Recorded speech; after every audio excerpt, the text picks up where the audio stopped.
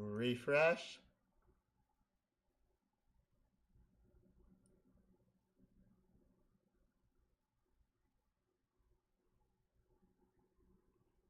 Okay, I'm like, YouTube, please, please actually load on me.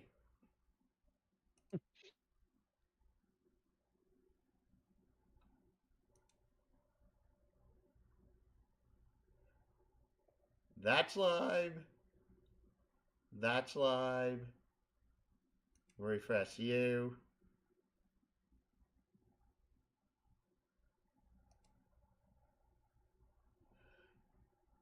Weird. This isn't actually counting 2 viewers. But now it is. Hello, Yeah, I just everyone, and joined. welcome. Well, no, it normally counts as 2 regardless. If you joined, it should have been counting as 3. Oh, I wonder who your one YouTube watcher is. Me. Oh, okay, okay. Hello, everyone, and welcome back. I'm the James with the games. And I'm the fan who loves the fiction. And yes, literally on one of the few days off I get each year, because of the fact I have nothing better to do today, I'm here reading this garbage again.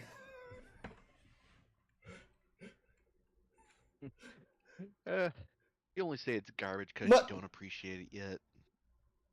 Don't worry. okay, It'll see the claws into you soon enough. here's my thing. Do I find the potential here good? Yes. Do I like the writing? No. If it makes you feel any better, the writing does get better as it goes on. After all, it was a comic that went on for over 9 years. Fair point. But we're to Act 2. Are we still in 2009, by the way? Oh yeah. You gotta keep in mind, Okay. Andrew Hussey, the writer, he was posting multiple pages per day. Ah, so Like, there wasn't like any real break between Act 1 and Act 2? oh yeah, at best we're maybe like in May in terms of time frame. Okay. Wayward Vagabond.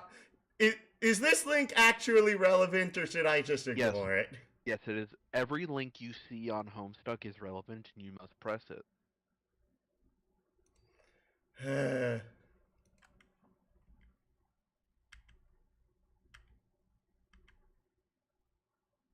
Oh, that's at least somewhat descriptive. Act 2. Duck Cluck? Why am I looking at a screenshot for game? Oh, Spur Beta. Yeah, this is Rose Lalonde's Game Facts walkthrough. I I would suggest you read it in case you don't understand how the game works yet. Try even. I'd be inclined to dispense with the try. There's. Is there anything that's actually clickable here? No. No. No, there's not. Even under less pressing circumstances. Needless to say, I'll forego the inscrutable ASCII 2 banner which typically heralds the striking freefall of these documents. I'll also resist the urge to brandish any copyright marks or the particular neurosis that concerns itself with the theft of the utterly mundane.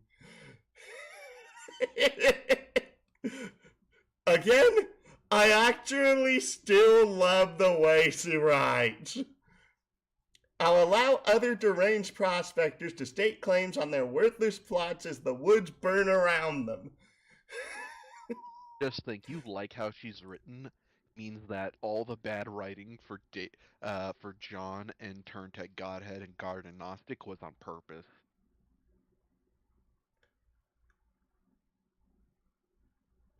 I don't get it.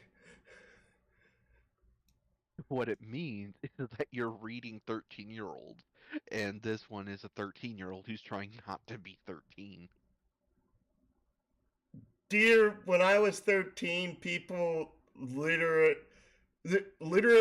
I had, at one point, I had one of my teachers ask me to teach the class for them. Yeah, but you're you. You're not the average 13-year-old, are you?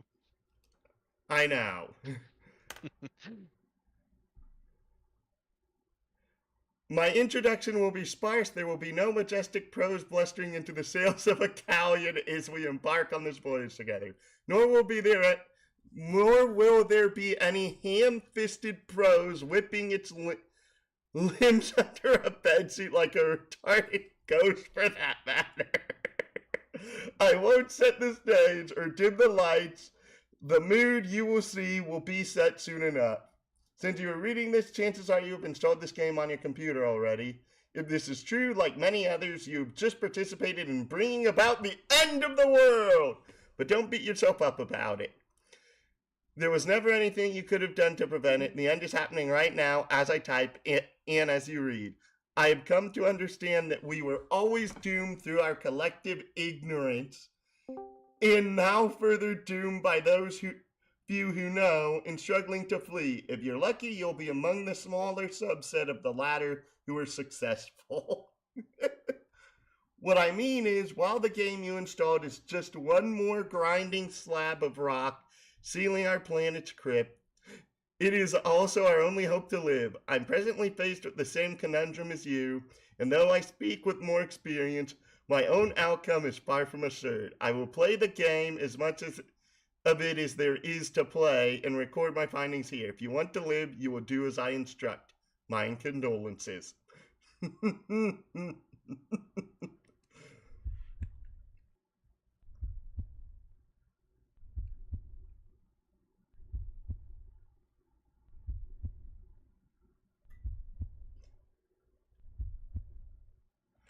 Part of it is that it's like, it feels like Rose is basically the tutor to the other three people here.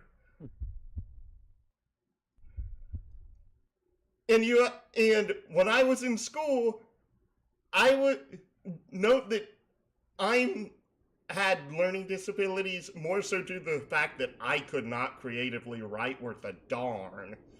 Um, Don't say to that a the writer degree needs that, to be the like, editor, essentially. yes.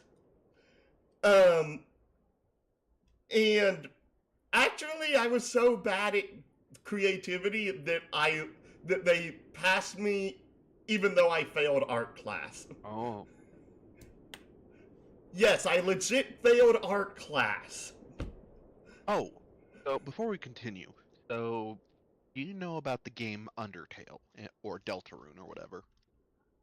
I know Undertale. I don't know that much on Deltarune. Okay, so the creator of Undertale, he and Andrew Hussey used to be friends, to the point that Toby Fox, the creator of Undertale, was literally living in Andrew Hussey's basement.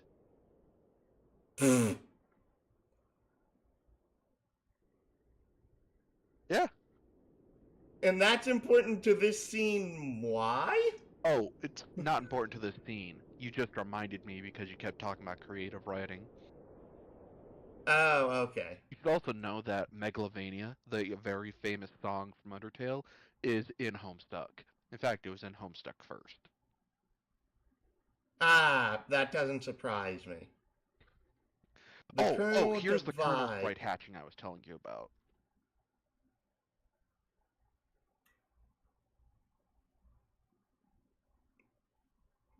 The two halves go their separate ways, leaving behind the sprite portion. Mm-hmm. The back symbol is still on screen, but it feels like it shouldn't because of this is moving. Bad it is. Boy! Boy. And don't, it's not screaming, even though it is all caps. Boy.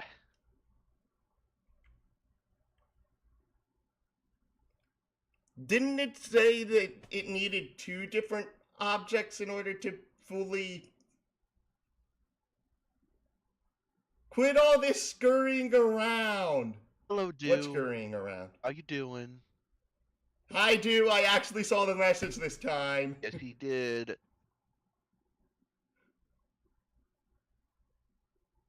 Didn't you say didn't it say earlier it needed two things to imprint itself? It doesn't need two things, but rather it can have two things. It's a whole system Okay. where it needs at least one thing inside of it before it hatches, but it can have up to two things in it. Okay. Yeah. Okay. Thank you for the help, Do. Fair. Sorry, the only real reason I'm even going through this is because if he wants to run a Besom game that's based around the mechanics that are brought up in this, and not a lot of the mechanics have been brought up yet. Yeah. Yeah. But we're starting to get into them.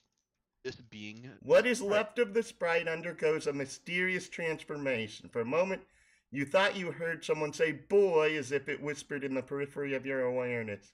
It was probably just your imagination, though. So you there, boy? You there, boy. What? Boy, listen to me, boy. His name is John, you nincompoop. Boy, who is John? Do as I say. What would you like boy who is John to do? Obey my commands, John boy. Those commands would be, I would like the boy to interact with his environment in a constructive manner. Maybe you should be a little more specific. Besom is Big Eye Small Mouth. It is a tabletop role-playing game. Yeah. No, you actually heard it correctly. That is literally the spelling. Yeah. It's Give supposed to yourself a be pat on the animation. back and a cookie. Yeah. Oh, I should probably let you know that when Homestuck was originally created, it had a bunch of Flash mini games in it, and players at the time, or readers, they could play those mini games and do stuff. Unfortunately, when Flash went defunct in like 2018, 2019, every single Flash page had to basically be reworked, either into a simple thing like you're reading now, or into a YouTube video you would watch. Ah. Yeah, that's kind of why I personally like the unofficial collection, because yeah, it turns them back into what they're supposed to be. Oh, okay. Yeah, unfortunately you don't have that collection, so I'm not gonna hold it against you or anything. Um. Okay. Yeah, you can always get the unofficial collection in your free time. It's just 2 downloads. You can even mod it to play Doom.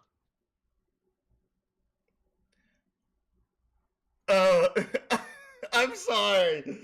That just reminds me of the stupid joke of, oh, you can run Doom on everything now. Oh yeah, I think there was like a thing where people were actually able to run Doom on a plant cell. Uh, Maybe you should be a little more specific. Have the boy assess his current situation. I'm afraid I can't have the boy do that. Tell him to do it yourself. Very well. Ellipses. Okay. Is this supposed to be some sort of noise, or is this just a computer command? It's just a computer command. So you've noticed how there's like just arrows with like the two equal signs next to it and everything. When Homestuck Yes. was first created, it was made using the basis of like old text adventure games where you like type in the command and everything to have your character do stuff. Um, I don't remember many of those that well. I'll just be perfectly honest. But you do get the concept, so that's all that matters. Yeah, yeah. The instruction does not do anything at the moment.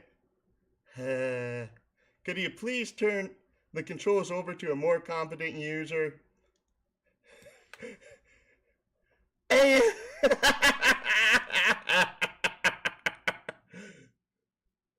hitting the middle row of keys on the keyboard. Increasingly sophomoric. Also, you almost spelled salad there. Why are there two links here? Does this matter? You can press the top one first if you'd like.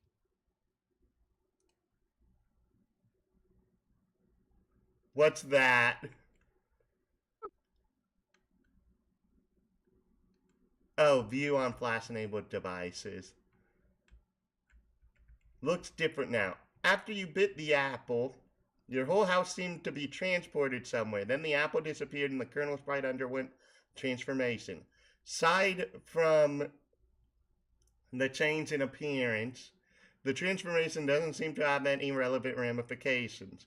Still can't understand a word this idiot says. The ghost clown, do something with it.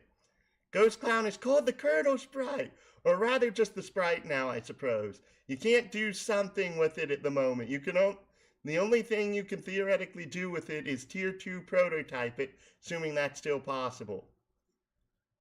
Tier prototype the sprite or the thing you said. Do it. You're not the one who is supposed to prototype it. The Spurb server user is supposed to do that.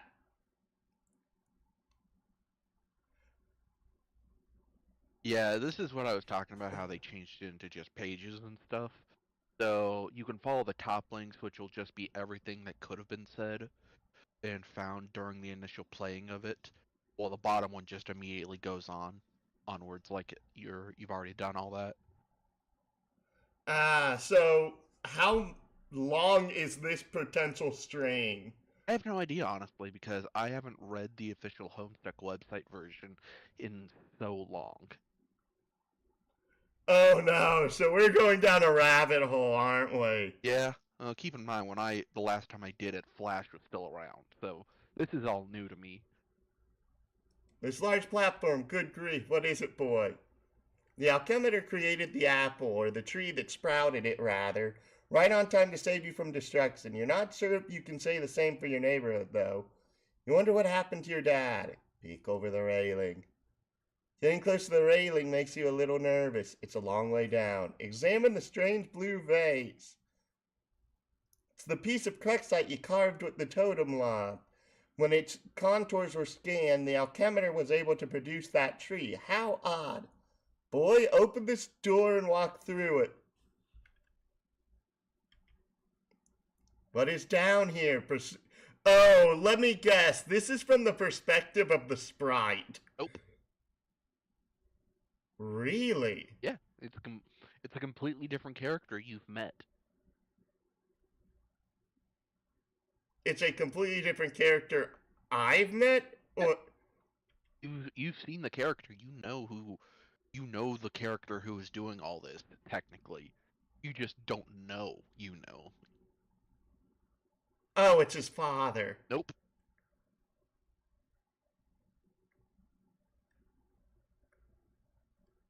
I'm so confused. You'll find out. I'm not fond of this smug fellow. Hey, don't need to talk bad about me. No, he's talking about the guy in the background. I know. The man, the myth, the legend. What do you have up your sleeves there, Anderson? Look at this poker face. He's not telling a soul. Open this. Your dad's room is still locked. Go in there now. Your plumbing appears faulty. Man, Rose did such a poor job of fixing the bathroom. Would almost certainly be a mistake to try to use the toilet. You guess you could just go pee over the edge of the cliff. Leave it once. No, go back. Boy, go in here. Expect this ghastly man and his boy.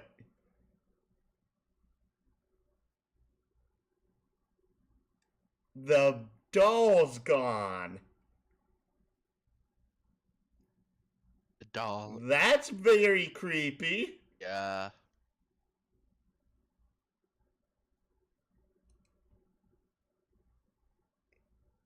Fred Savage has a punchable face.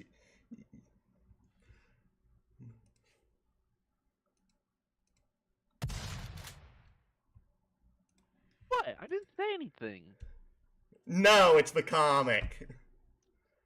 more like a talented young actor's face who would want to hang out with if you got the chance. And also if he were not a fully grown man now. Anyway, the thought of monsters lurking in your house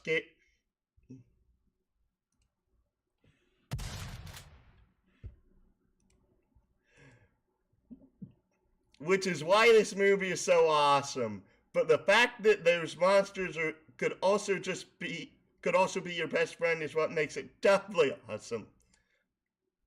Who? Yeah, you guess so, but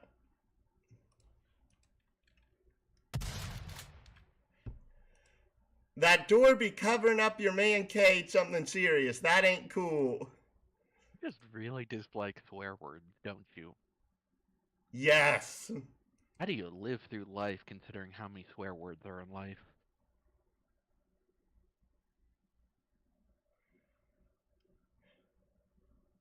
Rose sure did a number on your house, but she did manage to save your life. You guess. Observe this box.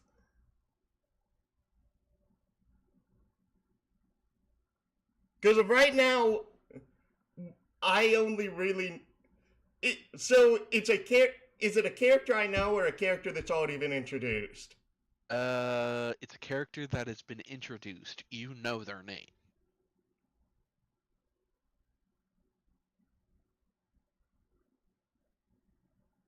The only other character's name we know is Rose, but she doesn't talk like this. Yeah, it's not Rose. Don't worry. All the details will come to light soon enough. Or they've already have, and you're just not understanding them yet. Gotta love stories with time travel in it. Oh, so this has something to do with time travel. Yeah, a little bit. The bunny is not in the box. I said the bunny is not in the box. Why couldn't the bunny be in the box? Marvel at this adventure in outer space. Oh my goodness. This movie is we're at 19 portions, by the way. Okay, this movie's really bad. Not even you can defend it. You've been meaning to take the poster down, actually. Armed foes of the deceased.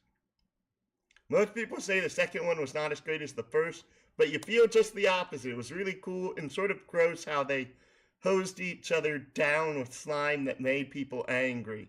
TG refers to the film is not. Ew. Man, bro, Bukake Theater. Whatever the hell that means. Come on, that was funny. No. Yes. Examine the unpleasant fluid. What is this stuff? Acquire this small Persian rug. To tap.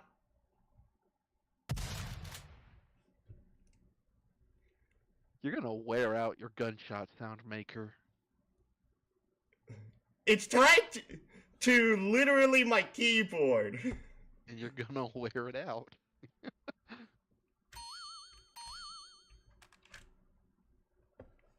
I see like a spot on my freaking keyboard.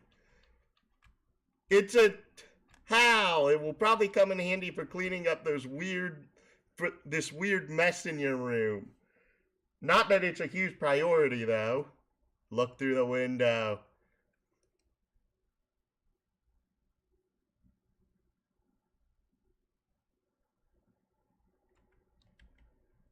At least your tree swing remains unmolested. Tree without a tire swing is like a house without a surrounding neighborhood, you guess. Huge sewing machine. I'm so confused who's writing this. Okay, so I'll tell you this. So all these words you see, like at least your like the punch cards seem to contain the instructions for carving a totem. There's actually a character writing this. Oh, so this all is all basically being monologued at us by someone? Yes, there is a third-party character that you have not met yet, but I have talked about, that is writing all this within the context of the story. Remember, meta-narrative. Hello, Samurai Crab. Hi, Zeph. Um, so that character's the one who's typing this out. Yeah, he's the one who's literally writing all this stuff. I'll be sure to let you know, Jimmy. Okay. The reason why I haven't associated this with this is because of this is literally in all caps, and this isn't. Yeah. Oh, the all cap stuff That is a completely different character. And oh, hey, you just got a new follower. Thank you, Dew on the Grass, for following. Hey, I told you if you use this, you would get the following. I told you. So these are two. Wait. What?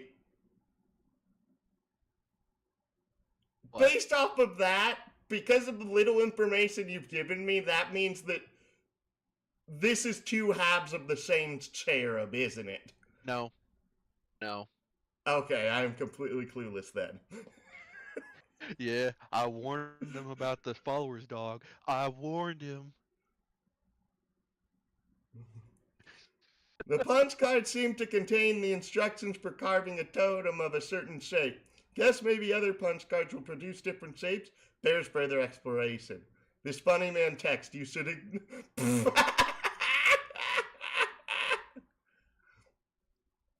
Just looking at the cover cracks you up. What a great book. Harry Anderson is your hero, and Mike Cavani's glowing treatment of the man does him every bit of justice. You'll have to give this another read soon.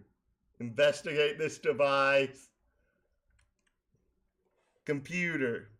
Seems you're still connected to the internet. Rose is trying to get in touch with you. You will reply in a moment once you have fully assessed your situation. Go out of the door that is not here. Yep, Slimer. John loves I've also stated slime. this before. I do not like this guy's wallpaper. Oh, but it's his magnum opus. You know? He made it all on his own. It looks like vomit. Exactly. It's slime. You think a guy who calls himself ectobiologist isn't gonna have something slime related to him? You make a good point, but he's still stupid. He is a little stupid. I'm not even gonna lie about that. But you'll see how his stupidity will come to help everything. Especially with the slime. That man with the humorous spectacles, admire him. Oh, Michael Sarah, your warm smile is a shining beacon to in these dark times. I detest this. Disregard it. The Harlequin painting? You have this sentiment in common with John, then, I suppose. Oh, so it is two different people. That's literally the first. That is literally the first instance we've been told that this is an actual person. Yeah. No. Keep moving. Believe me, I'm no intention of turning your head to observe this dreadful thing. Why does this small man stand here? His Harlequin is always ready to serve you with illumination, whether you're reading a book or just enjoying a nice pipe. What is the meaning of this rubbish? Apparently, the caps lock voice really hates the Harlequins. Oh yeah, he's kind of got a reason for it. Don't worry. You'll find out. But the caps locks is not John here. Yeah, Caps Lock is not John. It's a completely different character. I'm so confused because of unless it's one of the two other kids. Hey, This doesn't make a whole lot of sense yet. you've been shown him. It's not my fault that you're not paying attention.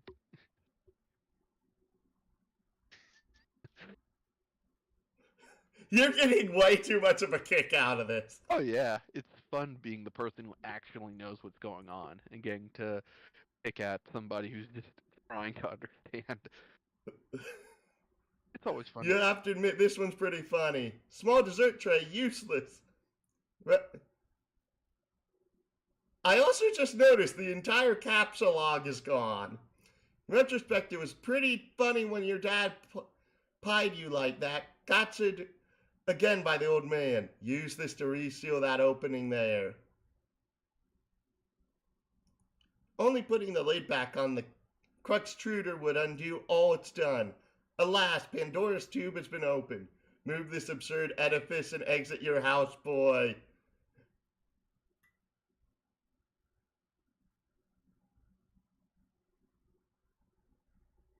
Is it one of the people that was on the app when he was on the Serious Business app or something? No. Okay. Also, Samurai Crab just posted a link somewhere.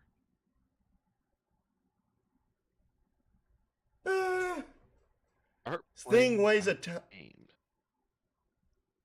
You'd honestly be surprised if the game cursor could lift it, at least not without a significant expense of grist.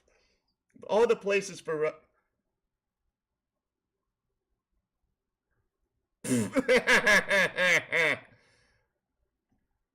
for Rose to drop the Inferno thing, more than ever you feel, what's the word you're looking for? Of course, Housetrap. Vile, pay no mind to this filth. Samurai, this might not be the best place to start trying to advertise for your game. Not really a big following to pull from. Yeah. What is he even doing there? Playing with a ball or something? Clowns are stupid. Wield these instruments of combat. Any one of these things would make fine weapons if only your strife specialist wasn't already allocated. Oh well, destroy these diminutive soldiers of merriment.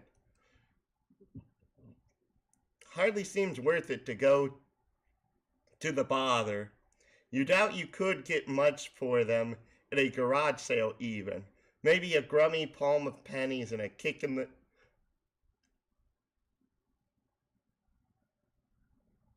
Oh, you just wanted to spam me. Har, har, har. Stow lump of soup for future use. Stuff is really dirty and you don't want it. Besides, you have it on good authority that a significant portion of it is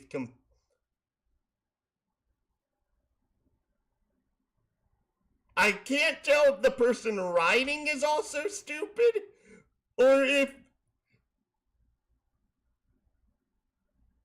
they actually think that. I'm very confused by that sentence. Sorry about that. Because of you. Kind of had to step away for a hot second. Oh. Well, good, because of now you have to answer me, because of now I'm questioning if the narrator is also an idiot to some degree. Oh, yeah. The narrator is also an idiot. Kind of a weirdo, too, but, you know, you get used to it. Don't worry, you'll get to meet the narrator in about an act or two. Because the weird thing is, this is literally the first line the narrator said that actively is like, duh, what did you just say? Because this is an actively untrue statement is my problem. No, because remember, he threw the Game Bro magazine, which was made from recycled asbestos, remember? Dear, they couldn't have sold it if it was made out of asbestos. Oh, well, they did.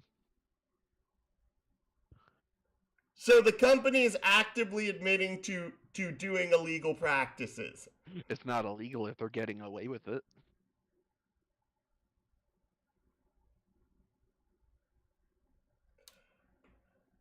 I have so many issues with that.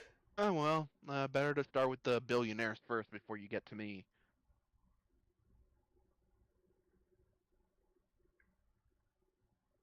Dear, that's a really stupid statement. I mean, Topless Ernum. What? Really? Really? Really?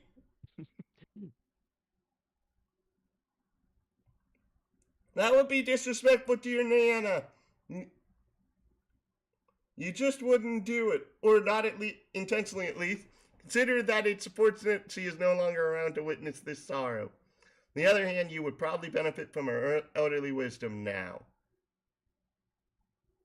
Wait, is this Nana? those are the ashes of his grandmother he calls Nana. No, I'm saying is this Nana? Nope.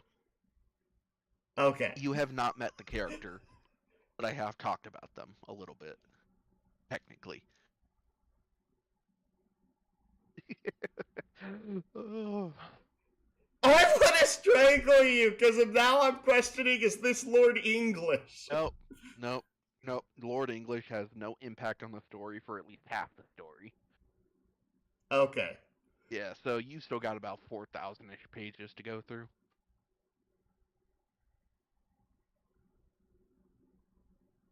But it's someone that okay, because you said that they were already been introduced. No. That's what was confusing Caps me. lock person has been introduced. Narrator person has not been introduced. But I have talked about him. Oh, I meant okay. Caps lock has been introduced, but no one's been talking in all caps up to this point. And that's my problem. You'll figure it out, don't worry. And I've already asked if it's the sprite, and you said no. Oh yeah, the sprite, definitely not the sprite. Are the sprite and the Colonel two different characters? Colonel is not a character.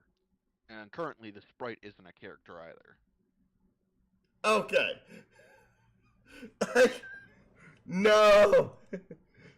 So coy, so mysterious. This way, through the Oy, how long is this?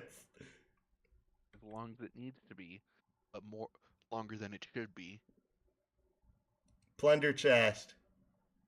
Would you like to play a game? Peek and bowl of goo. Wherever your dad went, he seems to have left in a hurry. For all his absurdities you have to put up with, you, sir, wish he were here right now. Examine this smeared substance. Is this oil? Wonder what happened here. Where's your dad? This book is too big for a young, stupid boy. Colonel Sassacres is your favorite book. Almost his favorite is Wise Guy. They are both your Both your favoriteest of all time. Sample powdered uncooked dessert. Back ye miserable wench, stay thy choking airborne particulates of temptation. Examine artwork. Holy moly. Your dad was so proud when you drew this. He hung it up immediately and it stayed like there ever since. That was 1 week ago. This is a telephone boy. Now use it. Phone doesn't work. Open the door now. There's no time for laundry. You're right. Thank you for being sensible about it. We're over 50, by the way. Oh yeah. Open these and rifle through them for goods. I hope this doesn't happen too terribly often.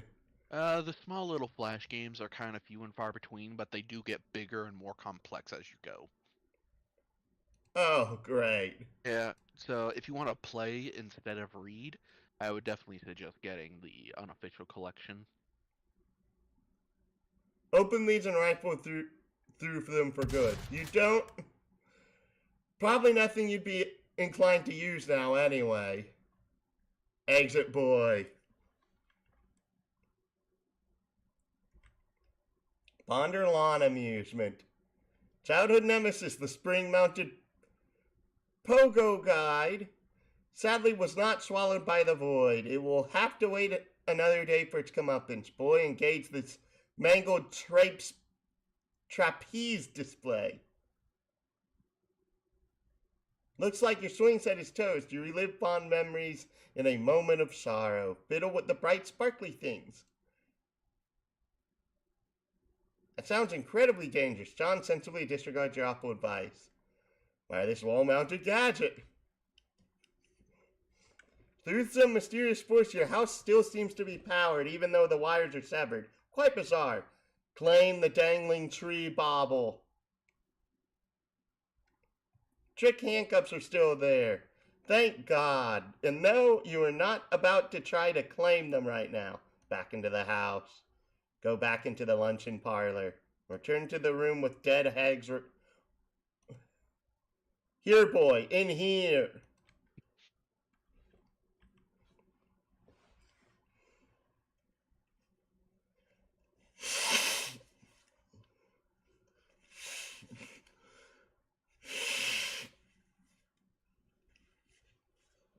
This is a mess, boy. You're so glad your dad isn't watching when you did this. He never would have let you hear the end of it. Inspect this merry band of... This really makes me think the caps lock is his father. Nope, it's not. His dad never talked.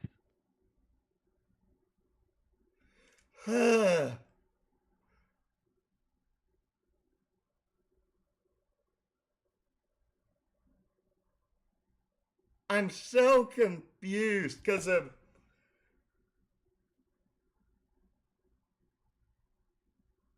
You said it isn't the Garden Gnostic or TG. I keep forgetting what TG's name actually is. TG's name has not been introduced yet. I know that. I'm more... Oh, so we're saying we... Oh, sorry. TG, Turntech Godhead. Yes.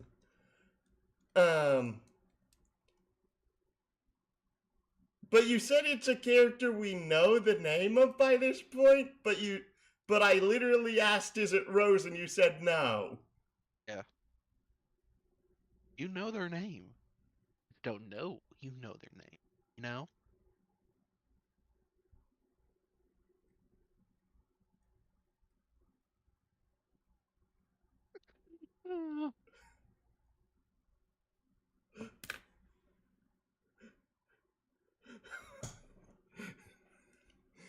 Inspect beta performance. Cirque du Soleil once built a restraining order against your father.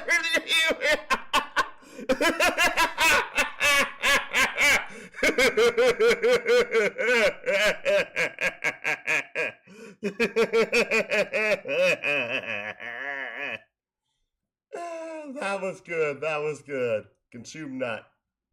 You would, but you're not sure if this in this dark realm has any hospitals operate this instrument.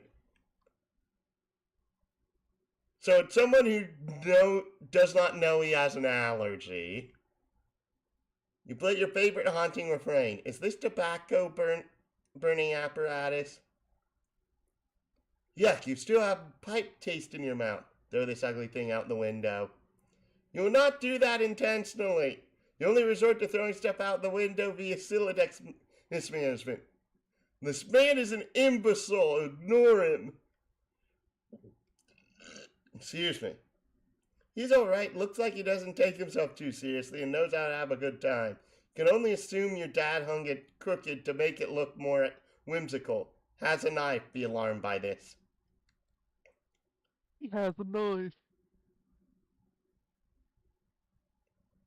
I don't get this.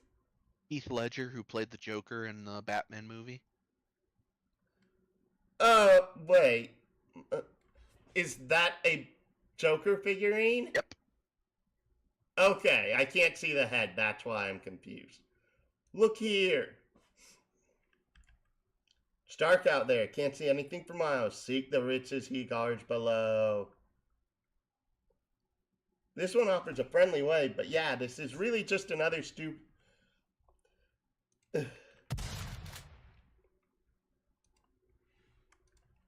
I see treachery in his eyes. Oh, he doesn't look so bad. Open this iron vault. You don't know the combination. Disregard this nonsense. Okay, that means that it can't... Ugh. Your dad used this stuff sometimes to dazzle you with his silly vaudeville escapades. Really, you couldn't roll your eyes hard enough at his corny act. Read him. Read unpleasant literature. Wait. Wait. Is it a character we know of that we don't know their actual name yet? Or do we know their actual name by this point? Technically both, and I'm not going to explain why. Is it Rose's mother? Nope. Okay, I'm still confused. Serious Jester Magazine, for whom clowning around is serious business. Return to the large room with the gross paintings. I'm like, unless this is John from the future or something. Okay, finally! 77 pages. Quit all this scurrying around. Yep, and now The last you're finally going from page 253 to 254. Fine, John, return to your quarters. Go back up to your bedroom, tiptoeing around this weird petroleum-based sludge. Now, John, respond to your friend unit.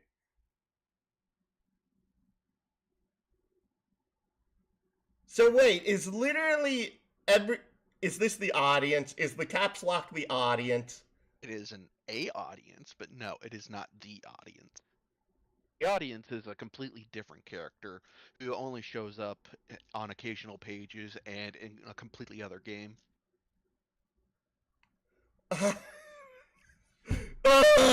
Yes, the audience is an actual character in Homestuck.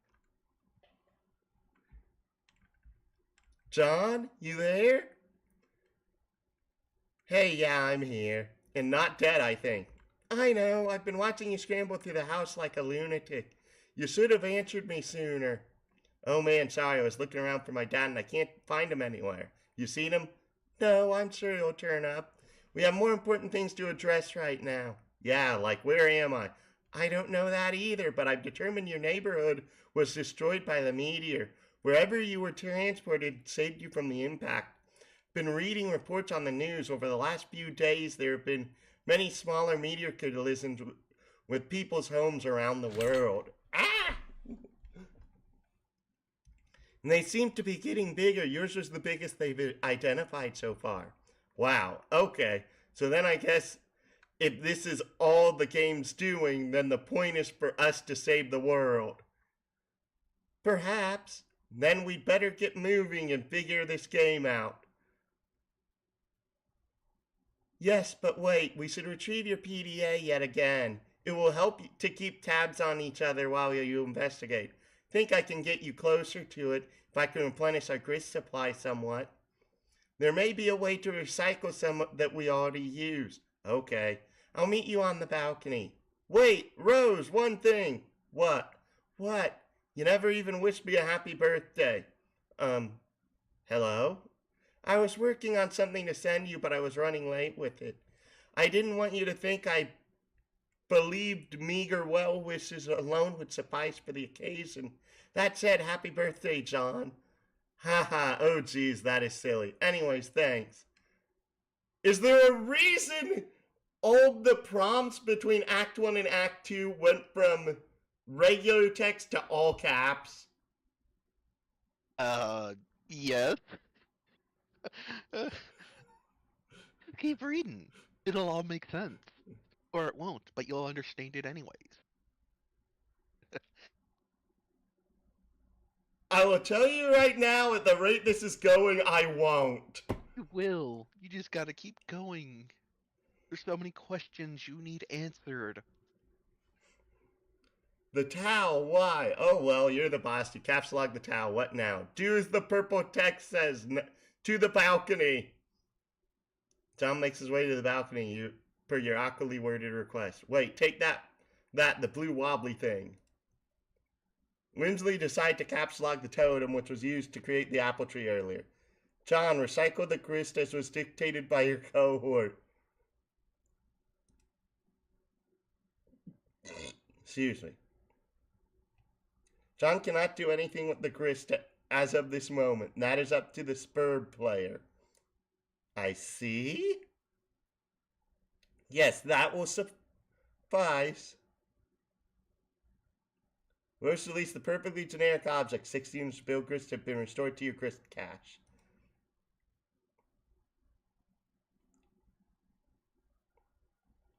Rose extends the grist to drag a new plank from the balcony in the direction of the PDA. John, run across precarious platform swiftly. John isn't sure about that. It's a long way down. Boy, I said make haste on the narrow catwalk.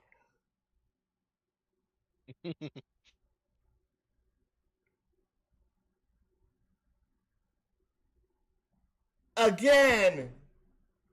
This is driving me insane at this point.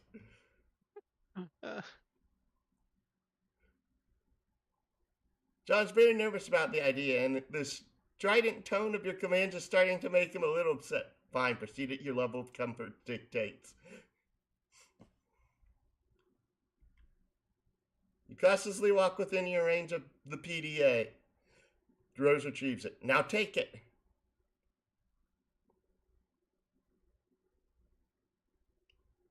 Oh, he dodges the Harlequin figure. You can kiss that one goodbye. Oh, hey, by the way, I don't know if you're curious, but I can tell you, like, what the last page for Act 2 is. Okay. It is page 758. So it's like 4 times the length of Act 1. More like 3 times, but yeah. It's only 511 pages long.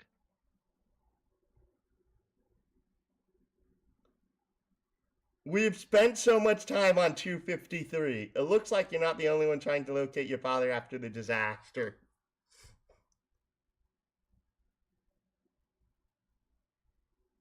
Submitting inquiry of concern over cataclysmic event, pipe PM 413 reply.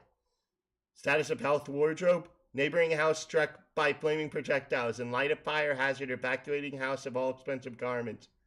Good luck, Fedora Freak. Salvage as many hats as practical. Fedora Freak, you are in our thoughts, along with Pipe Fan 413 and his enviable collection of pipes. Thank you all. Report, most hats removed from danger. Ties next. Following matters have been submitted in frank and forthright manner for your judicious approval.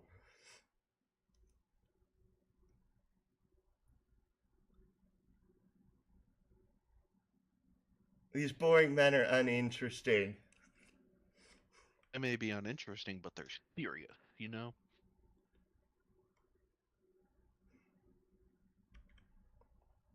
Joe Pesterog. John, are you okay? You seem a bit tentative. Fine, I guess. Since I got here, I feel compelled to do these weird things I don't really want to do. Some kind of voice that I can't really even hear. I don't know. It's hard to explain. Perhaps the early symptoms of an anxiety disorder, like post-traumatic stress? Yeah, maybe. Who knows? Well, if you can pull yourself together, there are a few more things we should try. Like prototyping the kernel sprite again, if possible. We should probably hurry. My laptop battery won't last forever. Okay, I'll go back inside. No, don't do that. Hop off this ledge onto that car. What? Yeah, that does sound incredibly dangerous. No, you're just being a pest. Which turnip truck did you just tumble out of anyway? Who are you? Years in the future, but not many. Wait! The random guy in the cloak? Yeah, it's not a random guy, it's a wayward vagabond. So that's who's been typing these? Yes. I told you you'd learn. Okay.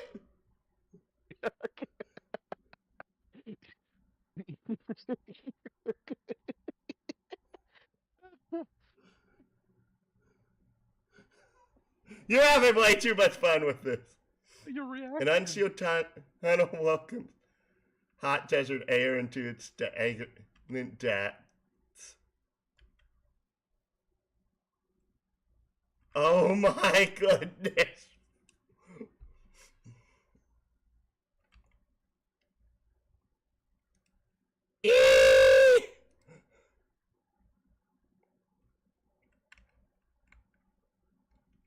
Yay, more game facts.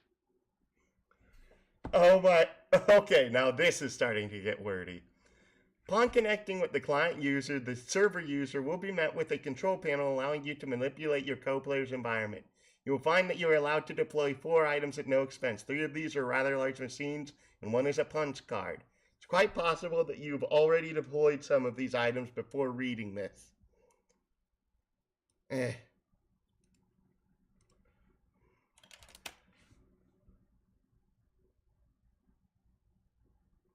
And if this is the case,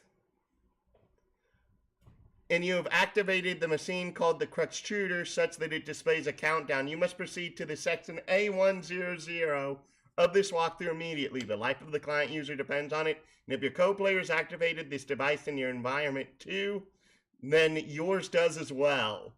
But if not, please refrain from doing anything with the Crutchtruder aside from merely deploying it. This will buy us some time to think things through properly,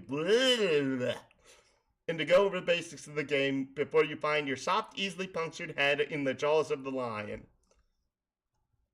As mentioned, there are 4 items to consider, each playing a role in the process, which appears to have a singular purpose: to manufacture objects out of thin air. The designers of this game, judging by the language used, regard this process as a sort of alchemy. This may allude to complexities in the production process yet to present themselves, but for now, the variety of objects you are able to create remains quite limited. The items in question are the Crutchtruder, again tread lightly with this one, the Totem Loth, the Alchemeter, and the Pre-Punch card. I will describe how these devices work in conjunction with each other, and I will use the analogy of having a key made at a hardware store to help you understand. First, deploy all these objects in convenient proximity to each other. Be sure not to block doors or pathways with them. You can always revise the dimensions of a room to make space for them, but I'd advise against this or even experimenting. Doing so comes at the expense of build grist. A commodity which appears to be a premium at the onset, and one you'd be best advised to save for later. Okay, so I now have a different connection. Is it ever explained what build grist is? No, it is never. Or will that have any importance for whatever you're doing? No. So it's never explained, and it has no importance for what you're planning. Correct. Okay. The Crutchtruder. The removing the lid signals the moment your life becomes a great whirling pandemonium, somewhat resembling the chaos of an especially ethnic wedding. Somewhere a soused uncle deliberately shatters china on the floor. Muddy livestock is decorated and then lost track of the question, whose mule is this at times, can be heard over the tin. This is now your reality.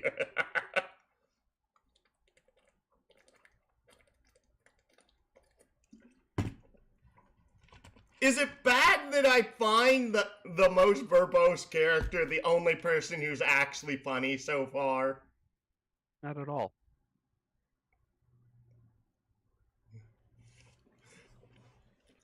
But aside from that, it marks the beginning of the process I'm about to describe.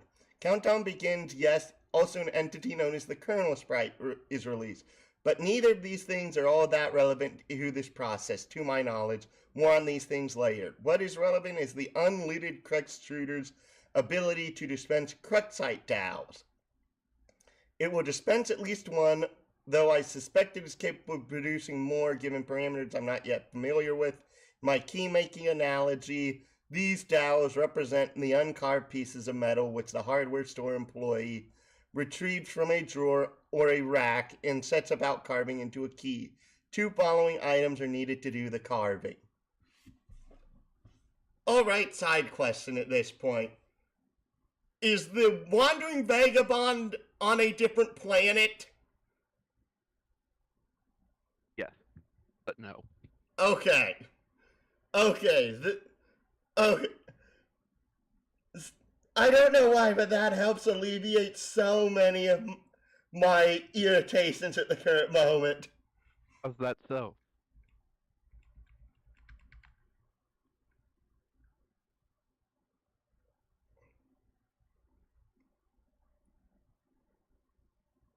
Tell me. How so? It at least helps me understand this, how it can be connected to a system that seems to have only just been introduced on this planet. Well, on Earth, that is. You know what I mean. Mm-hmm.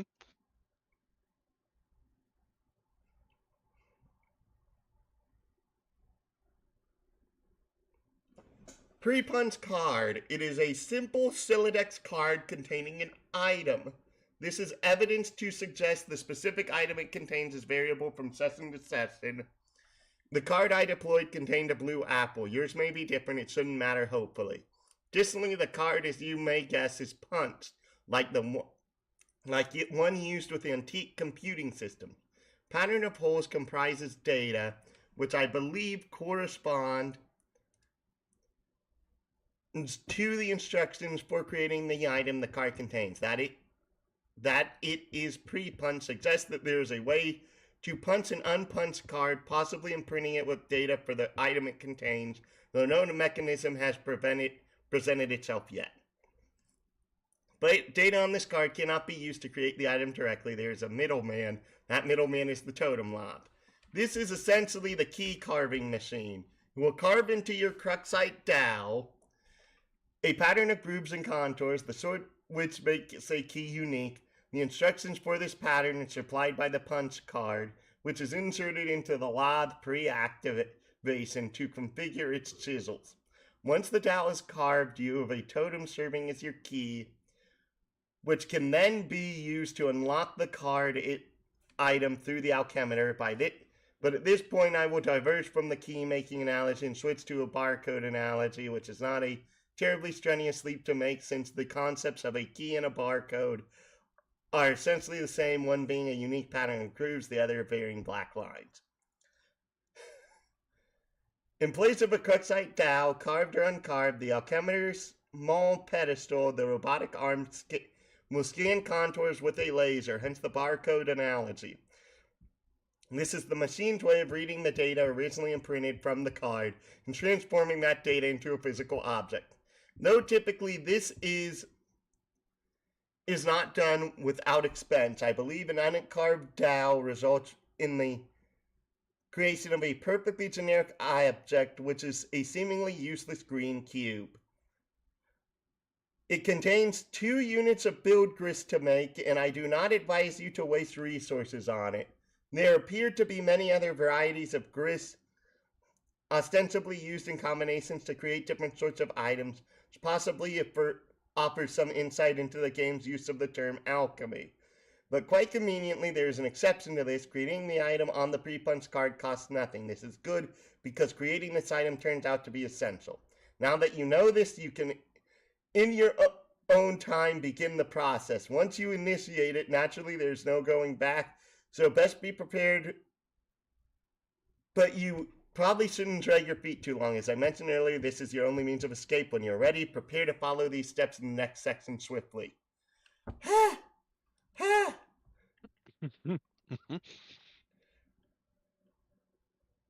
What? Just the way you were just panting after that. Well, sorry. I am not that verbose of a talker in real life. You So, fooled me. My lungs hurt.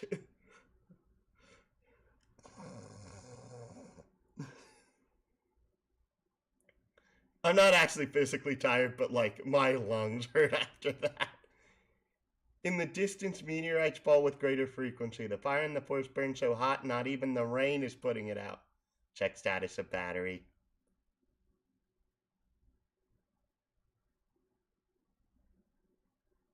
Huh?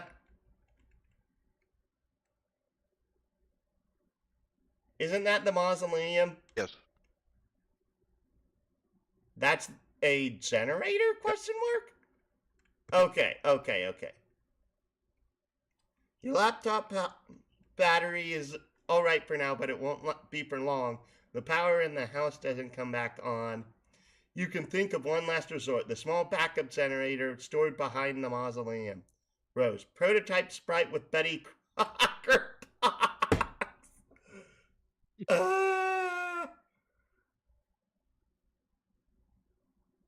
Didn't you say this was a very bad idea because of who Betty Crocker is in this universe? Yep. Well, not this universe, but another.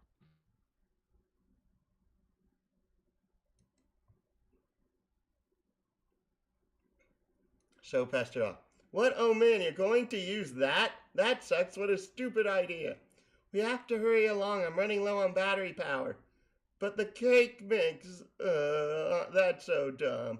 I doubt it matters. We might as well just use any. What? Crap is not a cuss word. It wasn't my household. Fine, I guess. Sprite is playing hard to get. You guess that's what you get for originally prototyping it with something that engenders mischief and pranksterism. Do the potted vegetable instead. It looks delicious. Pipe down, you. This is Rose's decision, not yours. Prototype Sprite with Sassacre text. Oh, yes, sweet. Now we're talking. See if you can distract it. I'll try to sneak up on it. Flail about in distracting manner. Sprite finds the distracting manner in which you flail about to be rather distracting. Pesky Sprite eludes you again. Not even the great Colonel himself can outfox it. Nearly missing with your attempt to create the Colonel Sprite, you drop the massive tome. The entire house rattles under the astonishing girth of the book.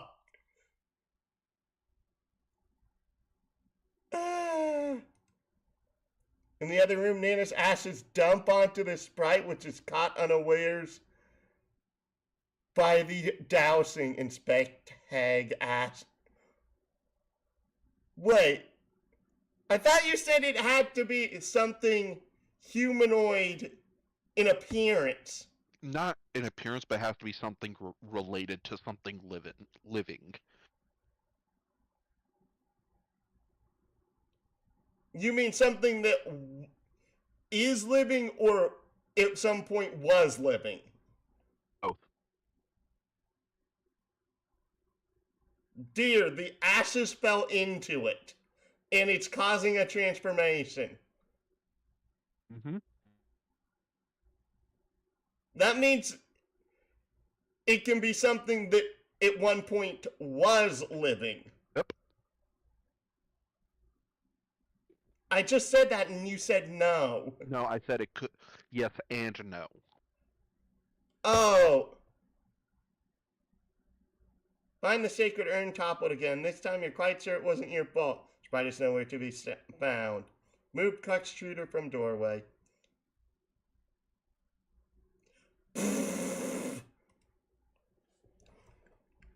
Ah, man, where'd it go?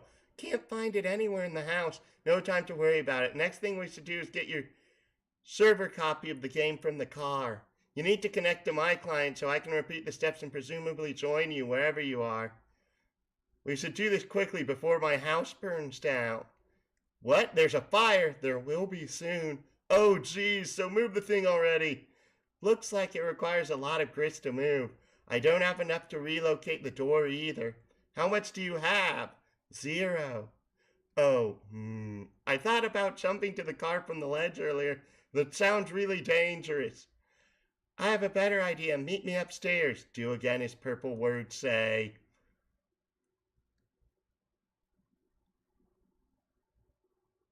So wait, if the wandering vagabond is the one that is doing the caps lock, was a completely different character the one giving the commands at the bottom for Act 1? Yep. Well, yeah, yeah, it was a completely different character in the beginning of Act One. Is it the same person as the narrator, or was Yes, that a different person? same person as the narrator.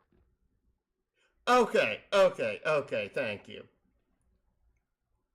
You were about to head upstairs when you heard something behind you. It was faint, but you could swear it was a small, light-hearted chuckle along the lines of a spirited hoo hoo hoo. Ignore this woman's antics.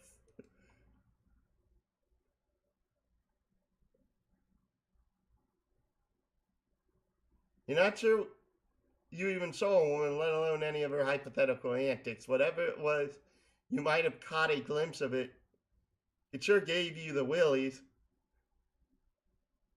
So basically, the sprite is now a combination of a jester and his grandma. Yep. Ah! Ah!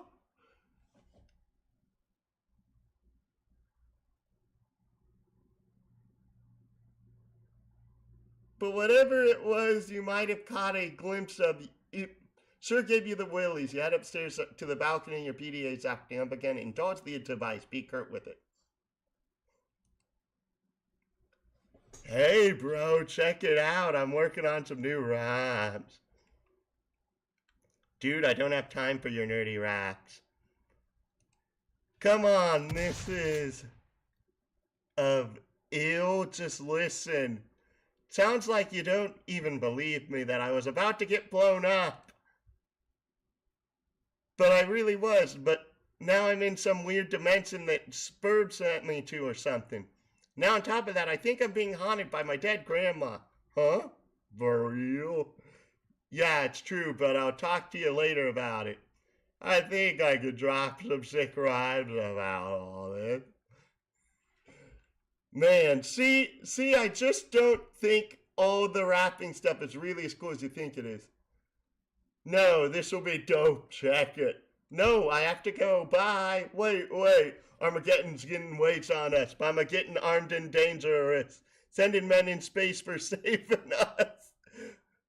Oh, this is painful to read. See which player's more courageous. That's not a word! Benner Bruce dudes reach a truce. I'm not even reading that next line. Nope. Nope. What? Read it. Read it, ya boy. No. Yes. Yes. Yes. Yes. No. The But they're blow af- shooting to use and upsuck it. Affleck sacrifices would have sufficed. Off luck it. So okay. What? I said fluck it. No, that's just for how bad his rhyming scheme is.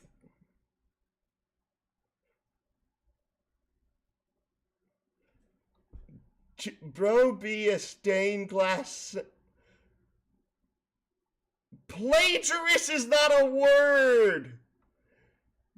Bruce is like off of that. That's not a word.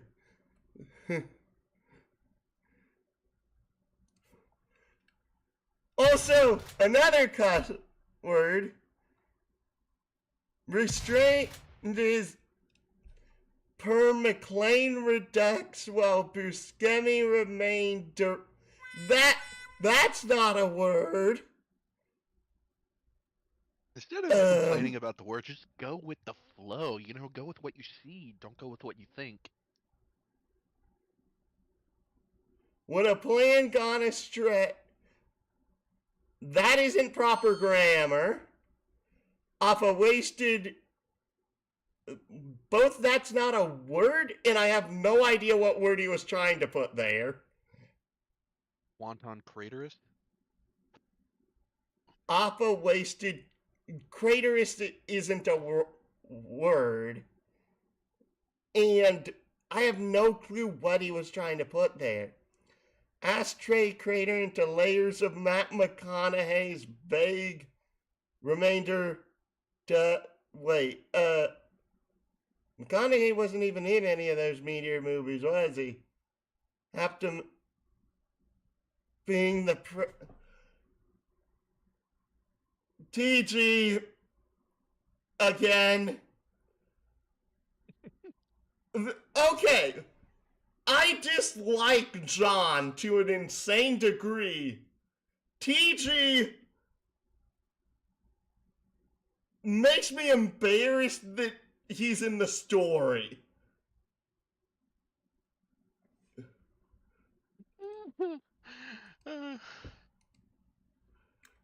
Enough strange poetry from the red text. Thank you, wandering vagabond. Go down the balcony to find out what Rose has in mind. She's messaging you. Purple text is yes, thank you, wandering vagabond. Will we ever be going to the planet of the wandering vagabond? Technically, we've already been there. But if you're talking about in terms of John going there at the time that the wandering vagabond exists, no.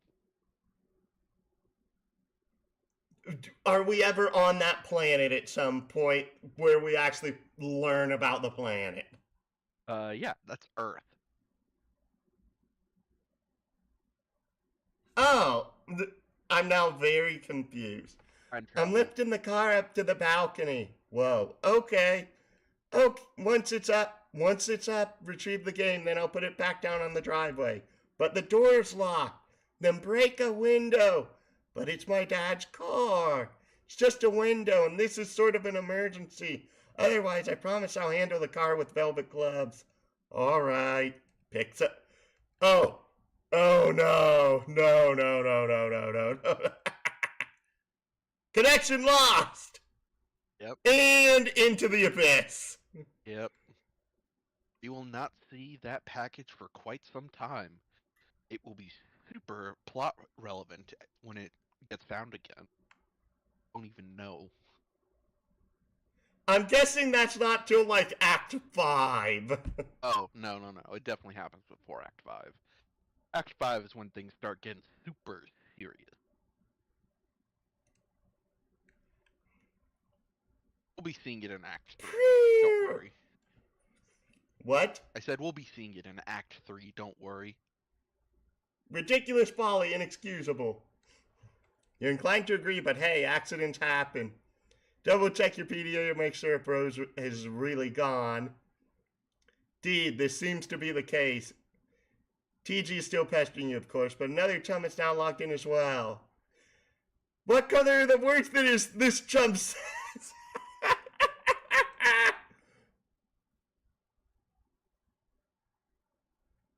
So, Pesterlog.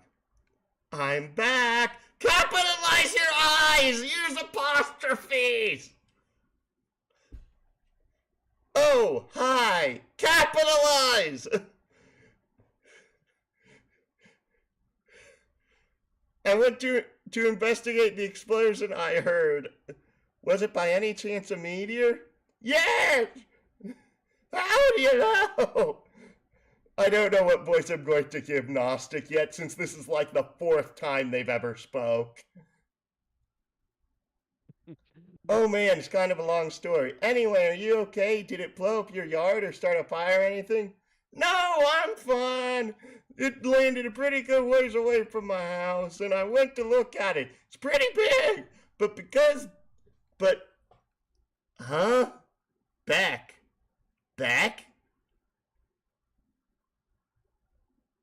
Is he actually referring to someone in his life by an abbreviation, or am I just not understanding some sort of lingo. Technically, it is an abbreviation, but yeah, that's their name. So it's the name of someone in Gnostic's life. Something in Gnostic's life, yeah. That makes me think it's a dog. Maybe it's a cat. Who knows?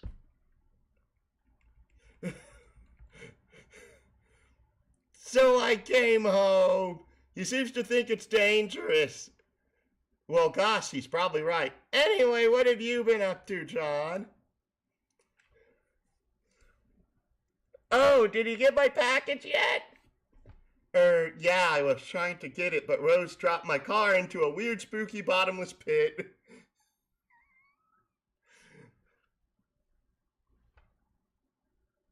And the package was in the car, and I'm really sorry about that. Oh, no! What? Wow, okay, I guess I should start at the beginning. See, a meteor blew up my whole neighborhood. This is terrible, John. I'm so sorry. But I'm okay, and my house is too, sort of.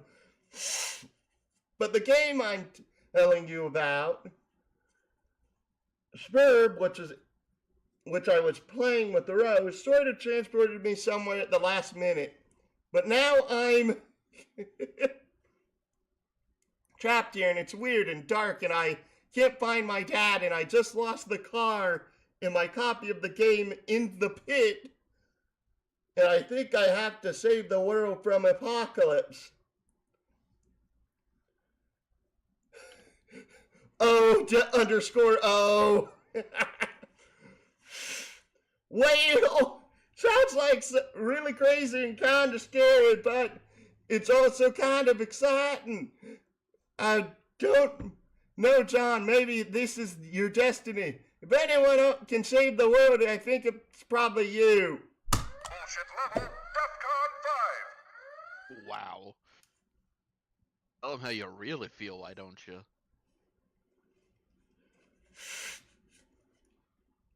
The only reason he's alive is because of Rose.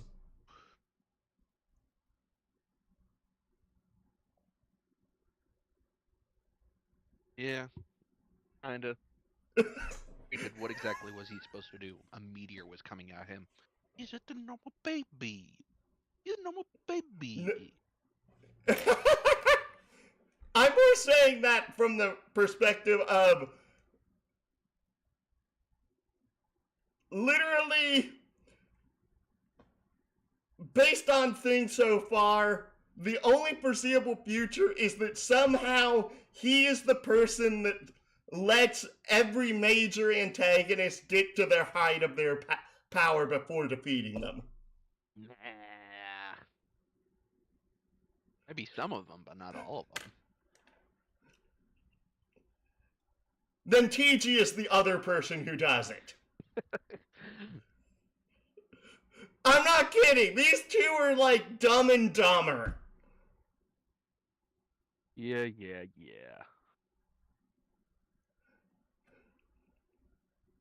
It's kind of crazy to think how long we've been doing this and how few pages we've actually gotten through. I mean, you're only nearly at page 300, and we've already been doing this for nearly an hour and a half. Basically, we've gotten through like around 100 pages. No, we've gotten through barely 50. Oh, right. And then all of the pages that were on like 253. Yep. It all sounds kind of exciting. I don't know, John. Maybe this is your destiny. If anyone can save the world, it's probably you. Oh, come on now. That ain't even bullshit. That's horse shit. Wow, you think so? Yeah. Yes. Warning, bullshit alert. Well, okay, but it's not even that simple. I was about to connect to Rose to help transport her and save her from the meteors and fire and stuff, but she lost battery power and I lost the game disc. So I think I have to get TG to use his copy to save her. They are doomed.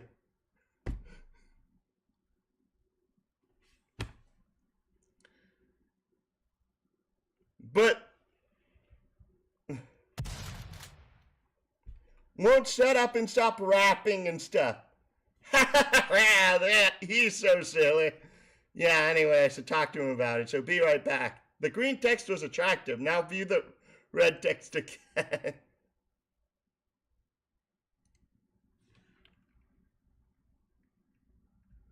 I'm not even going to read the rhyming. You must. Because of that's too cringeworthy. You must. Arg! Think how... Okay, more cussing. Let's see here. Do I see a third one? Yes.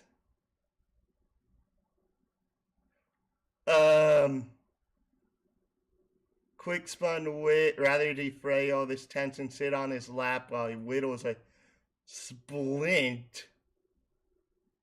That doesn't rhyme!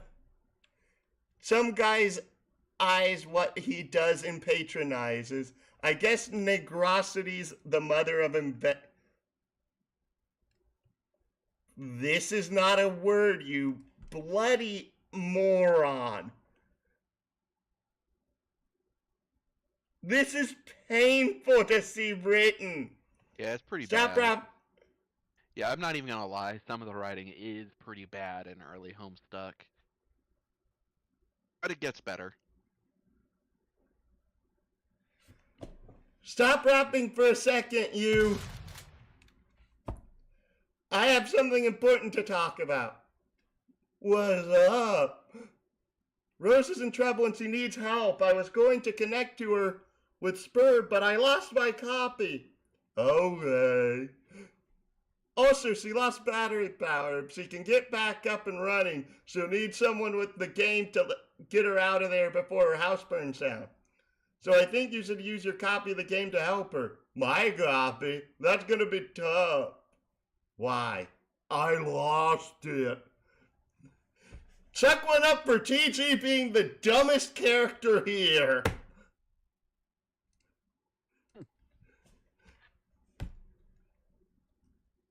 So FYI again, needs more trauma.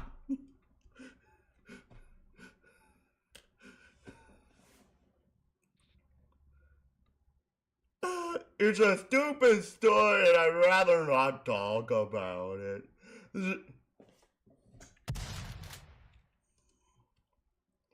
It's embarrassing, yo. I thought you said you had two. Well, yeah, one's my brother's copy. Okay, well, get his then. All right, but he's not going to be happy about that.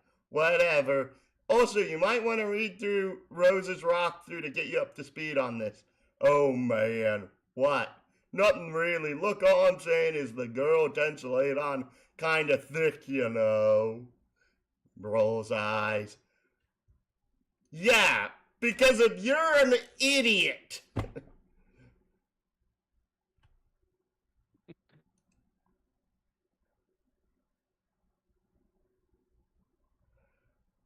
If you can't tell, both TG and John, i.e. ectobiologist, I both don't like them. But I dislike them for completely different reasons.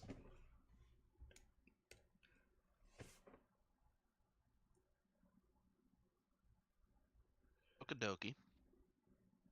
Your laptop is out of battery power. There's only one thing left to do. Time to make your way to backup generator. Knit the laptop cozy to shield your laptop from the rain. Okay, that is adorable. That would be such a waste of time. Besides, you already knit... Okay, that is awesome forethought, and that's exactly what I would feel like Rose would have done before this situation.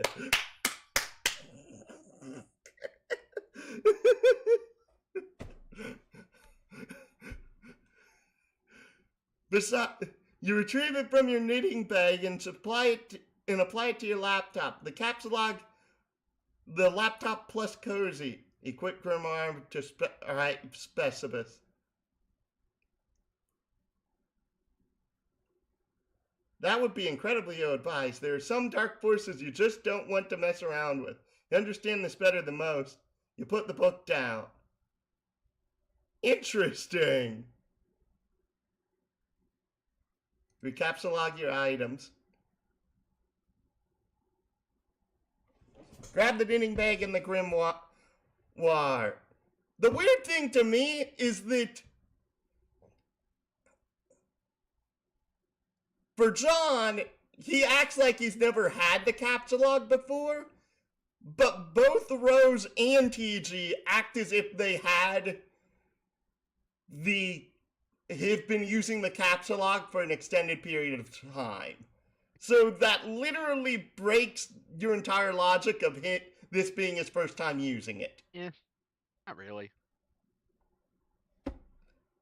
Grab the knitting bag and the grimoire in that order. It's always a logistical puzzle with your tree mode. It's tree auto balances, leaving the knitting bag accessible in the root card. Allocate knitting needles to strike.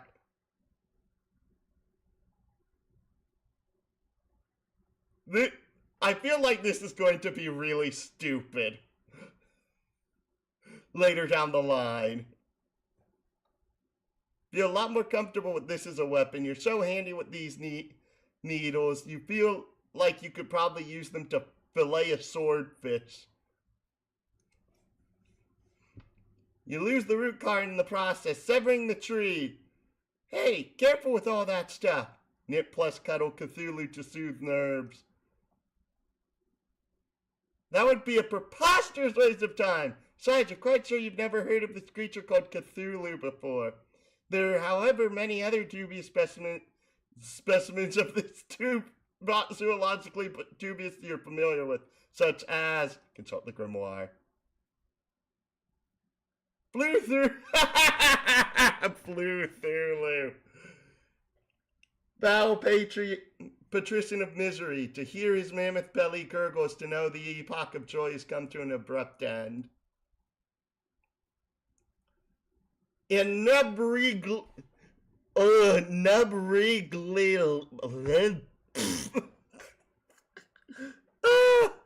Yiglith.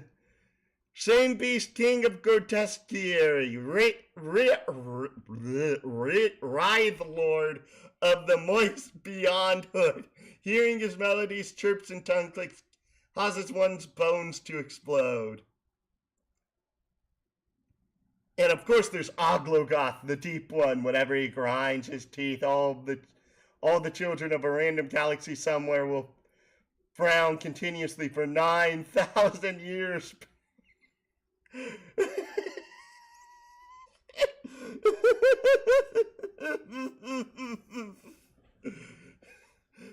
Okay.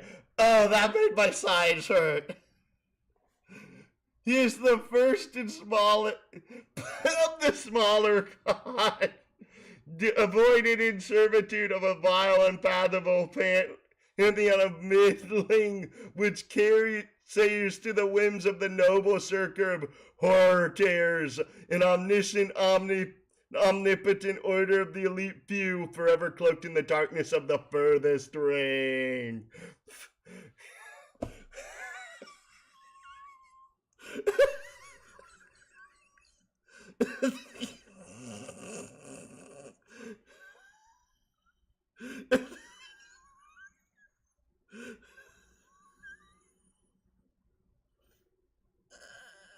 You're really dying there, man. What? You're really dying there.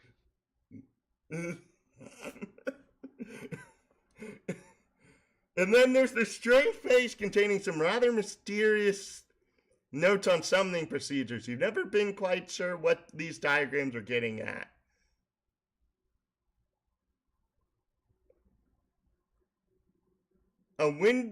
What?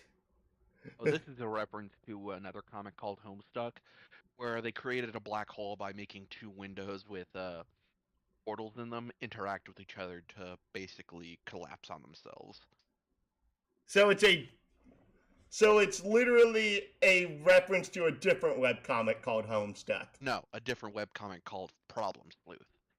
made by Andrew Huss. Oh, you said Homestuck in the first sentence. Sorry, meant Problem Sleuth. Okay.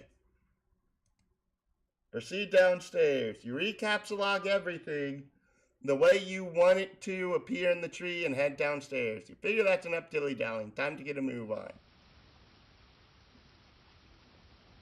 Ah, glorious sounds of rain. You wonder if this rain will ever let up. It's driven since the month began?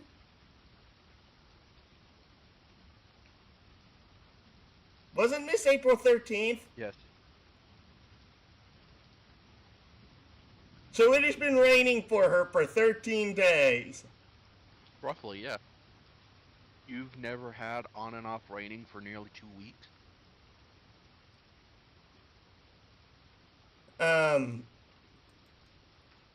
In some of the places I used to live, yes, but I haven't had that ever since I moved to where I currently am. Also, the way this is written, that it's not on and off. It's literally saying it has been raining for 2 weeks.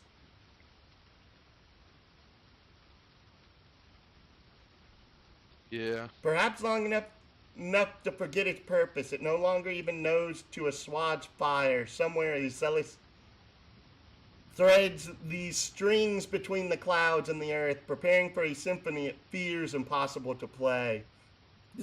Excuse me. And so it threads on, delaying the rays of the conductor's baton. How you hate the season. April is the cruelest month, breeding lilacs out of the dead land, mixing memory and desire, stirring dull roots with spring rain. April sports legends are sparkly. American sports legend. You said April. You said April. Oh, American. Yeah, get it right, son. I actually need to start munching on something. Go get something to eat. Take a little break. I'm it is TG.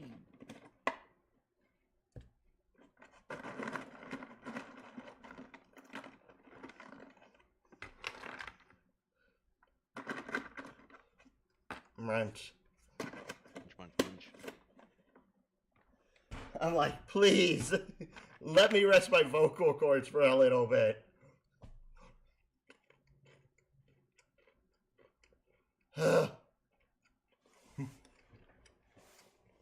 So much text.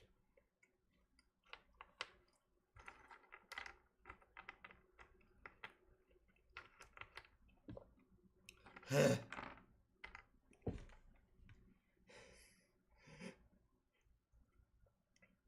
I love how you were helping narrate this originally, and I've been doing this virtually the entire time we've been going on. Well, yeah, it's your stream, little man.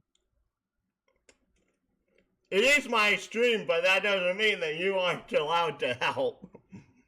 Okay, how about I read the next couple pages? After all, it's about Dave.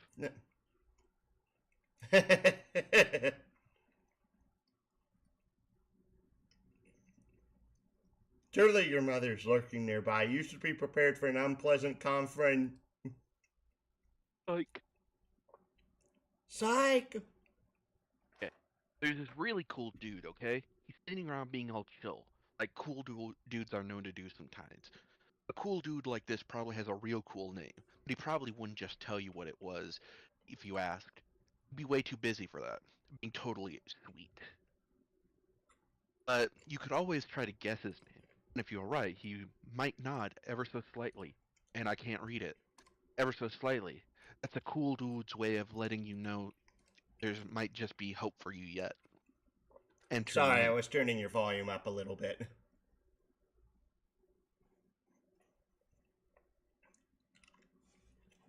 Right. Enter name. Enter name. Enter the namey names. Sufferable. This guy doesn't have time for this sort of bullshit. Dude, you can't thing is, you can't keep pressing that if you're gonna have me read. Sorry. Well, I was mainly saying that because of doing that because of honestly, I find the first name fitting for how he's acted so far. Yes, yes. You dislike him with a passion. Dave Strider.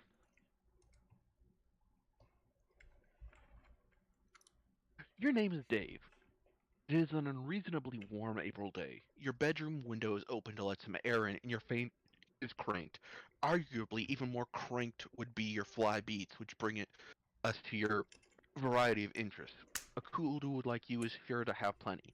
You have a penchant for opinion spinning out unbelievably ill jams with your turntables and mix gear. You like to rave about bands no one's ever heard of but you. You collect weird dead things preserved in various ways. You're an amateur photographer and operate your own makeshift darkroom. You maintain a number of ironically humorous blogs, websites, and social networking profiles. And if the inspiration strikes you, you won't hesitate to drop some fat rhymes on a mofo and represent. What will you do? Dave, quickly retrieve arms from cinder blocks.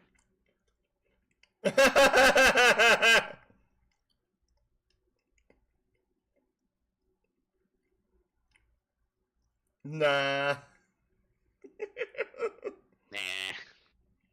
Get the damn beta and I save your love friend's how life. it's been a running gag that literally, when a character's introduced, they're told to retrieve their arm. Oh yeah, that's kind of a running joke from Andrew Hussy's other comics, and since we're still in the section where readers were submitting the next posts for each page, uh, they like to keep the joke going. Mm. Uh, I'm guessing it's because of the models don't have actual arms on them. Yes, you've said they have arms, but no, the model does not have arms on them. and you're just completely blind whenever they do have arms, apparently. It's just a stylistic choice. They have arms, they're just not shown.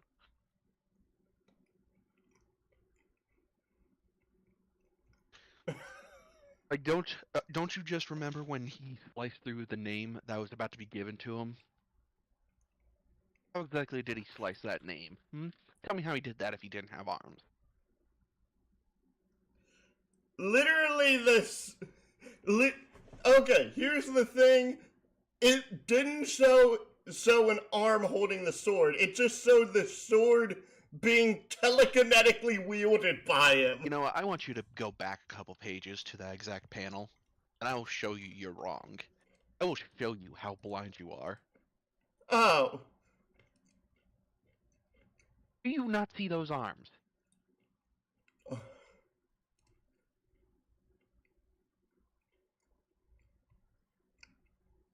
Okay. Only time it showed up that I can. Only time that I forced you to actually look and notice his arms. You are just a blind bat, I tell you what.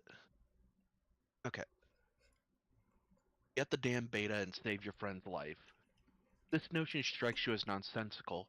You can't imagine how a video game could save someone's life, and in any case, you're quite sure no one you know is in any danger. Anyway, these are your copies of the beta you received in the mail recently. You've labeled them with your name in bold, bright red print to distinguish them from your bro's copy, who labeled his in kind. Neither of you really give a shit about this game or has any intention of playing it, but you'll be damned if you let that get in the way of your campaign of one-upsmanship. Dave, bleat like a goat and piss on your turntable.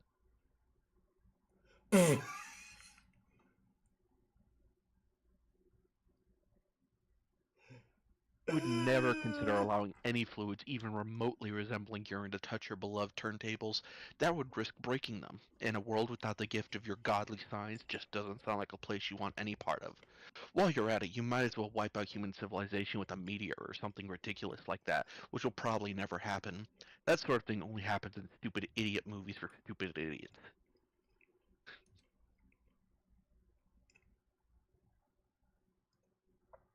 You will, however, contemplate bleeding like a goat for ironically humorous purposes at a later date.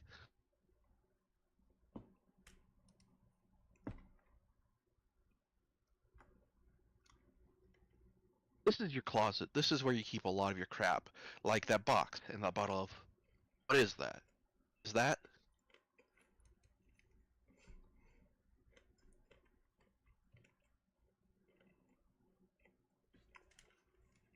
This is the package that your friend John Egbert sent you for your 13th birthday a little while ago.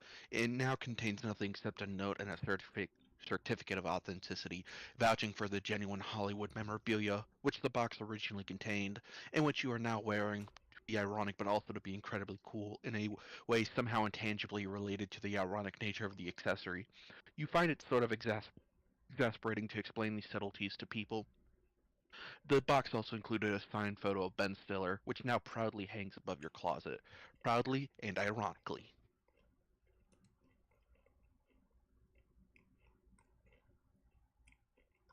You capture log the box through your hash map fetch modus. Your modus's current hash function resolves around the index by valuing each consonant as 2 and each vowel as 1. The total is divided by your number of cards and the remainder is the index. Box 2 plus 3 plus 2 equals 5. 5 divided by 10 equals 5. The box is capture log in card 5.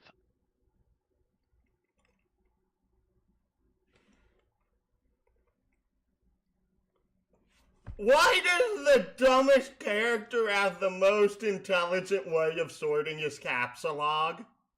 You mean most complicated?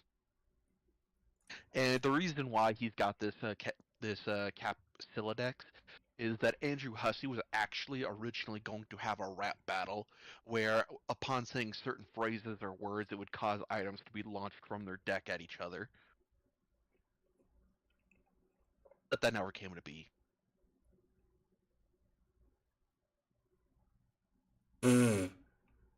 That's why the Silodex is set up like this? That's why this Silodex is set up like that, yes. Okay.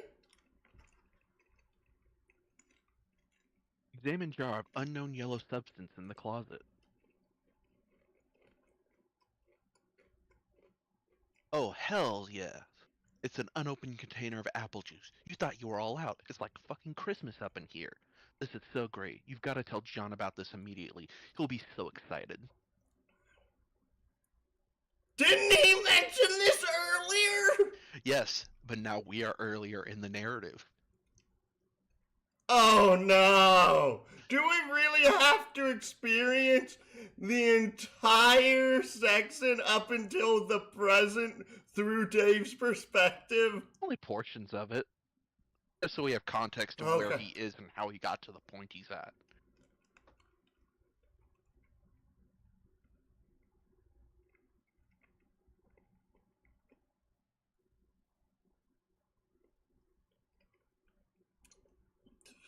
Capsulog into I'm betting if he ever gets more Capsulog cards, his Silodex is going to look a little bit weird.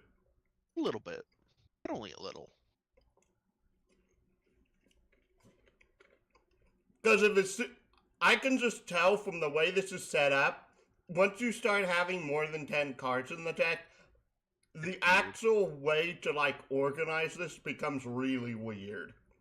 Yeah, because it's hash map and it's divided by the amount of cards you have available.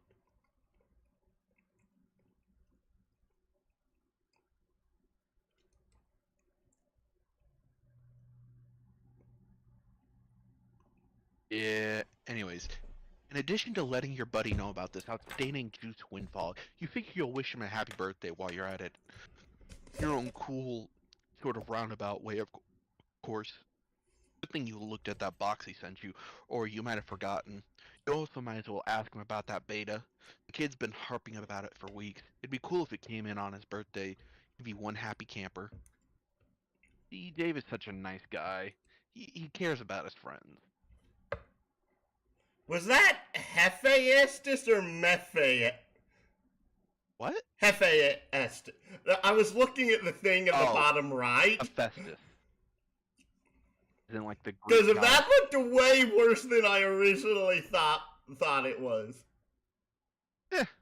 Just you.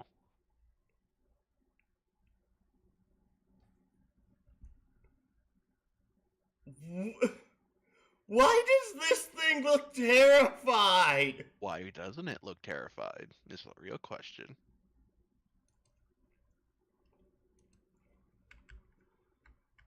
Is this a something we've already seen before? No, not at all.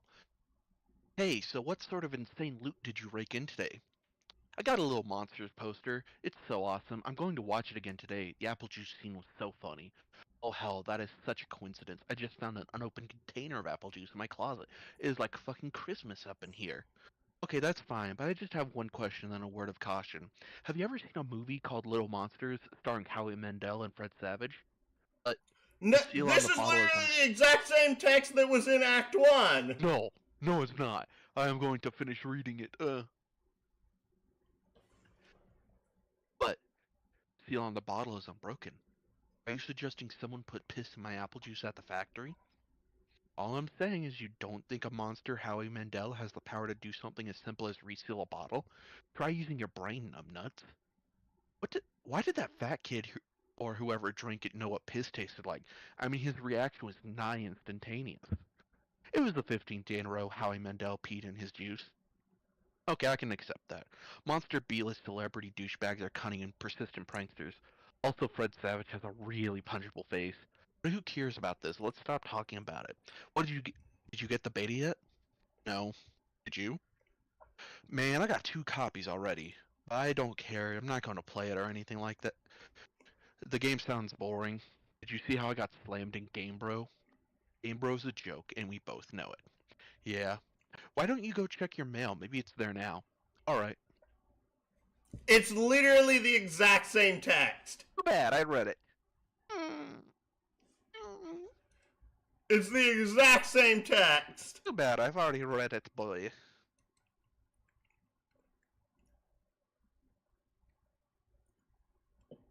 You open the Hephaestus web browser and direct it to your ironically maintained blog where you post monthly satirical reviews of GamePro magazine. Your latest post is in review of the March issue. You've been meaning to write a review for the latest issue too, but you've been sort of dodging it. Something about the game they're reviewing just doesn't strike you as right for satirical purposes. Also, go ahead and press that blue link. Go ahead.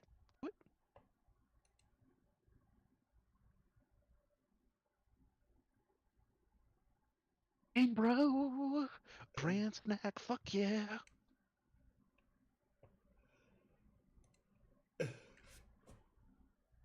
He needs more trauma.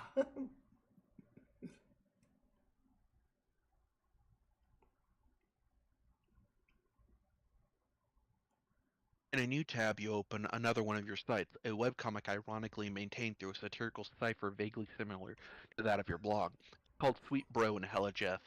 You have legions of devoted fans, most of whom are totally convinced of your creative person's persona sincerity, which is just how you like it. Go ahead and press the blue link. It's time for you to experience one of the biggest references in the entire series. I can't wait to be a useless piece of shit all day, playing these games. Fuck, I'm falling down all these stairs. I warned you about the stairs, bro. I told you, dog. It keeps happening. I told you, man. I told you about the stairs.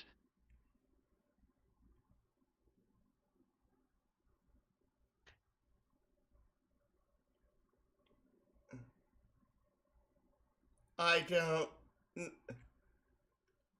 What?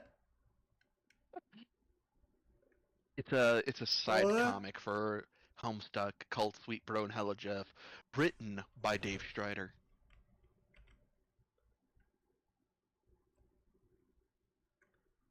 Uh, I already know this is literally. If it's this quality of writing, I know I'm just going to despise it. Oh, you already despise it though. Why are you saying like you know you will when you already are?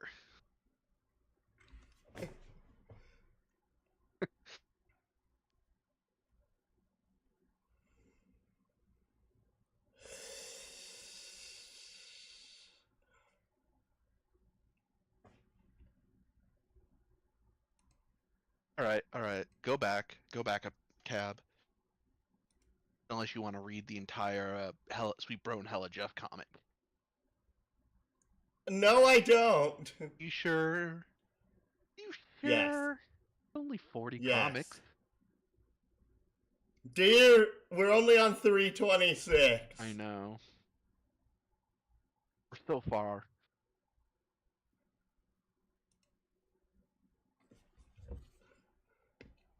And we've already been going for nearly 2 hours. What you think of that, son? Whatever. Alright. I'm waiting I'm waiting for more mechanical stuff so that way it can be realistically talked about. Okay. Alright, check the latest page of the Midnight Crew. You figure as long as you're chilling at your computer, you might as well see how that MSPA story is going.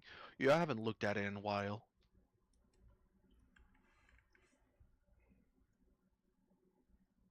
You're members of a sinister gang called the Midnight Crew. Your nefarious plans are serpentine and complexity. Your scheme convoluted. You are planning a heist in your underground hideout. What will you do? Use Occam's razor on plans and schemes.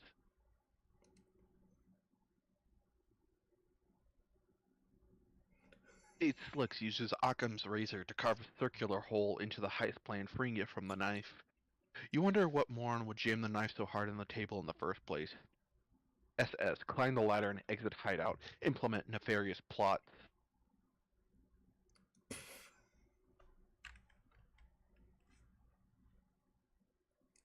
Is this going to just be an entire episode of this webcomic in a different webcomic? Who says this is a webcomic? You push against the manhole cover, but it seems some unbelievable jackass has parked your getaway van on top of it. A familiar feeling.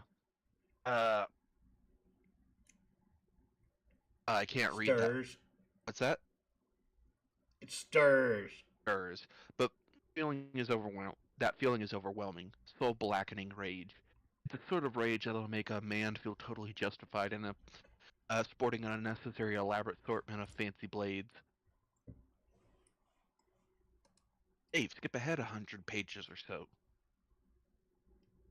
You don't remember where you last left off, so you jump ahead. You always forget to save your place in the story. It looks like tempers have become short in this pressure cooker already. You speculate that the tipping point may have been an ill-advised motion for a game of 52 pickup. Oh, an arm. Look at that. What? An arm. Look at the arm. Arm. Arm. Arm. Oh! Hot. Yeah, that... Is that a fake arm he's holding? No. Wait, that's not the arm I'm talking about. That's a cane. Look at the arm on the wall. A white arm. This? Yes. It's not interactable. I know. It only becomes important around Act 5 or Act 6. You know, thousands of pages later. I'm just pointing it out here because it's funny. Did you know that when the creator originally made this page and the prior page that I talked about with the arm, those arms didn't exist. But whenever they became important for later on in the comic, he completely redid the pages and had them now be in there. Yeah.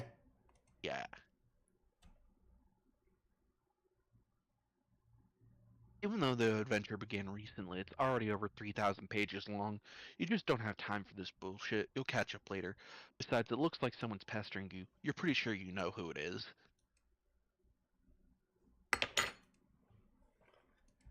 Oh, hey, different text.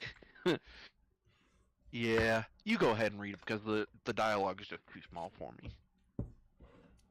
In some cultures, the persistent refusal of a lady's invitation to play a game with her would be a sign of wanton disrespect. Either that or flagrant homosexuality. What? Oh no. No, look, I'm busy, okay? I've got a lot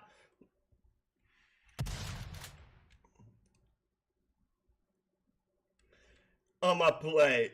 I'm sort of a big deal, okay? That was bullshit.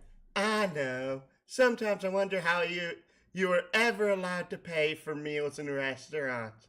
It must be hard to keep a low profile when you're always overhearing odd voices whisper, "It's that guy who has a blog." Seriously, dudes be worse than me left and right. Bullshit detected. Take precautions. I can't hardly walk down the street without stepping over torsos of the prost. Oh, oh, that physically hurt to see written. Well, that's just your prerogative, you know? I'm sure you'll get over it. Navigating the urban landscape, I'm sure, is different enough without an obstacle course of deferential flesh and skyward.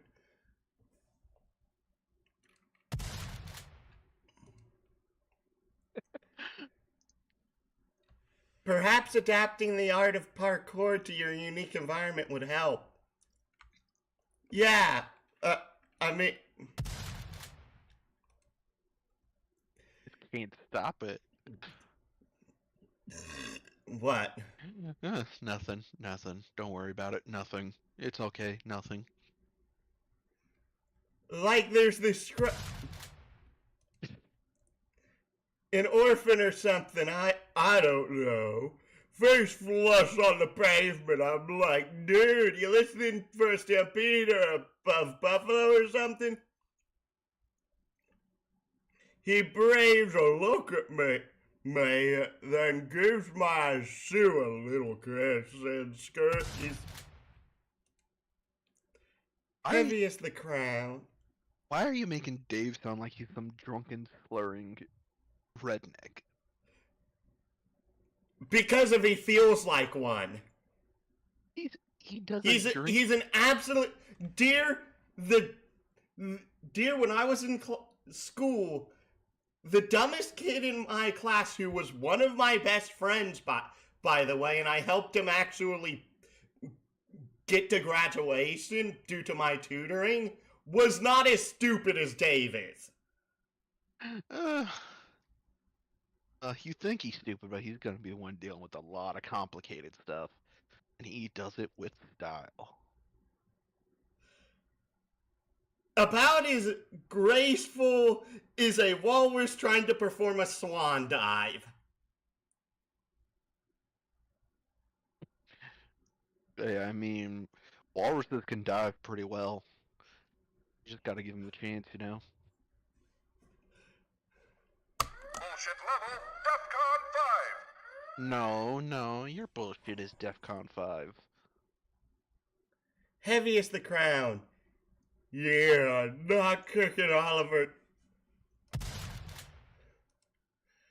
Every day is my gift to the world, I guess. Breathtaking magnanimity. Bleh. Magnanimity. Among other things, I just give and give.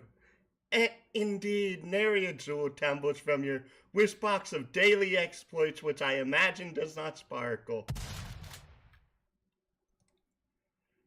You're just lobbying for me to play that dumb game. Baseless accusation. Look, I'm telling you, Egbert is all about that game. He'll play it with you and probably be tickled about it. I know this very well. I cannot hasten his mail's delivery, however. Yeah, I'll hassle him more about it. Look, how about this? If you ever find yourself in the position where your life depends on me playing that, then I'll play. Will that make you happy? More than you know. I'm perfect. It perfectly mollifies my grief over the demise of chivalry. No, I'm tempted to never let you read Dave's lines again because you're just making them almost unintelligible. Like, just imagine. That's what it feels like I'm reading. Yeah, well, how do you think your watchers feel having you talk like a slurred hick? He acts like one. Yeah, he acts like a douchebag. There's a difference.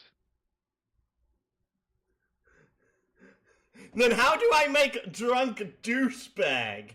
You don't. It's a little concerning that you'd want to make a 13-year-old be drunk. The guy does not have any real sense of actual self. I'm like, dude. You think a 13-year-old, a normal 13-year-old, has any sense of self or identity? They've only just barely begun accepting the idea of their own self-consciousness by that point. Oh, come on now, that ain't even bullshit. That's horse shit. But it's true. It's so true.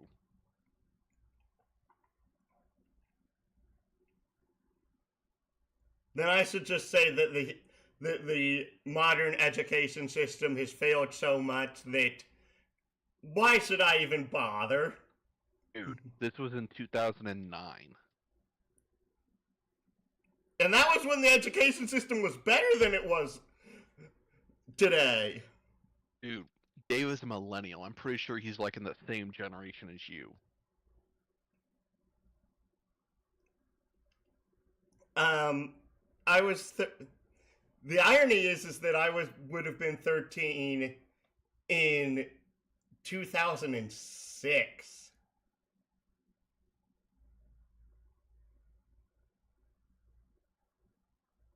So I would have been 3 years older than when this comic dates, but fair enough. Yeah. Yeah, let's pump the brakes on the hate train a little bit. Just a little bit.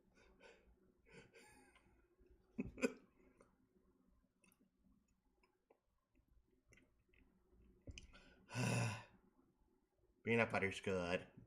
Yeah, just enjoy your peanut butter. I know you can get through it. Stay in your happy place.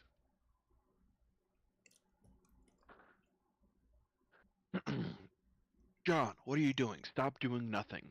Meanwhile, in the present, in a place where the present may be a concept of dubious merit, John is spacing out. But a vague and forceful thought jolts him to attention. Or maybe it's that bumping sound coming from the other side of the door. What is that?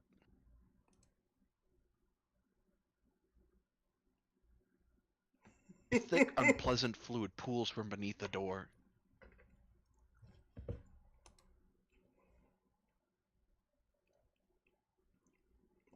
There is a trail of this fluid in the hall leading to your room.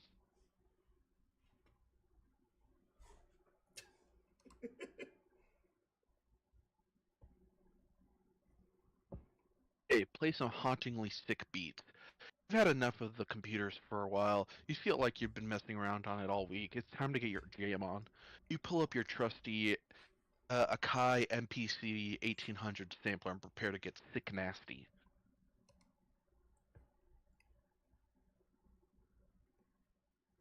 This is interactable. Press the buttons.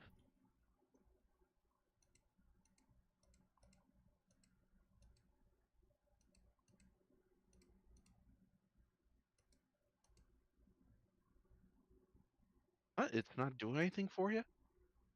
Nope. Have you tried like the F1, F2, F3, F4 buttons?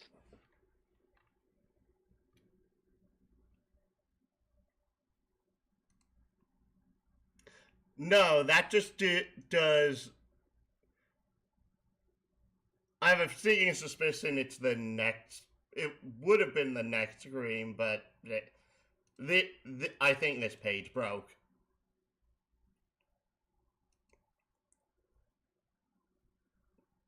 Yeah, this page is supposed to work. You're supposed to be able to press the big blocky buttons in the center, and you know, get some beats going. Shrug. He just has to sit there in silence, like he was meant to be. Take a sip of apple juice, despite what John said.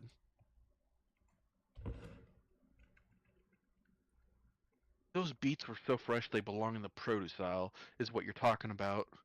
Soccer moms be thumping that shit for ripeness like melons. Know what I'm saying? After beets that fresh, it would be crime not to reward yourself with a celebratory swig. 2 plus 2 plus 1 plus 2 divided by 10 equals 7. What?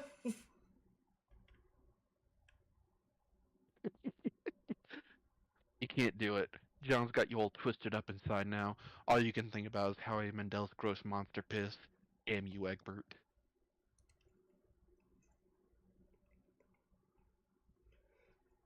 You recaptulog the juice. Allocate sword to strife specimens. Your strife specimen is already allocated with the blade kind of stratus. There is no need to allocate it. You can wield your sweet ninja sword as a weapon once it's in your strife deck, but you will have to captulog it first before moving it there. Captulog sword.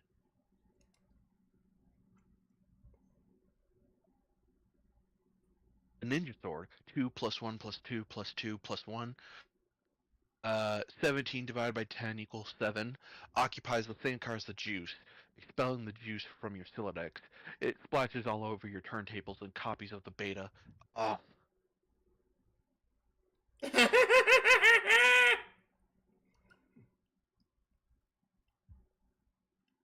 Dave, get a towel or something. You head out to get a towel from the bathroom across the hall. You glance at one of the radical puppets in your bro's collection in non-approval. Is there anything not awesome about your bro? No, you think not. But didn't you say his brother is base? Keep going.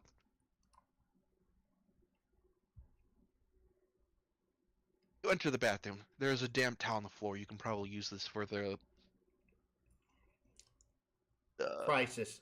the crisis. You stop to pay a little respect to your bro's boy up there. Hey, little man, how's it hanging? Capture log, damp towel. You take the damp towel, expelling the box. Search for bathroom for something slightly less damp.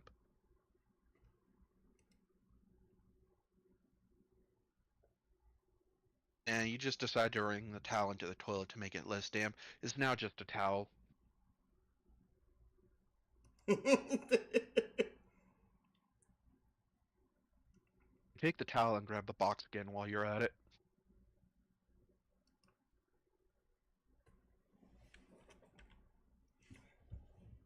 You clean up the juice with the towel and hang the damp beta envelopes on your line to dry off.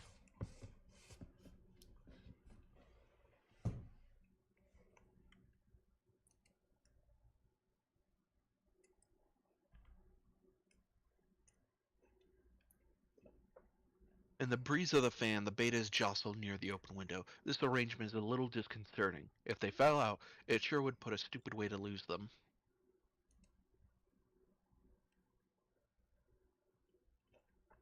The crisis is easily averted. You can't imagine it will ever resurface later in any way, shape, or form. The beta is as good as yours forever.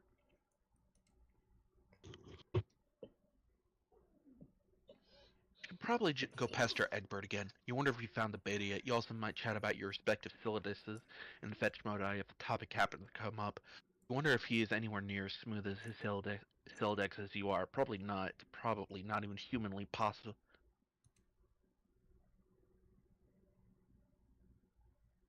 Suddenly, a rambunctious crow flies in the open window and snatches the beta, possibly to make a nest with, or maybe just for the sake of being a brainless, feathery asshole. You yell at the bird.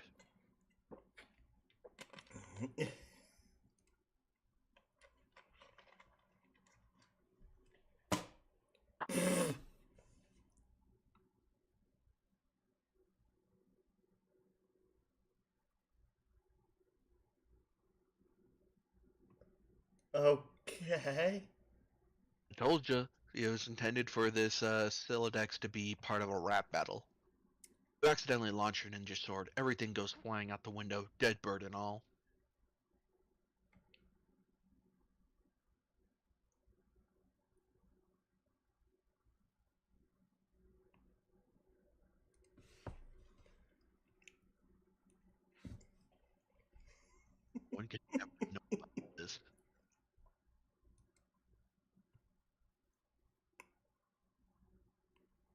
you can kiss all that stuff goodbye. Feel sorry for the bird, but at least you never planned on uh using that beta ever. Anyway, now that bit of ugliness is behind you, you guess you can look forward to several more hours of messing around in your room.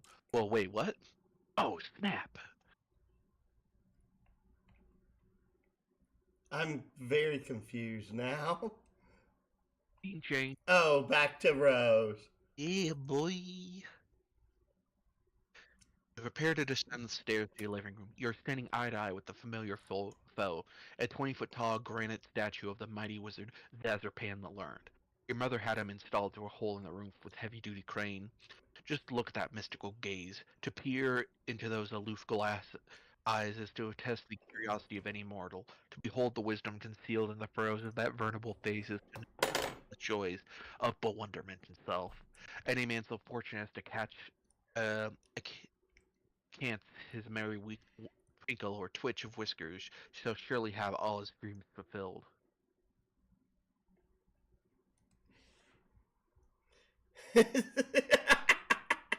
You find this grisly abomination utterly detestable. And now I kind of want to ask if Rose is under the influence of a similar thing as John is for the wizards as he is to the Harlequins. I won't tell you.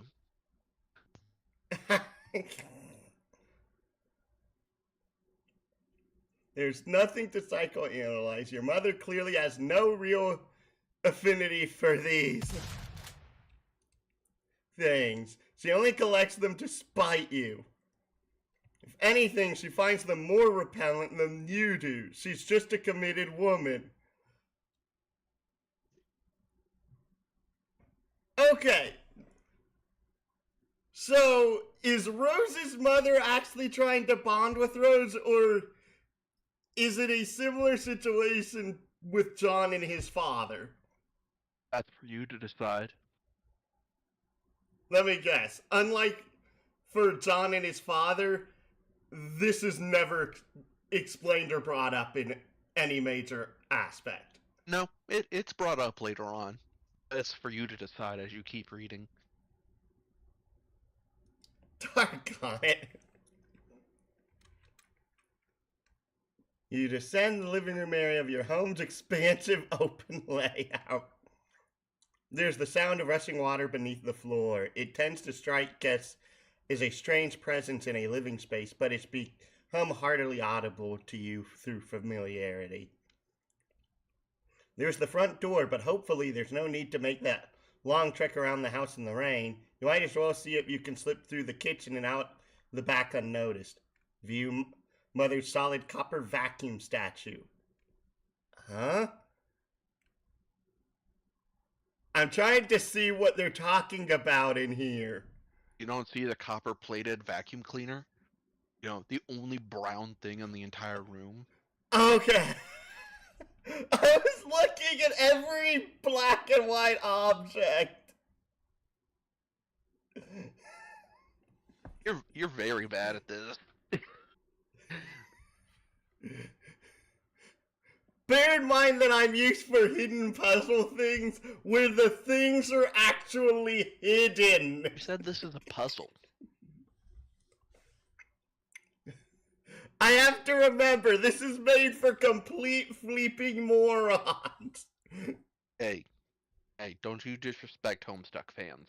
They will find you and they will eat you. Or they'll... Congrats, that'd just mean they'd put me out of my misery sooner. Well, they'd either do that, or they'd put you in a bucket. And not in the way you're thinking.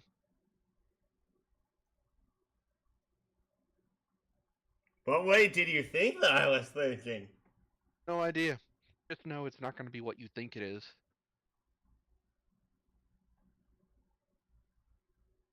Homestuck has a very weird relationship with buckets. I'll just leave it at that. Okay. And it's not even a specific type of bucket. It's all buckets. Who knows? You might learn what that weird relationship is. And again, maybe you won't. Okay, but it's bronze, not copper. But it wasn't always. A while ago, you gave this as an ironic gift to your mom for Mother's Day. You even customized it with a drink holder to support one of her ubiquitous alcoholic beverages. So your mother's a drunk. Or is it that she just likes booze? Let me guess, you're going to say we'll find out later. I will say nothing. Yet my silence, it will say everything. No, it doesn't! She liked the gift so much she had it bronzed and put on this pedestal. She even left it plugged in so it can still be turned on now and then, but never do any cleaning. It never leaves the display. Sometimes at night when you are in your room, you can hear it wailing from downstairs. She must know you can hear it, and she's completely deranged. Grab the eldest princess. It's too big to capsulog, not that you would want to move it anyway. The pretty princess doll has been sitting there for months, ever since your mother got this abomination for your birthday as a totally passive-aggressive gesture. But you like the zoologically bizarre. I'm confused. Why do you hate this?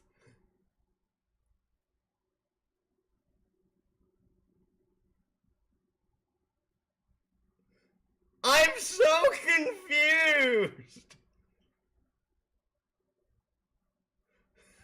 And you're just dead silent. Yep.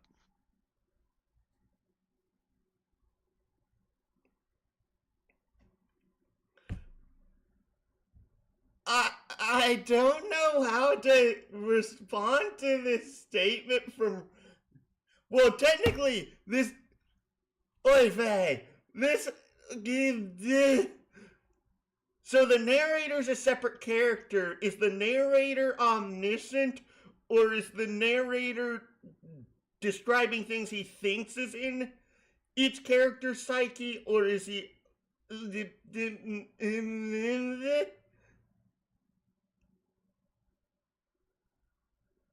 I don't think that last one is an option.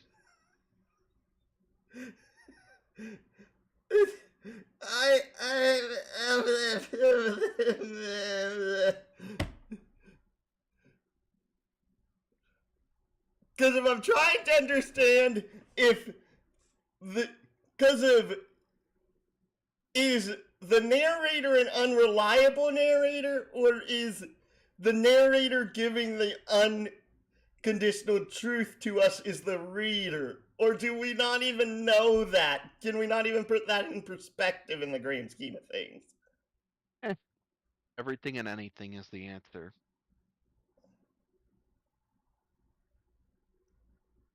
So the entire story is meaningless. It's as meaningless as you make it meaningless. For me, it has many meanings. For you, it has no meaning. The point of the story is to find the meaning, and if you cannot find the meaning, then you have found the meaning to be meaningless. Ergo, you have found its meaning.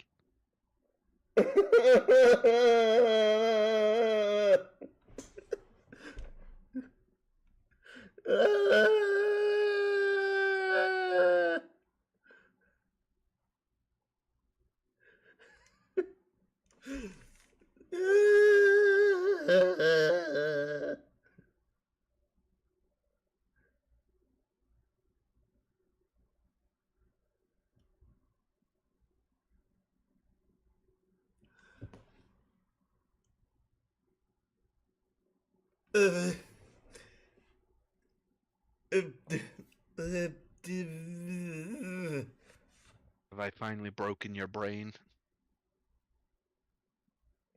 No, you've broken my spirit.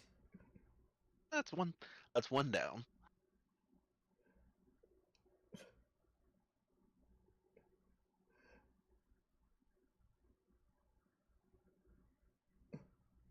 We need to take like a 5-minute break.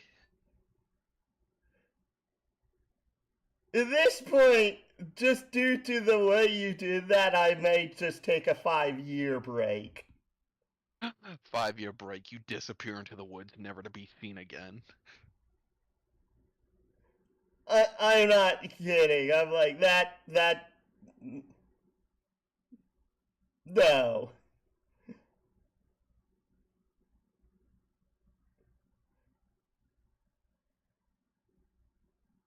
Just no. I'm like, because of this statement here, literally breaks suspension of disbelief for me in regards to everything that you've told me up till this point. So unless I can have some way of reconciling that, I don't have a way of like being able to find logic in virtually any of this. Okay. Which line is it specifically that you're finding trouble with? It is that she finds this creature abominable, yet she likes the.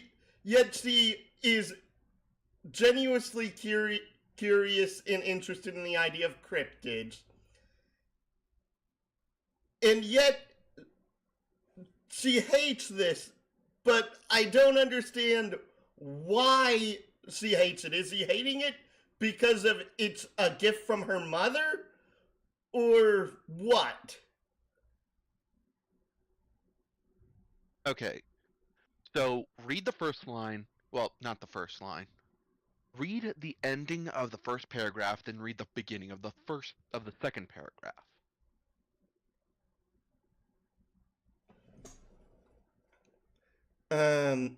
Ever since your mother got this abomination for your birthday is a totally passive aggressive gesture. So I make it much less abominable by knitting her majesty a new head and new arms. Now it brings a mischievous smile to your face whenever you walk by. Your mother hasn't removed the doll yet and probably never will. She would never be the one to blink first. Okay, so does that explain it? By taking No. Okay, she was given a pretty princess doll that she did not like because she thought it was a passive aggressive move by her mother. So she decided to spruce it up a little, give it some Cthulhu looking stuff, and now she does like it. And Okay, because of that, I couldn't even get that from the statement. you literally did not get it from the point where it says you decided to make it much less abominable by knitting Her Majesty a new head and new arms. You didn't get that from I her. didn't know that this thing didn't look like this originally. I couldn't get that from this. I couldn't tell from the statement of what the thing originally looked like. You don't have to know what it originally looks like. That line right there implies that it no longer looks like it used to.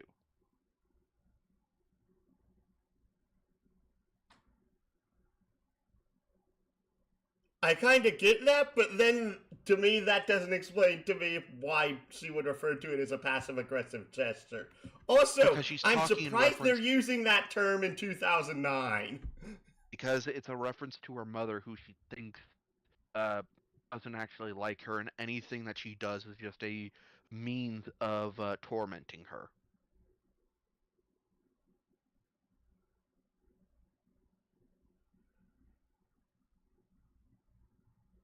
Rose fully believes that her mother is constantly at odds with her, no matter what.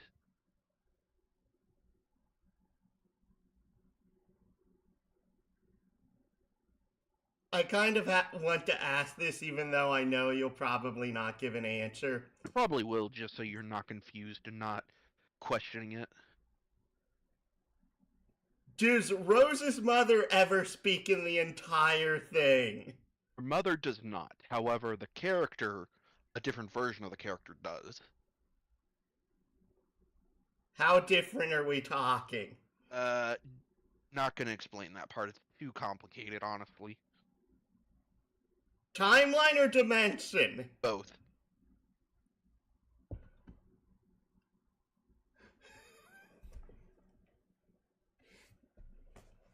So this thing looked very different. She thought it was a bad gift. She remade it so that way she liked it. Yes. Okay. That makes more sense now. Yeah. Sorry. Again, the way this was written, I could not get that from the way it was originally written. And yet somehow I could.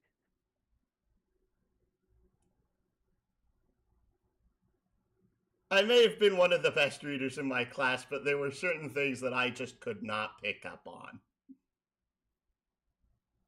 Huh? And it's still that way.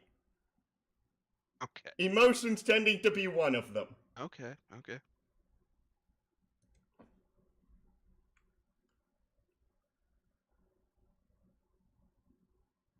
Quiet umbrella for protection from elements. You're going to have a time accessing that card when you need it. You guess you'll just cross that bridge later. Excuse me. Peek inside kitchen. What is with the refrigerator? Keep reading. The liquor bottles are out in full force. Mom is surely nearby. Investigate richly colored object in middle of screen.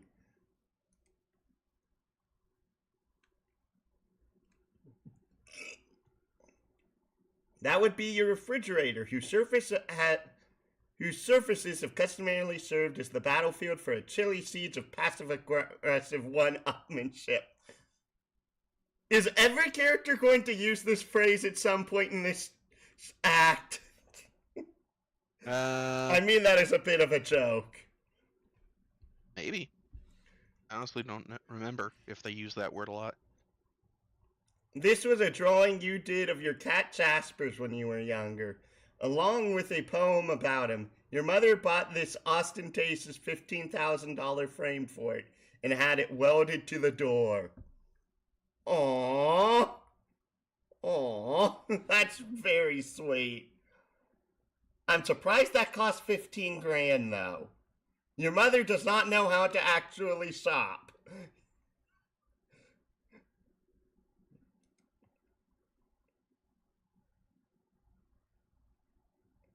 Using the colorful magnet letters, you recently left a succinct message which may or may not have been directed towards anyone in particular, but you couldn't find the letter W, so you just stuck two V's together.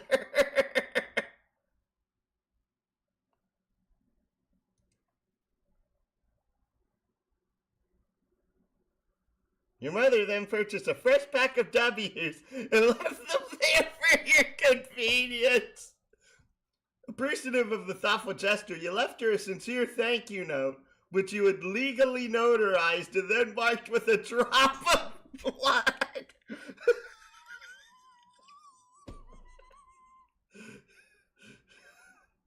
Rose, quit making me laugh so much.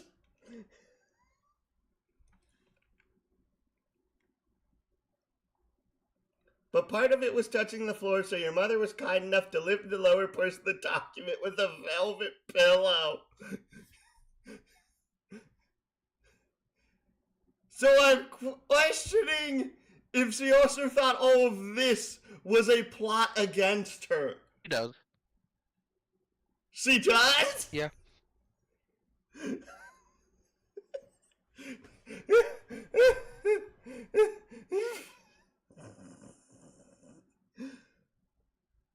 Part of it, that's a W to face as a fake mustache. This is incredibly silly and you're not sure how it fits into your campaign against your mother or getting your computer back online to escape your doom.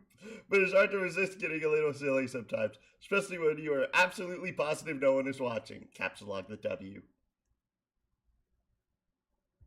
W is greater than L, W is greater than V. But that unsightly void in the pack of W's won't do, nor will the gas in the plastic. Excuse me. You deposit 12 cents in its place, which is your approximation of the letter's value. You also make a vow to return later and neatly sew the plastic sheet shut.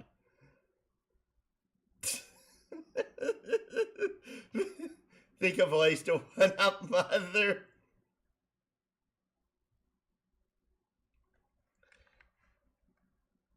I can't tell if also Rose is meant to be really short or if this refrigerator is like 10 feet tall.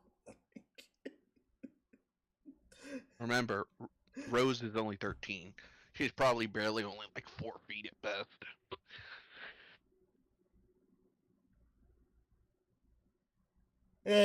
True. But the refrigerator itself also feels really, really big for a refrigerator. It's a rich person refrigerator. You now wonder how to address the pillow situation. Seems the woman has you at a clear disadvantage. Perhaps slipping a fresh dolly under the pillow will do the trick. Or maybe spilling a bit of Worcestershire sauce on it. And then having it dry cleaned and turned along with a laboriously ingratiating apology. No, there's no time for anything like that. Or maybe, just thinking out loud, you could use the entire pack of W's as M. Oh yes, that would burn. Why? He's trying to find a way to But one you've up her already- mother. Already done something with that W pack, and there's no need to go back and gild that lily. This is delicate business, and that pillow is screaming for a rebuttal. Capsulog the velvet pillow.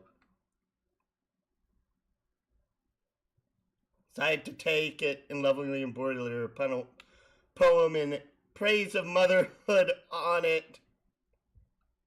Hopefully you can pull this off before she notices it's gone. VE is greater than L, VE is greater than VI, is less than VI. VE is greater than U. But it causes your tree to be pretty badly balanced. It certainly will auto-balance itself in a moment. And just like that, the umbrella becomes accessible in the root card. It's one of the things you love about the tree modus, the happy surprises. Head out the door.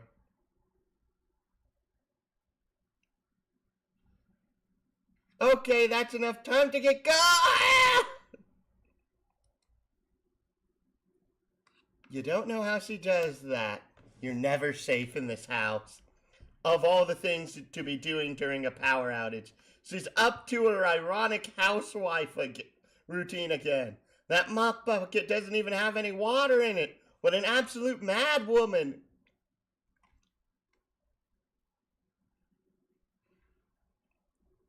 So Rose's father is alive then? No.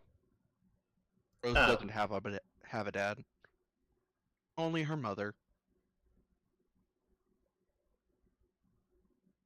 Then why is she calling her an ironic housewife? He's saying it's an ironic housewife routine. Oh.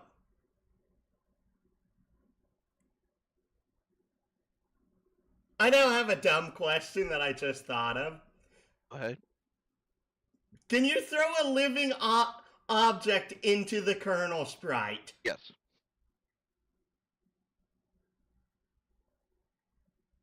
So you could literally throw someone else into the kernel sprite? Yes.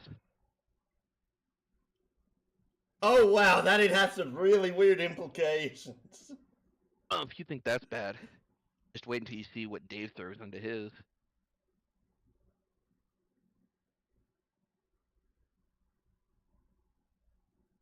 If he somehow finds like a suit of samurai armor, I'm not going to be surprised. Oh no, it's not that. Does he throw his brother in it? Nope. This bird's gotta fly. Youth roll. Yeah, youth roll. Lousy, stupid wizards! Meanwhile, in the past again.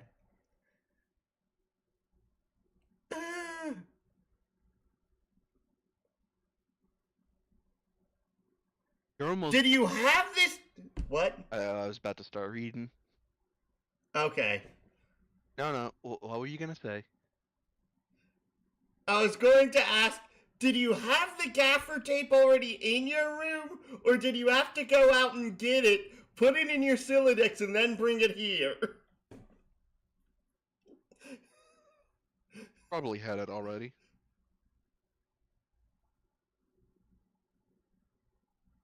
You're almost done patching up the hole in the window with the gapper tape. But it's sort of hard to get any work done when people keep pestering you all day. You guys better get that. Show pester log. Hi! Hi, Dave!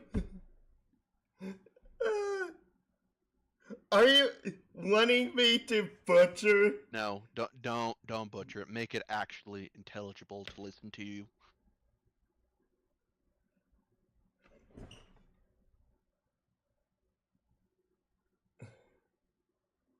I'm trying to think of what to do then. Just read normally. Don't try and make a voice. Just read normally. The guy's a douchebag, though. No. Just read normally. Don't overthink it. It'll come to you. Hello, Gerard. Welcome. Oh, hi there. Welcome to the madness. Yes, welcome to the utter madness.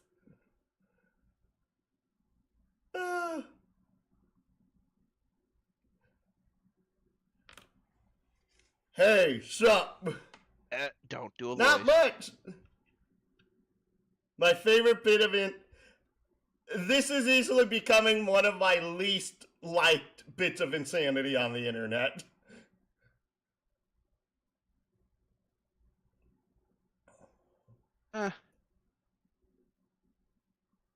You'll come to love it at some point. And my problem is, what if I don't? You will. Dear, I already dislike 2 of the 4 main characters. Don't worry. You have like 1, 2, 3, 4, 5, 6, 7, 8, 9, 10, 11, 12, 13, 14, 15. Oh no, TG is my... TG, I don't like. I really do not like him. Yeah, I don't. I also don't like John. I don't get why he doesn't like Dave or John. Like, he just hates the wholesome guys. You know, he just doesn't like them. Dear, John should be put in juvie for what he's done.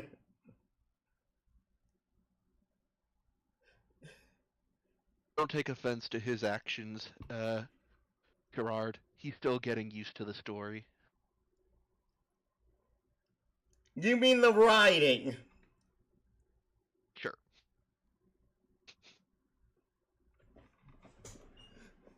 Yes, the awful, awful writing of Andrew Hussey. Careful. The Homestuck fans will get the bucket on you.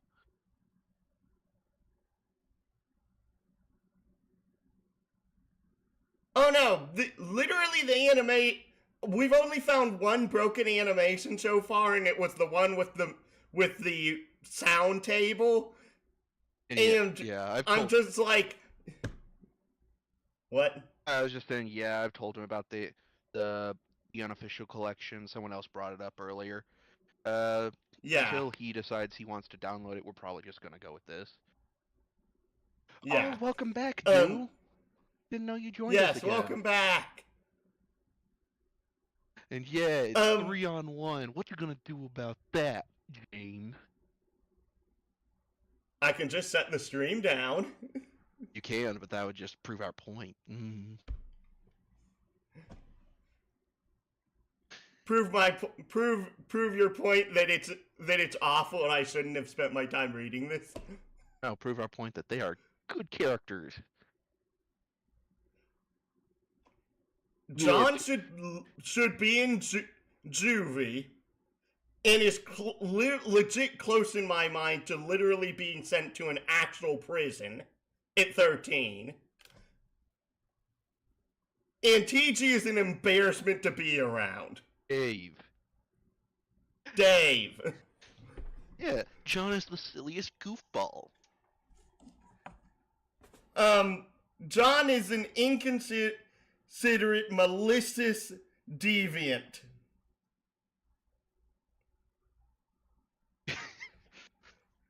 You'll find out the truth if you keep reading. Yeah, we were all 13 years No, old, but apparently he no, was a golden no. child. He was like an uber genius at 13 years old. Always getting the good grades and No. stuff, never doing anything that was considered cringy for the time. Not much up with you, bro. Good one. It's right. Being chill, I guess. You know how it goes. Capitalize your eyes! Great. Feeling cool today? Mr. Cool Guy, you know it. Cool.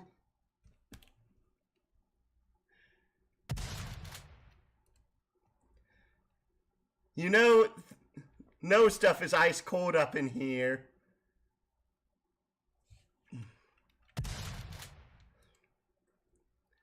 Is wicked bananas. Capitalize eyes! Gigi, I do consider a bit adorable at this point, but you absolutely hate how they use their eyes. Yes, we get it. You want to shoot them with the shotgun. No, I shoot them with this. I'm shooting Dave more than I'm shooting Gigi. Because of. I don't think Gigi is actually cussed once in their text. Not yet, at least.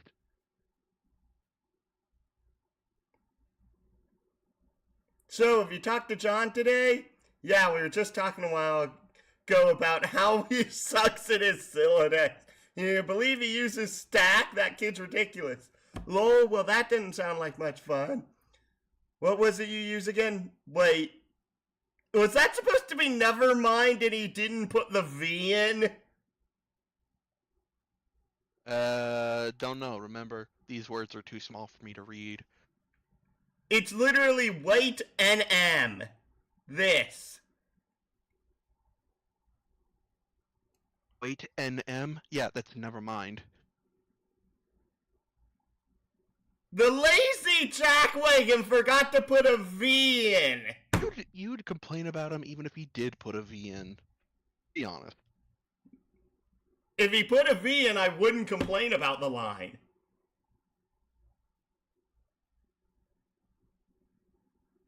Which means he needs more trauma!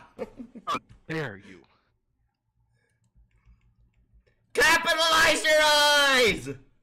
Forgot whenever we talk about your goofy modises.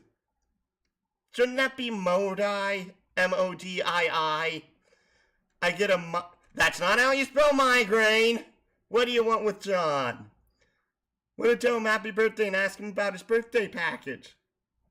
Oh yeah. James thinks Dave needs like 10 times the trauma he's already gonna get.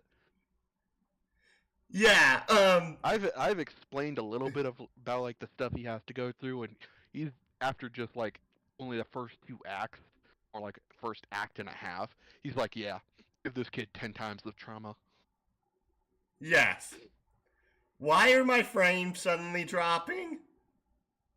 Stop, stop, stop, stop you. Stop, please.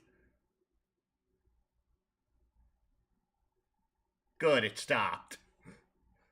That's the internet telling you to stop wanting Dave to be traumatized. Nope. More trauma is needed. Lock him up in the psych ward, he's staying there forever.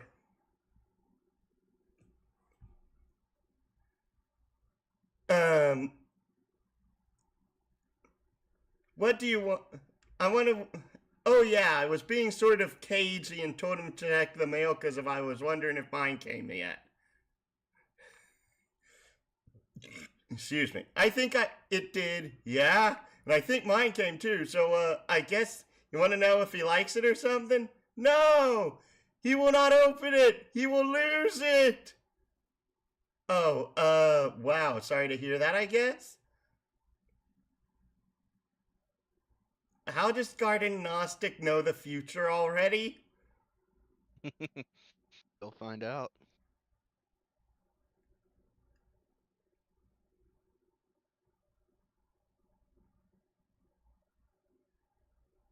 He'd be more bearable if he wasn't subject to so much abuse and general BS. We haven't even gotten to the point that we've seen how he's actually abused, so I have no context yet.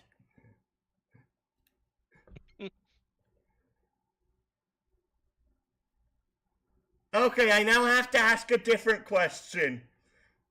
Are Dave's parents alive? Yes and no. Yes and. Ah! You see it here, folks. Somebody who's read the comic with somebody who's just now learning about it.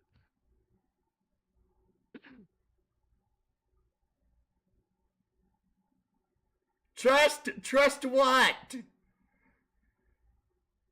Dude. What am I supposed to be trusting? It's not yes and None no. of you have it! It's yes and. No, Gerard just is literally the word trust in chat. And I'm like, what? You just gotta trust. Imagine wanting a straight answer from Homestuck. Imagine wanting a straight answer from Please quit Homestuck. making me lose my sanity here. Wow, no, it's good actually, because he'll find it again later when he really needs it, which of course is why I sent it to in the first place. Garden Gnostic, why do you know the future? Please explain. No. Trust the process. I already don't trust it. See, like, I never get how you know. Does Garden Gnostic always have this ability? So it's implying that he had this before this Spurb thing was a present. Dear. Okay, my problem so far is that legitimately I feel like John should be sent to juvie because if he will end up becoming a sociopath when he grows up. He's not a sociopath. He's just trans. That's a joke. That's a joke. Don't roast me. I Don't know cancel. that's a joke. No, I still want to light your hair on fire over making telling- that joke. I'm telling the chat not to find me in my sleep. That was very much a joke.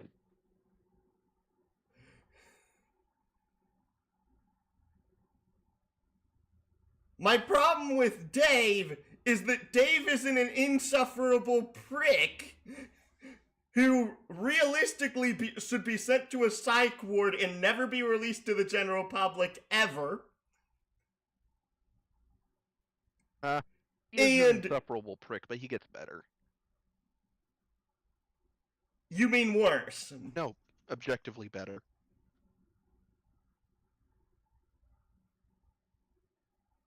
I call... Warning, bullshit alert. Oh yeah, John is easily one of the least sociopathic. Out of every character... Hey, good for you, Do.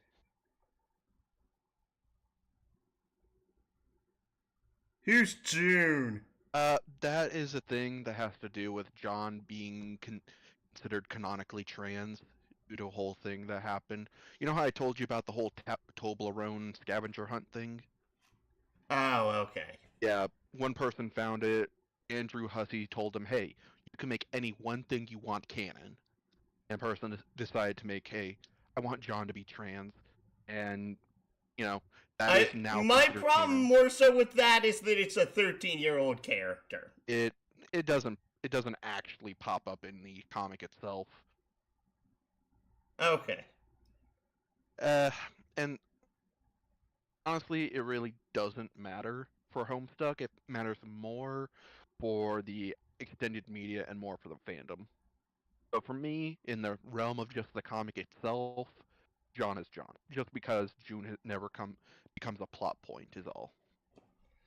June can Okay. exist just as much as John can exist in my mind. I don't think I could if I tried. Yeah, say hi to your granddad for me too, okay? Dot underscore dot. Yes, I guess an encounter with him is almost certain. It is usually intense. Well, yeah, isn't it always with family? But he sounds like a total. Yeah, he totally is. Anyways, gotta go. See ya. Hearts. Get phone. It'll still be handy to have your phone. 2 plus 2 plus 1 plus 2 plus 1 is 8. On standby, so you won't always have to go back to your computer whenever someone pesters you. This way you can get text message 8 people no matter where you are or what outrageously cool thing you're up to.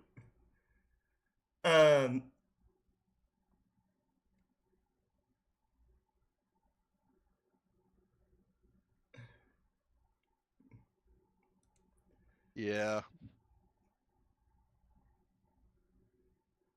I need to put more words into chat so that way people can't say them, because of apparently Twitch freaking reset that on me again. What word? There's two words already said in chat. I had like 15 words in here. The irony is that I've literally had to reset this like multiple times because of. By the way, what's with the whole verify account thing that you have set up for your? What? Whenever I've tried, posting like little comments in your chat before in the past when watching, and it always says I have to verify my account, and I don't know what that all is about. When you set your account up on Twitch, you had to set you. I don't know if you have to anymore, but I know that most of the times you set it up through an email, which means you have to have you get an email sent to you that verifies that you actually exist, that for that account. If you don't do that or don't verify it through the phone number you use to set up the account, you straight up aren't allowed to post. So this is like for Hello, everybody, Gerard. not Thank just you for following. What? So this is for like every person I go and watch, not just you. Oh no, I have it. That is one of the moderation settings. I set it up that way, specifically so that way people had to have a verified account and that the account had to have existed for a certain amount of time before they can post on the video for the channel. So that way I can't quit getting nearly as many bots in chat.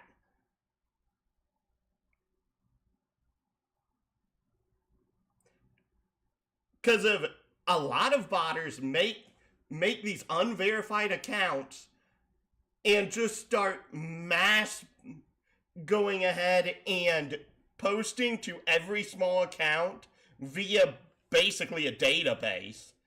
And unless you have stuff like that set up, you have no way to not prevent that from occurring.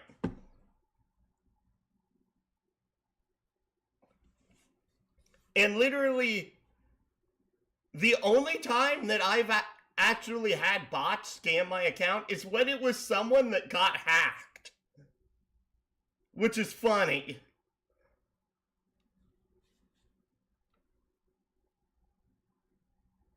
John, pursue adversary into that room.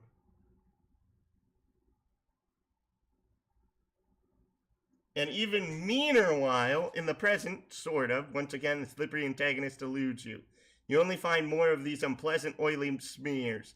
Someone's pestering you. Both your PDA and computer register the message. This chum will know what to do. Alright, I'm out of... Thank you. Let me guess, you had never actually verified your dang email. Yeah. Rubs your head.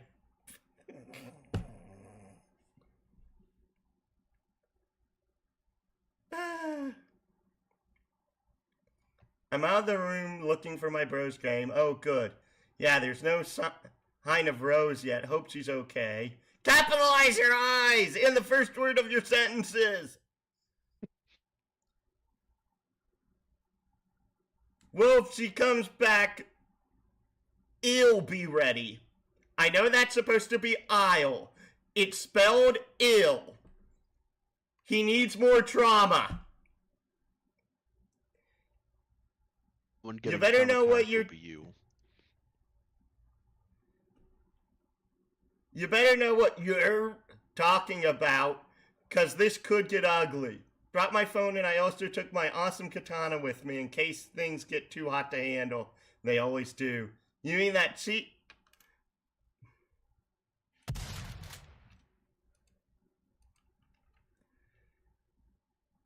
Oh, and literally the next one is... It's sharp and it's awesome and it's a sword. End of story. I don't care. I'm in my room again. I really think there's someone else in this house. Like monsters or something. Howie? I wish. Dude, monsters aren't real. That's stupid kid stuff for stupid babies. I've read that as a completely different word at first. Bobbies. Maybe, yeah, you're right. What? Oh, nothing? Are you asking me? What are you? Nick, I thought you were about to say something, and then I was like, yes. I was making a funny word from babies. Called them bobbies. That wasn't the word I saw. Of course there's monsters in your house. You're in some weird evil monster dimension. Come on. Skepticism is the crutch of cinematic troglodytes. That's almost the most impressive sentence you've said this entire freaking script, which we're on page 386, Dave. Well, if you think that's impressive, just wait until later.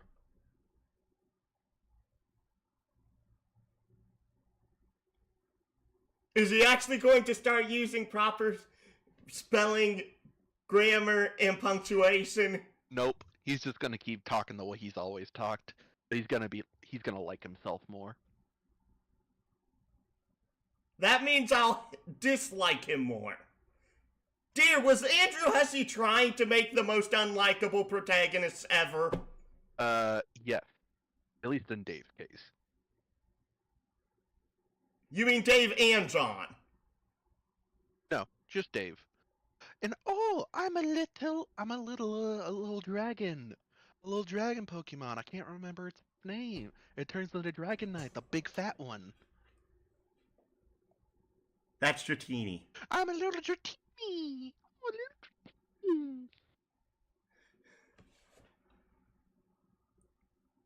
Let Dave find joy in punctuationless lowercase. No! Oh, dang. Yes, so they get... I just realized you got 2 more followers in the meantime. I wonder who joined. I know Gerard joined. Gerard and Dew on the Grass joined near the beginning of the stream. Oh, okay.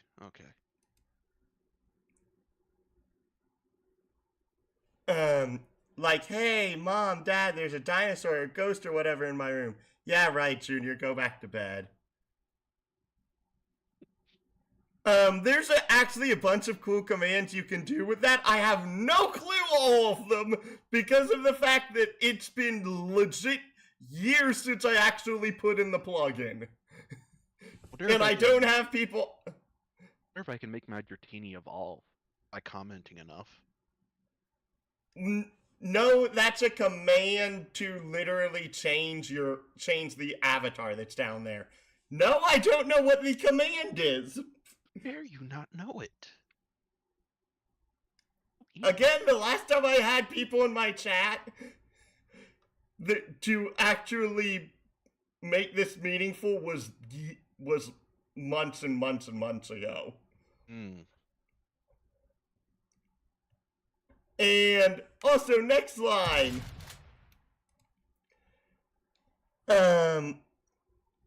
How many times are we going to watch this trope unfold? Oh. The first time I saw it, just once I'd like to see Dad. When a kid says there's a vampire in his closet. Oh! Everyone in the minivan! Be Dad of the Year right there. Okay, stop. What do I do? Please, thank you, John, for actually stopping the foul-mouthed, insufferable prick. One of the few good things you've done right so far.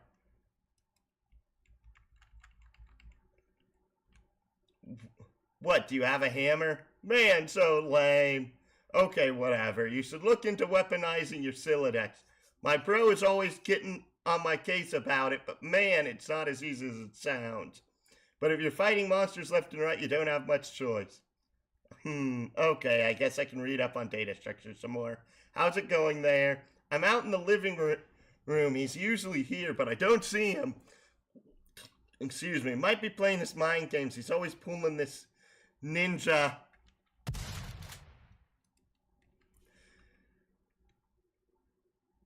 Oh, I see.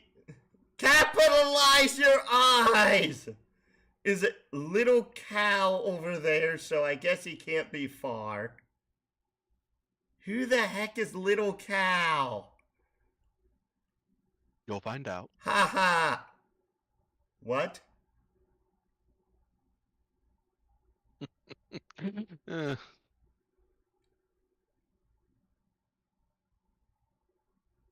Let me guess, it's an animal. nope. It's the worst, Is best it like thing it- of the entire series. Worst bet. What the clucking bell? Or maybe the best worst thing. You'll never. Of course, I'll never guess it because of Andrew Hussey is a freaking insane psychopath. You just gotta learn to love his Husseyisms. No. Every single time, may I join to read the insufferable prick in his. Hussey is an insane sociopath. Dear, one, you need to join the actual Discord, and two, technically I should be in my stream channel. So fanfic, please hop into the stream channel.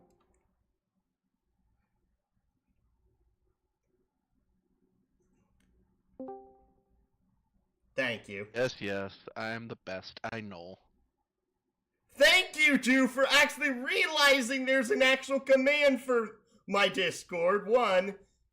Two is that you will need to DM me after the stream because of I will not permit anyone to be in VC on my streams unless they e-sign a document basically protecting me from you. Yeah, he once had to do a stream that involved someone who was much younger. The mother found out and tried to sue him about it. Here's the thing, he was over 18. Oh. Well, he was younger than you, but he was living with family. Anyways, yeah, the mother tried to sue him, but he had the documents to keep himself safe. Yeah, people suck. Yeah. Yeah, and I don't want to ever have to deal with that again. They took down literally at my time my most watched content at that point in time. So, yeah, I was also kind of irritated about that. And also because of the fact that literally for me, these are the sort of things that are basically my memory capsules because of my memory on other people was kind of absolute garbage. I will remember more the game we play than the conversation we had.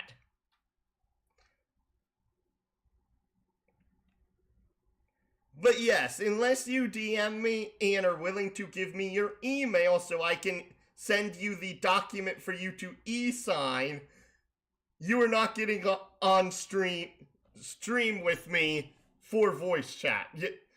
I am not going to even potentially humor that situation again, given the fact that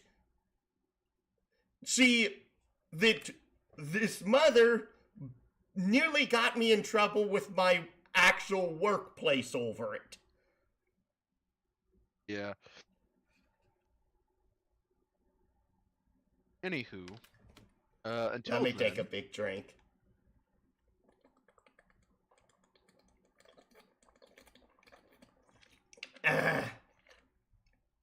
until then, you'll just have to keep listening to Shotgun Blast every time there's a little bit of cussing. Thank you. Do be aware I'm not going to send you the document on stream. I would do that after I stream. Because of otherwise, that would But himself break this up a risk. bit too much. Yeah. Anywho, let us continue. We were talking Ha, about ha, the little ha. cow. So lame. What? See?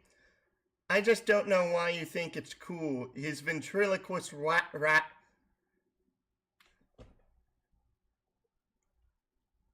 Dude, if his brother can literally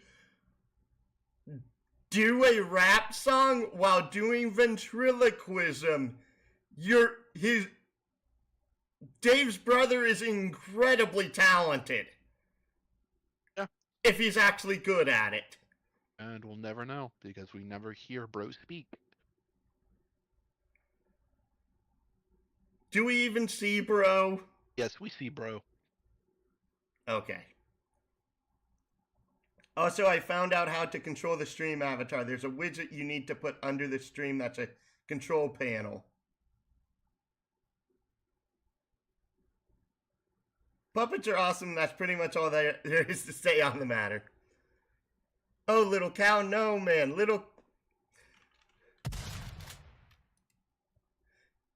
That's fine. You are entitled to your opinion. I am just saying that being a white guy who's a rapper with a ventriloquist... It's a dummy! It's not called a doll. It's called a dummy. It's not cool by any stretch of the imagination or any definition of word cool, ironic, or otherwise. That's all I'm saying. Oh, you should probably know that even though he says that he's white, they're not Caucasian. So they're Hispanic. No. They have no race.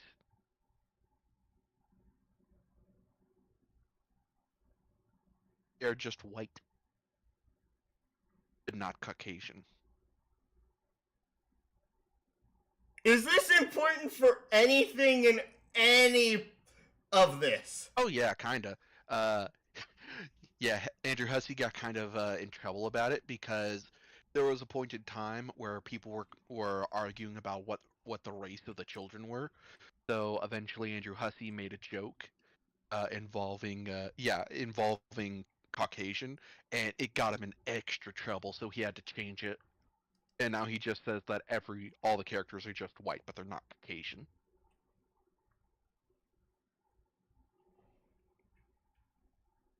All that means is that the fan base is trash.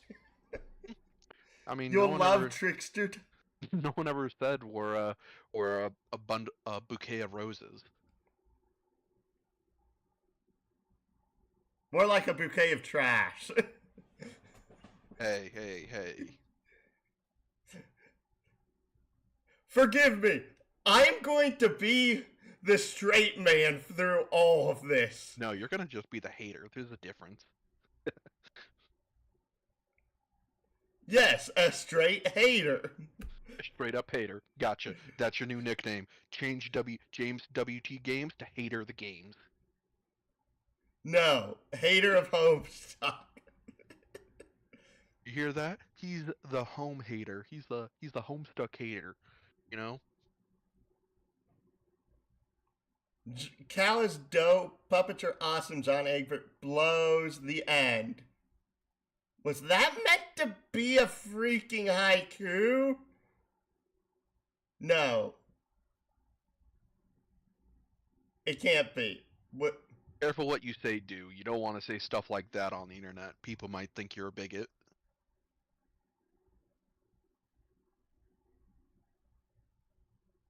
We're not all... I'm not...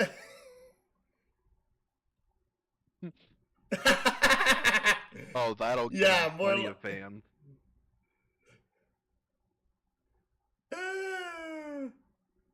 More like the opposite of all those things is the thing that is true. I'm going to read. Good luck with your bro. Read your book. Stay wary of these foes. Pfft, monsters. Only...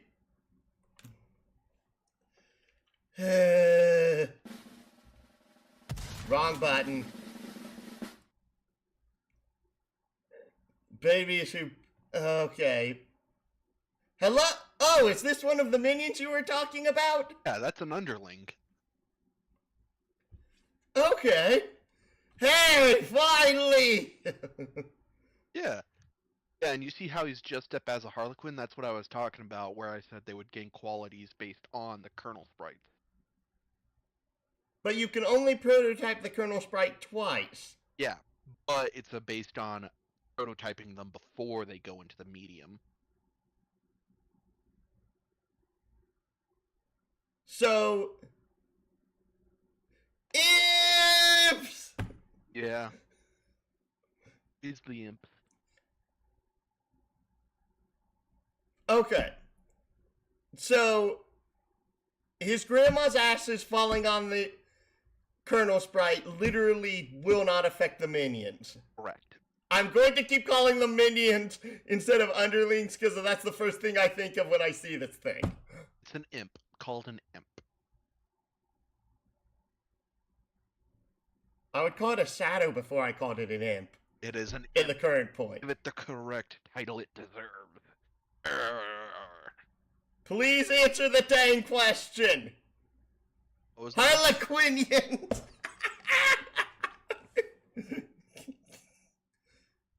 So what was the question? You said that it is only affected before it's transferred into the medium, so the ashes that fell onto the kernel sprite do not affect the minion. Yeah, I told you that's correct. Okay. So, if you can only prototype it twice, so okay, oy oy oy. If you can only prototype it twice, in your game, how is that still going to be a limitation on how you're doing it? Yes.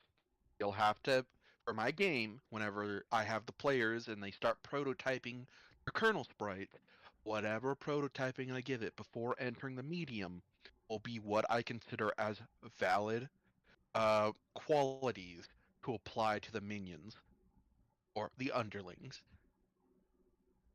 Okay. What happens if a person doesn't manage to prototype their kernel sprite before entering the medium? Oh, then it's a doom session and everyone dies.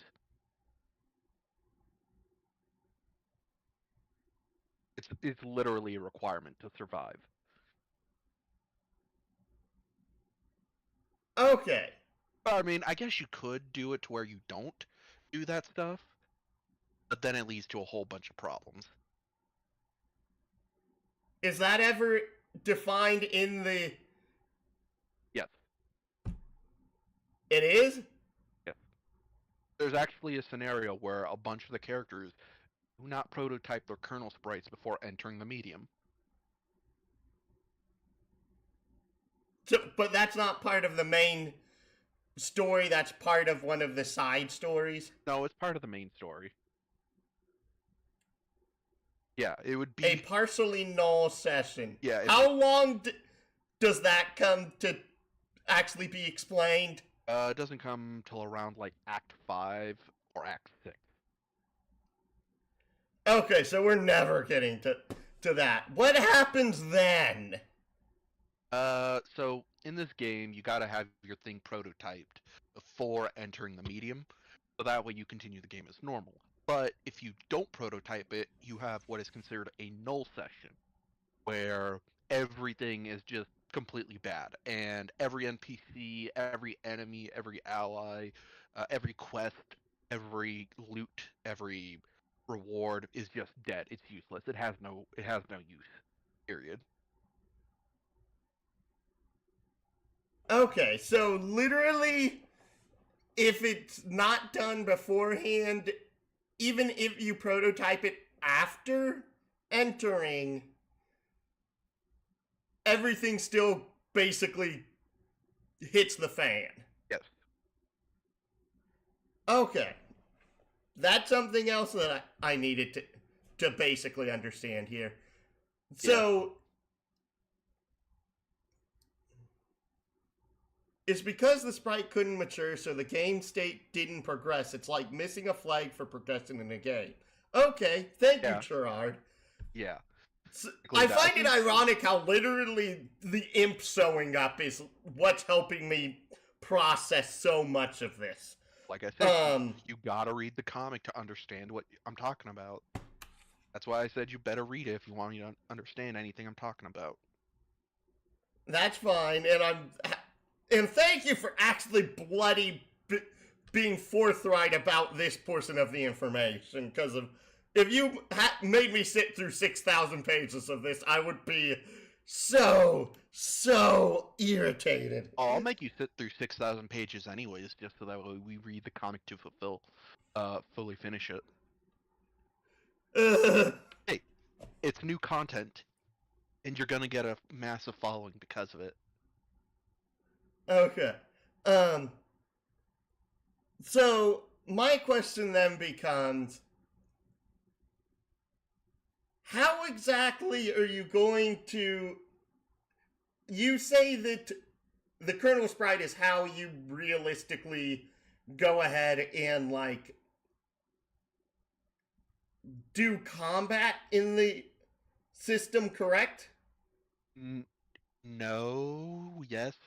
I don't get the question. Okay. Is the character or the kernel sprite going to actually be the one combating the imps? And the kernel sprite, or the sprite, after it hatches, will be considered like an NPC that helps the player. The player themselves okay, will be doing their own stuff. So they can fight, they can run away, they can do whatever. Yeah, both can do combat. okay, both can do combat. I'm just trying to understand, because of part of me reading through this is to help him go ahead and set up. Because if he wants to run a game that's based off of the logic of this universe, and in order to realistically do that, I have to ask questions about how a bunch of this stuff operates. Because to me, part of it is that is the sprite meant to be a companion, or is it meant to be basically its own character? It is meant to be a companion and a character. Well, it's meant to be an NPC character who acts occasionally as a companion. The sprite has some rules to it that has to be followed, but that won't be an issue. Sprites are more sage guides than companions. Okay. Don't worry about it. Part of it's that I'm trying to understand, because of you said that, like, realistically the players themselves won't be getting, like, any major abilities themselves. The sprites are the ones that have that, correct? In the beginning, yes, but I told you that there's the whole special thing called God mode that does let them get like a massive boost in power to get abilities and stuff. But like I said, and like the others have said, the sprite is not going to be the main character who does everything. They're more of the guides for the character, for the players. Okay, so I'm going to ask a different question in relating to this. Are you going to have something similar to the Strife Specialist where a player has to choose, like, what type of weapon that they spec into? No. No. It's just going to be Okay. based fully on, like, hey, you made what you wanted to make. I'm not using that whole Siladec stuff and Specialist stuff for this game, since it's only using the Besem system. Fair enough. At its most basic function, the sprite is an NPC guide type, but there's nothing stopping them from doing more, but they're kind of programmed to be... Okay! Thank you, Gerard. You seem to be able to explain this way better than I can, apparently. I appreciate that.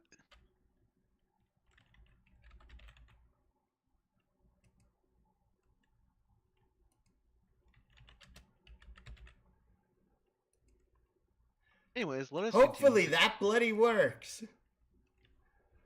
To make progression happen.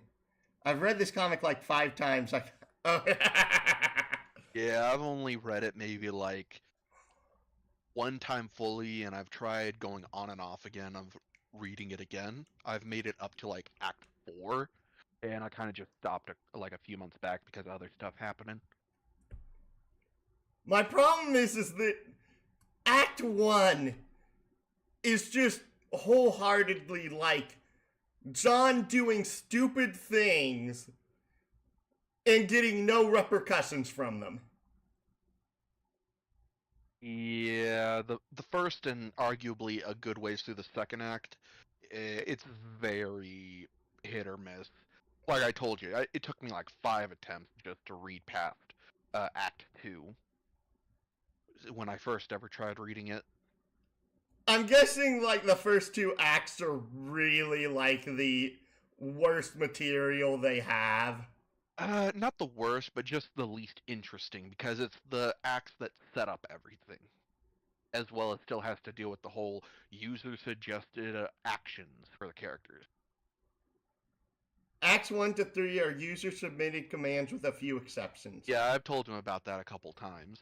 That almost every single page was basically a reader-submitted command. It only stopped around it only stopped around Act 4 because Andrew was like, okay, I have a story I'm trying to tell here, and audience is not helping me. I'm taking control. Yeah. I mean, it's fun as like a novelty, but it's definitely not good in terms of actually writing a story. Yes. Because of...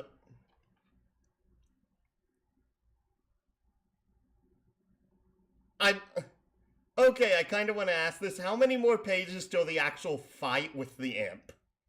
Don't know. Just keep, we've been kind of just sitting here talking for the past 5-10 minutes. Sorry, it's just that it's the first instance of something being like, okay, I now have a frame of reference for something. Hallelujah! Oh yeah, it works super well with Problem Sleuth. I actually enjoy I've probably read Problem Sleuth like 2 or 3 times, mostly because of its short nature. You throw out the front door, a grieve aggressive germ stain.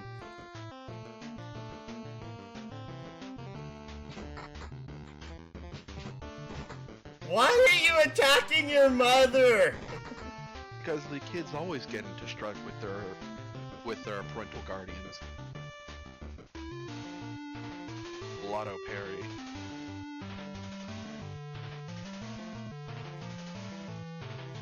At least the music's good. Oh, yeah. Music is like a major thing in Homestuck. Like I told you about,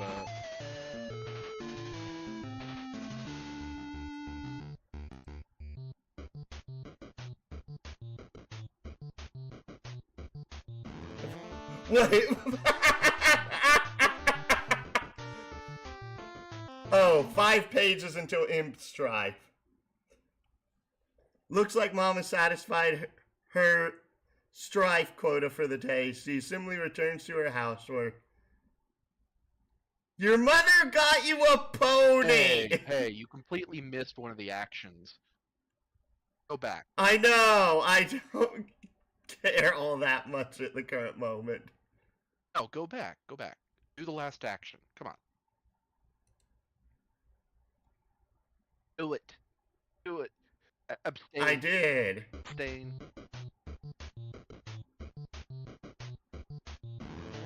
What? I did abstain second. Oh. Aggress was the one I didn't do. Right. No point in going out the front door anymore. Might as well head out the back like you originally planned. First be the pony, second trample Mom. What the... Can't be this stupid pony. Frankly, you can't imagine why anyone would want to. But you give the pony a begrudging pat on the snout out anyway. Her name is Maple Hoof. Or Maple Hoof. Poor Maple Hoof? What happens to Maple Hoof? You'll have to find out. I imagine it falls off a cliff at some point. No.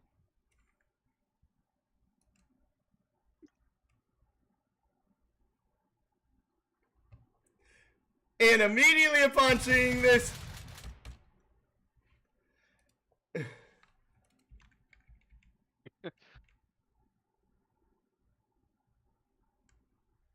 Maple Hoof, my beloved.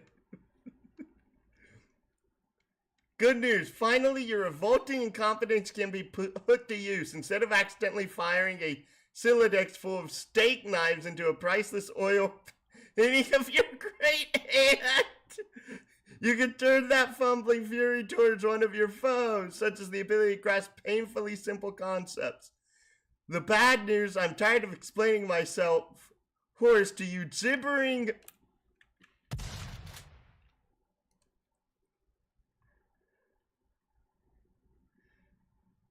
In this chapter, I will be phoning it in with the liberal use of diagrams and clip art. What are you going to do about it? You're going to wriggle in your own viscous secretions like the worms you are. That's what. Here, learn something for... What? Wriggling! Woo!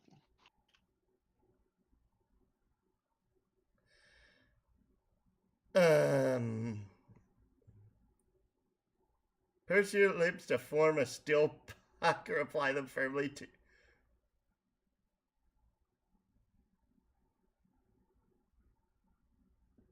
Wow, that is uncalled for.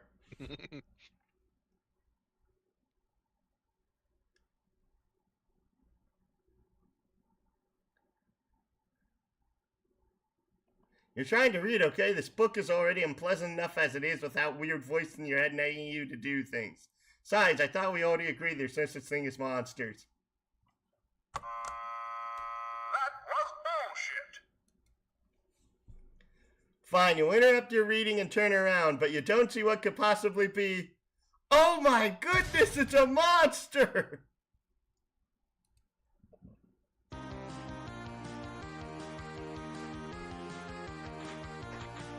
Don't move or the buddy gets it.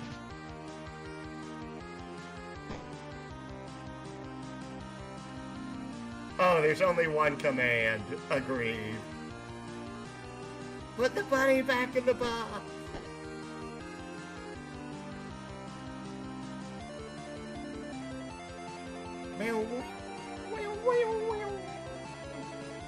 Oh, is that literally the end of the scene? Yeah. John is a real genius.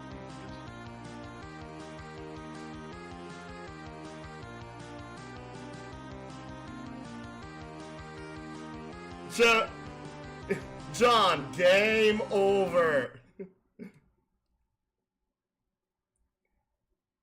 Rose exit.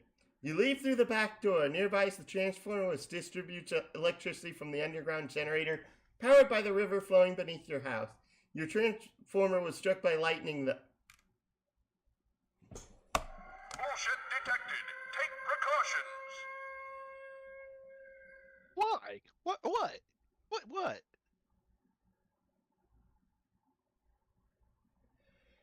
There's at least 3 things wrong with that statement. Which statement?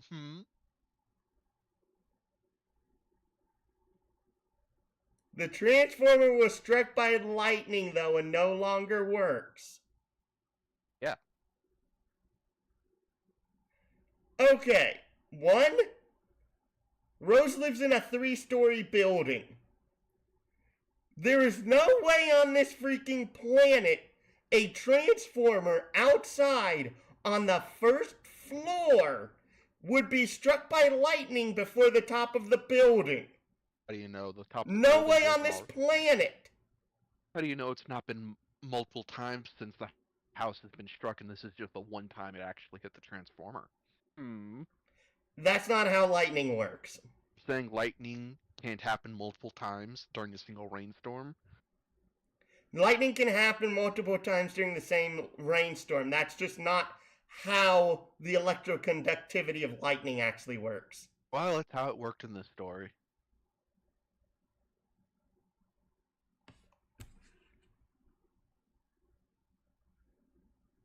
Okay, dude, no need to bring Elon into this. We don't want to end up summoning him like Beetlejuice. Beetlejuice! But that's the first problem. The second problem is that if something's been struck by lightning, it's obvious that it gets struck by lightning again. If this thing has been struck by lightning before, either her mother's a complete idiot, or there's literally no good electricity in the nearby area. Well, they do live in the middle of a forest in the middle of nowhere.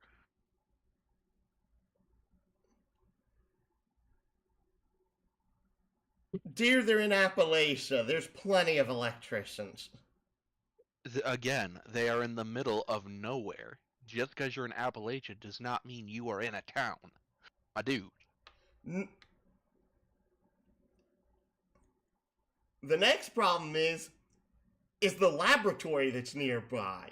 Because the laboratory, if the image shown for it was to scale properly, would be hit by the lightning 10 times more often than Rose's house would be.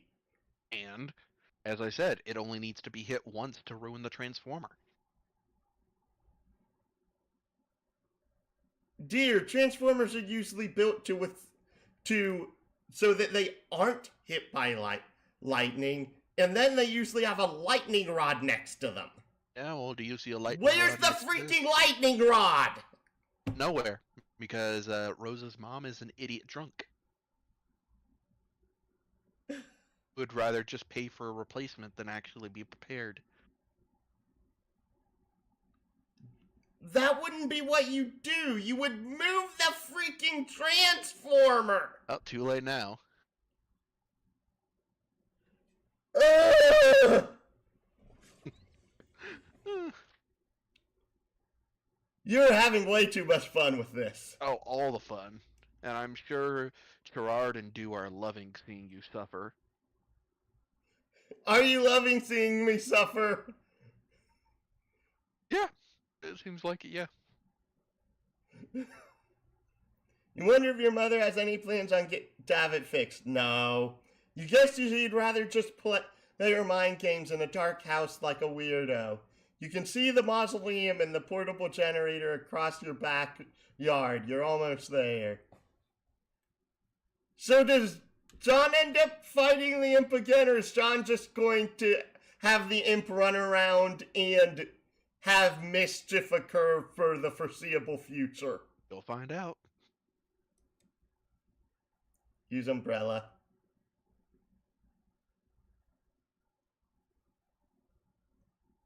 Everything falls up. You gather your items and begin the soggy trek to the mausoleum ward. Get up, John. This is no time for slumber. Strife picks up the...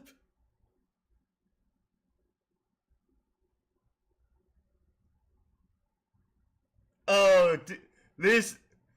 Well, this is ironic. This one...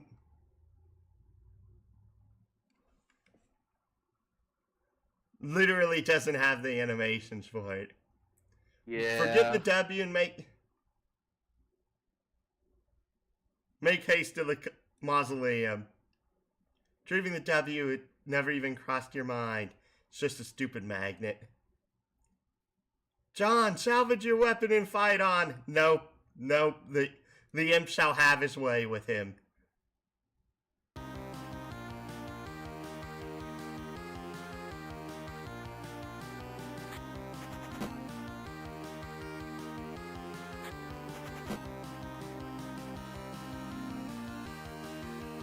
Imp, attack him, please.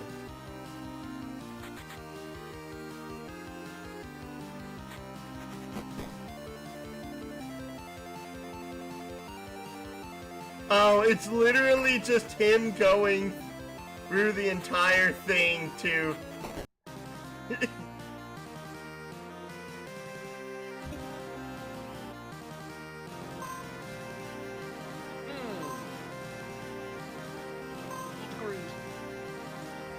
What? That's grit.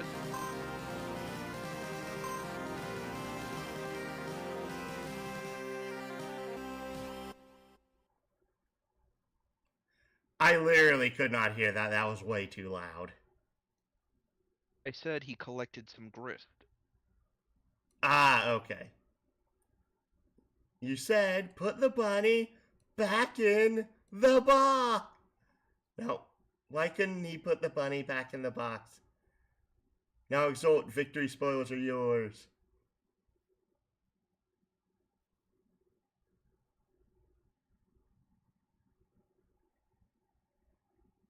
Heck No, yeah. A plucky tot.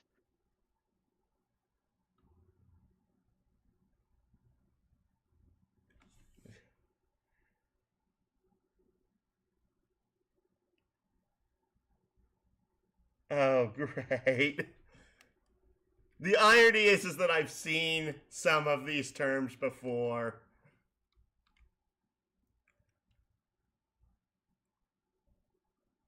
Well, that's good. Are we gonna have a Con Air watch party someday? If I can force them to, maybe. That sounds miserable. Yeah, it's a Nicolas Cage movie. It's a fun time no matter what. Oh, okay.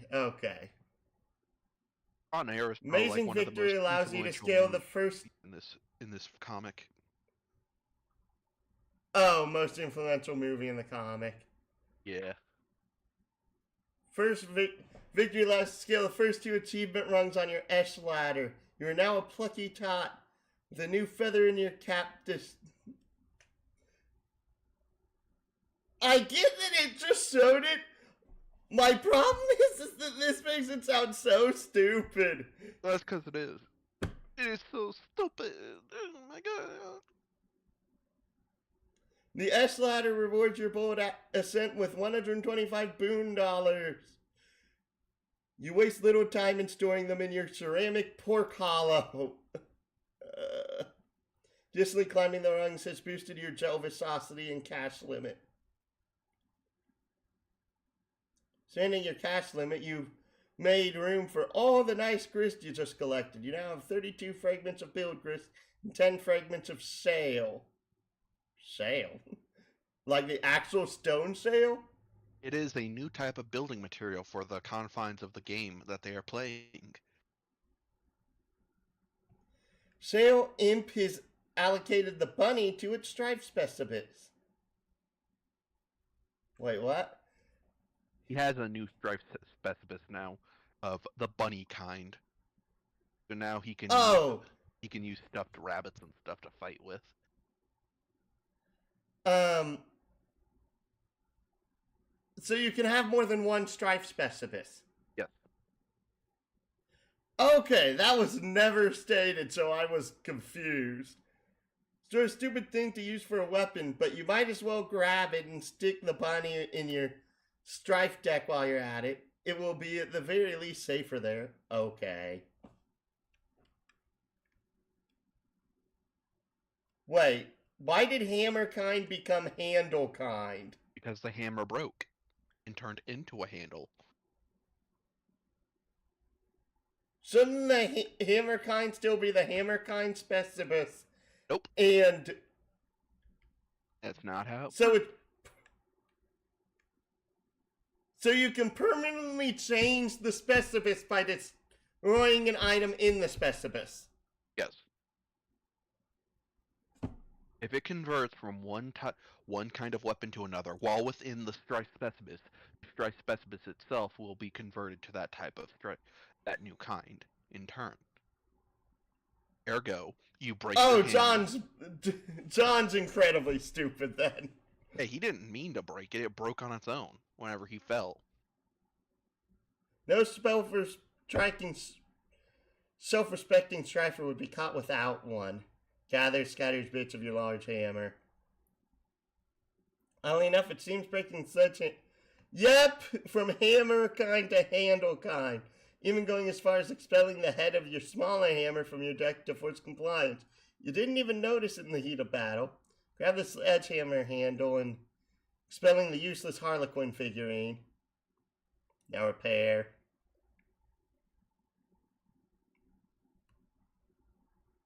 Oh, and you repair the hammer kind of stratus in the process. Smaller hammer handle is ejected from the deck, since of course handles of any sort no longer belong in there, obviously. Fine, now what? Dave's pestering you, but you don't have time to deal with his nonsense right now. Something is missing in your room, but you can't quite put your finger on it. Maybe the fact that you had an imp in here? Nope. It's not that. We didn't get to see the full... Wait, is the totem lav gone? Nope. That. Oh, okay. Hurry and activate the generator. Fire up the generator and drag... Oh, I just remembered one reason to install the unofficial collection. You can install a mod to replace the slurs with actual effortful insults. Oh yeah, I forgot that was one of the mods.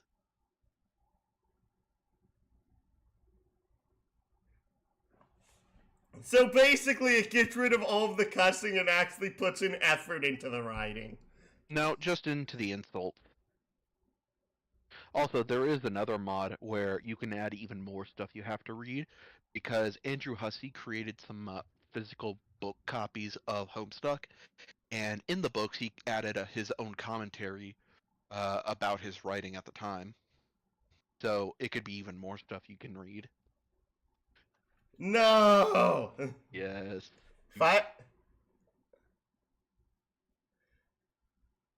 Unless he's super critical of his own work, no, it's not worth it. No, they never finished the print, unfortunately. Fire up the generator and drag according to Mausoleum. It, of course, would be foolish to run the generator inside a confined space. Generating safety is everyone's business. Defile 2. I know, it sucks. Sorry, Jaspers, have to make a space. She put it in a suit. Excuse me. No, her mother What? put it in a suit.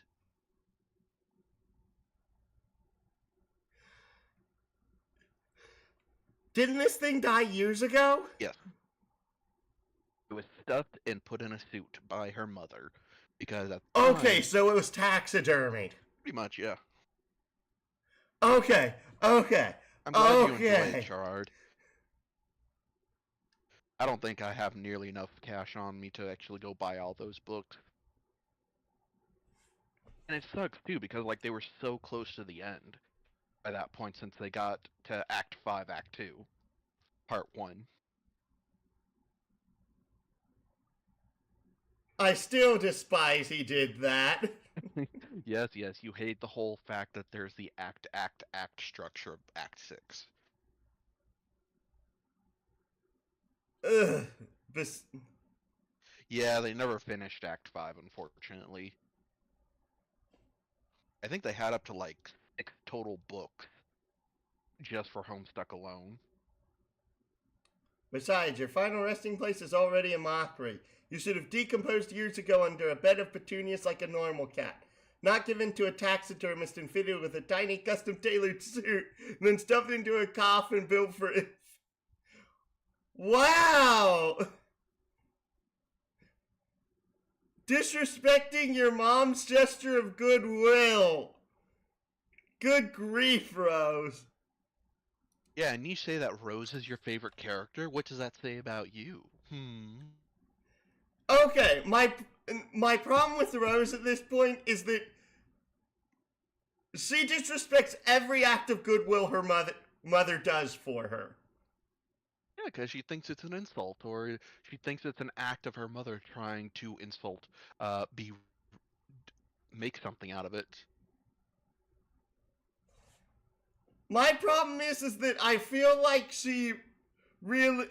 I get that none of the parents talk in this. Guardians. Call them guardians. Wait, so their parents are their guard? Huh? Remember, Dave is raised by his brother. They're not all parents. I asked that earlier and you couldn't give me a straight answer! I gave you one answer. It was called yesn't.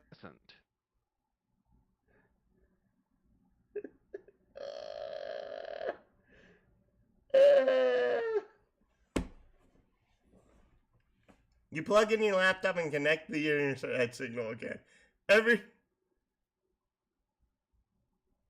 how they'd even do Act 7. 13-minute flip book. Lol. What, was Act 7 like 1,000 pages? No, Act 7 wasn't entirely a single animation. It was that one animation I showed you that you were totally confused about.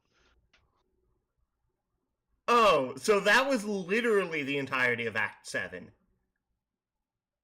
Don't worry, people. I know I showed it to him, but he had no idea what any of it meant, so nothing is ruined for him. He probably doesn't even remember half of what happened in it. Oh no, I remember pretty much all of it. Yes.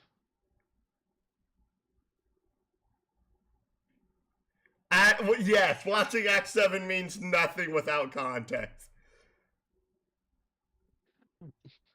Volcano Tadpole. Oh yeah? You say you remember everything. Do you remember the gay frogs kissing?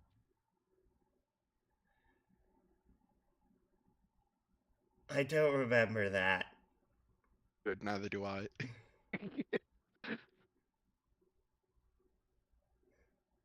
Everything predictably falls out of your Silodex. But you're not about to get bent out of shape about it. You have bigger fish to fry. Looks like Dave noticed you're back online. He pesters you like clockwork. And there's John. What on earth is he up to? The door, John! Look at the door! You're right. Didn't Rose yank the door off its hinges and prop it on your bed? Someone or something has put it back and left it slightly ajar. Incredibly alarming. Investigate!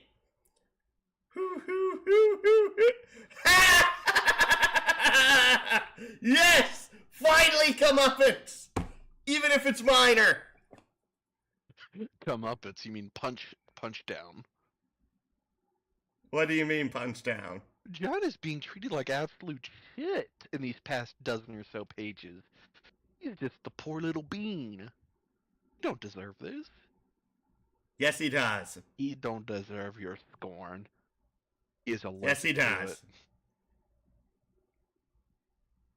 If he's allergic to it, may he swell up like a giant pine pineapple and just lay on his bed forever in agony for the rest of his days. Okay, peanut gallery.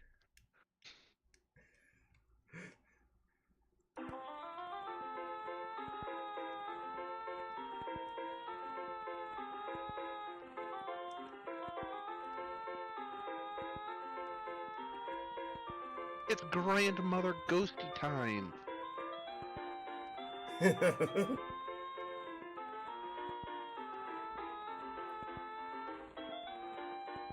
Okay.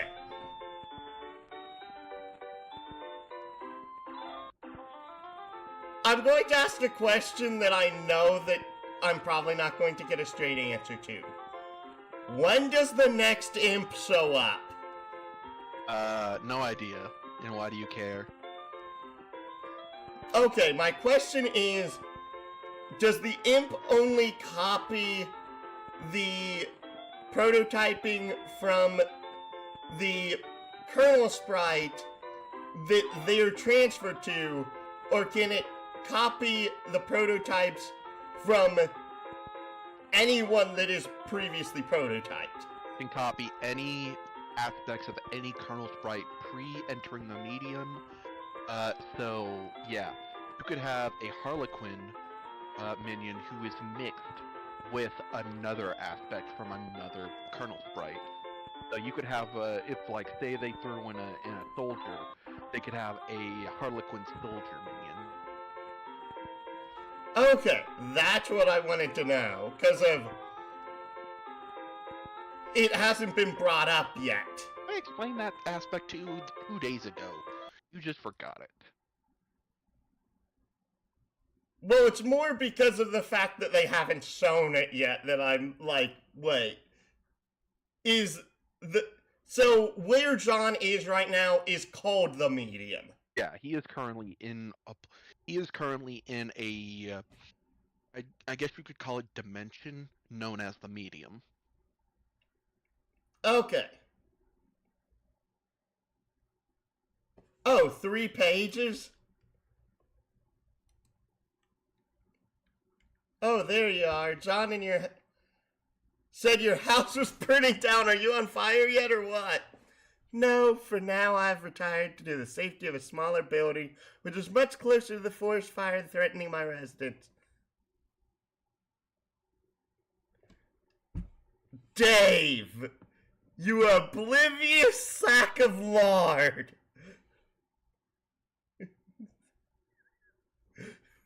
You need more trauma! Oh well, that's a relief. John told me to go get the game to help you out of there. So I'm working on that now. Working on it? Yeah, my bro's copy, long story. Hey, don't tell John this, but I think he might have been right about the puppets. They're sort of starting to freak me out a little. You referring to your brother's collection? Don't get me wrong, I think it's cool and all. Semi-ironic puppet thing or whatever. Or semi-ironic. Man, I don't even know. Just starting to think some of...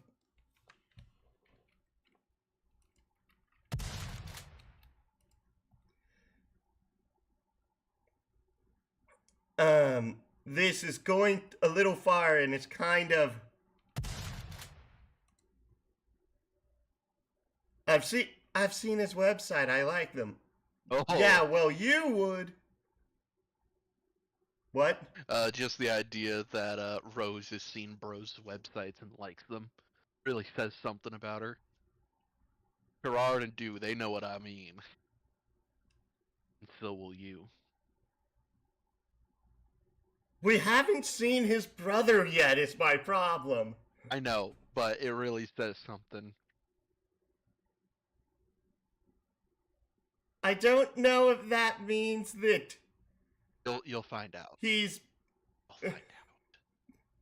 How long till we even meet his brother, by the way? I don't know, maybe a couple dozen pages, probably on the... I think we only ever truly meet him whenever he finally beats up Dave.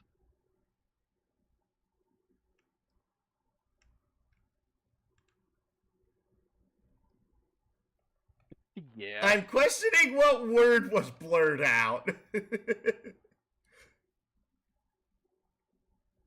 Don't worry about it. You'll figure it'll be said, and you'll understand it when it gets said.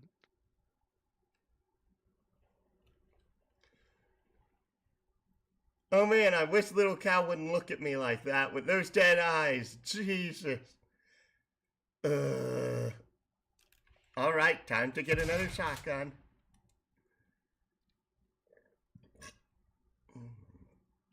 Sometimes I dream that he's real and he's talking to me and I wake up in a cold sweat and basically flip out.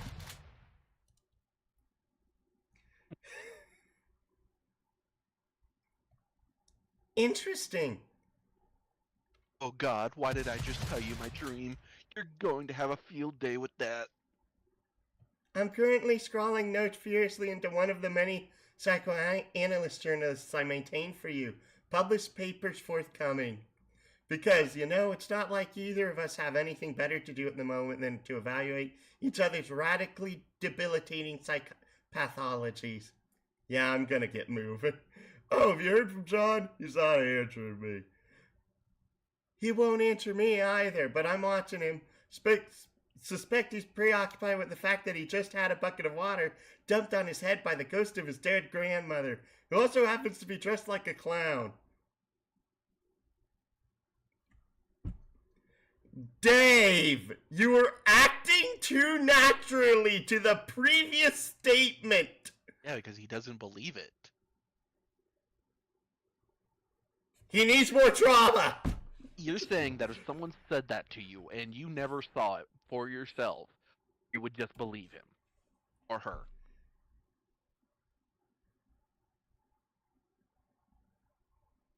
Dear, if it's someone that I've talked to for a long time and I didn't think that they were actively insane, I would be actively ask questions about it. Yeah, and Dave constantly asks questions about freaking Rose. About the way you said that, I could not understand what you said. Don't worry about it. Interrogate this bad woman.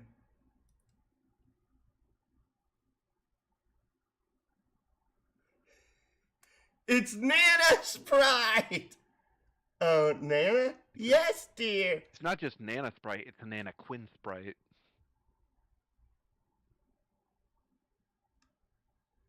It just says Nana Sprite in the text. Well, she is a Harlequin Nana mixed together for a Nana Quinn. I know that! It's what the text says! Like you've cared what the text ever says.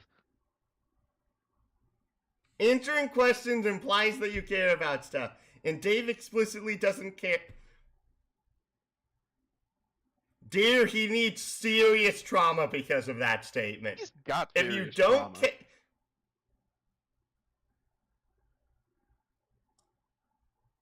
Serious physical trauma. He's got that too. He's got that too. I don't see any broken limbs. That's because we're not at the point where he gets traumatized yet.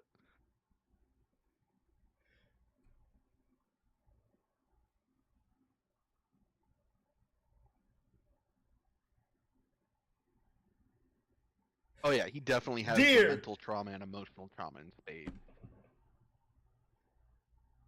We have not learned any of this, so at this point, trauma isn't a solution. It is if you do it hard enough. Damn. Better hope nobody in Twitter catches him saying this shit. Oh. What? It's true. You said a cuss word. So. That is explicitly not how trauma works. Dude, I don't think you're gonna win with this boy. Are you talking to me or to the chat? I'm talking to the dude. An authority regulator in here. I don't want no Jack in here. We don't need none of that funny business. I won't, but I think all caps is funny. Good. Yes, dear? Scared the living daylights out of me. Well, I guess it really was a great prank. Good one, Nana. Anyway, are you really my dead Nana? Of course, John.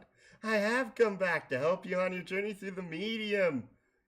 Okay, that is not a hyperlink. And beyond, I'm delighted to see what a fine young man you turned out to be, just like your father. I need ibuprofen at this point. Okay, I guess I'll take your word for it. I don't remember you at all. My dad said I was really young when you died. Hey, speaking of which, do you know where he is? I looked everywhere for him.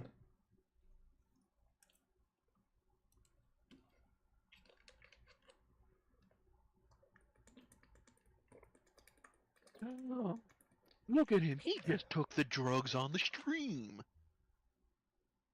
Gonna give the kids bad times. It's ibuprofen! Just do drugs.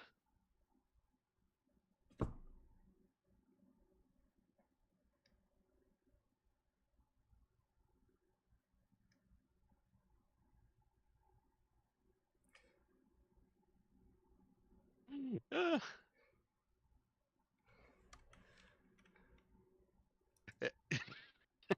do.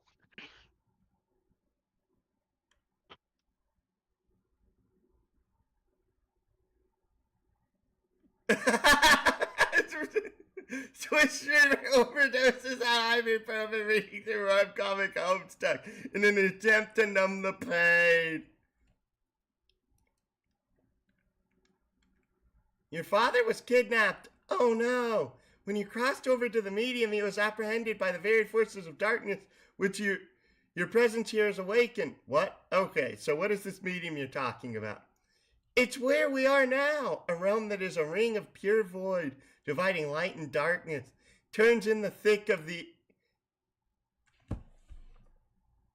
Okay, I have no clue how to pronounce this word. Incipisphere. A place untouched... What? Insisphere. Incisphere? Yeah, just call it the Insisphere.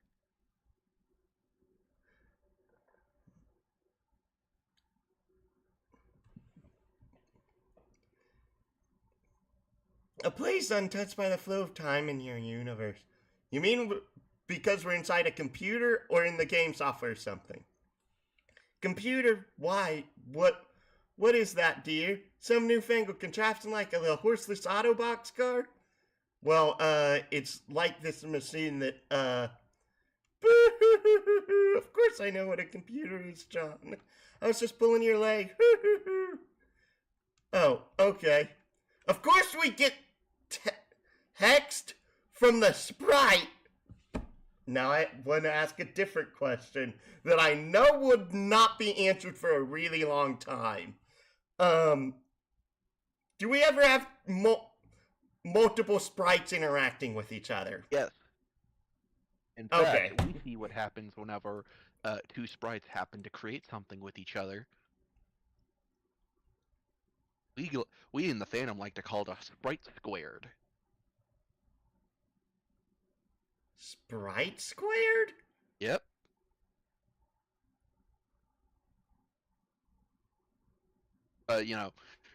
That's something that won't show up until like Act 6 something. Heck, probably not even till like... Yeah, I wouldn't be surprised. It's like something that happens like way down the line. Thank goodness you're not trying to Wikipedia this stuff.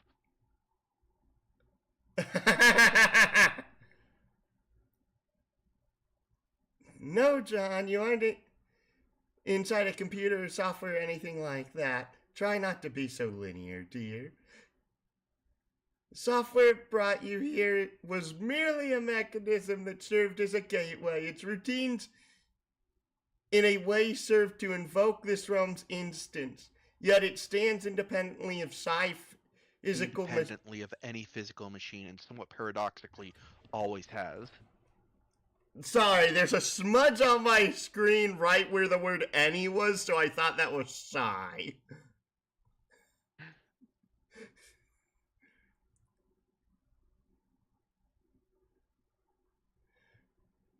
I'm not sure I get it, but alright. What do I actually need to be doing here? I think it would be best if we started with the big picture. Okay, different. I kind of want to ask a different question since I kind of already know how something is going here. When will the imps for Rose show up? Whenever she goes into the medium. I know that, but I kind of need to know this, want to know this because of the fact that how her imps act, will determine how I understand a lot of this knowledge. Because if I imagine something wizard based is going to fall into the sprite, Colonel Sprite. Actually, no. You are actually completely wrong. Darn it! Okay, so that helps me even less then. Yeah, no wizard minions. But something much worse actually happens. Does her dead cat fall into the Colonel Sprite? Maybe.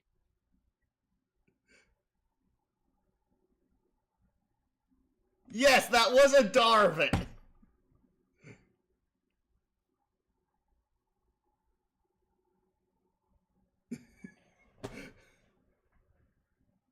Darn it. Yes, Artemis Fowl.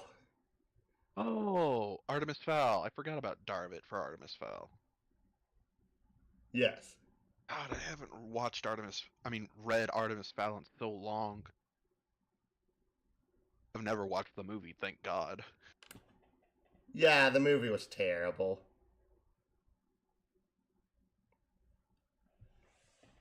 Above the medium, beyond the seven gates, residing at the core of the Incisisphere, is a place known as Skaya. Legend holds that Skaya exists as a dormant crucible of unlimited creative potential. What does this mean, you ask? I'm afraid my lips are sealed about that, dear. Hoo-hoo! But needless to say, where a realm of such profound importance is concerned, forces of light will forever be charged with its defense, while forces of darkness will just as persistently covet its destruction. Hi, Riri!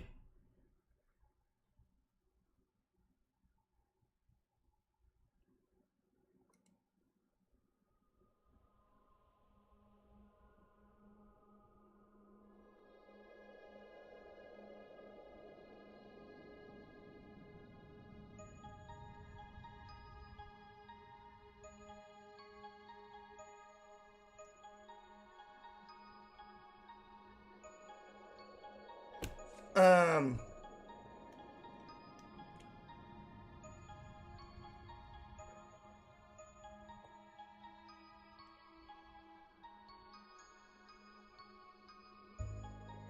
Why is the back button in the bottom even though this is a video?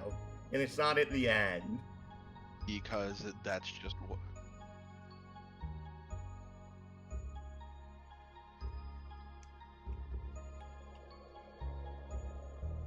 Bust what down?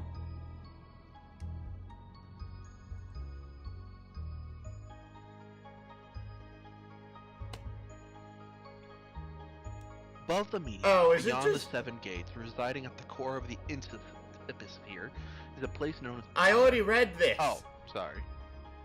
I was just letting the video play. Yeah, the video is just going to be on this.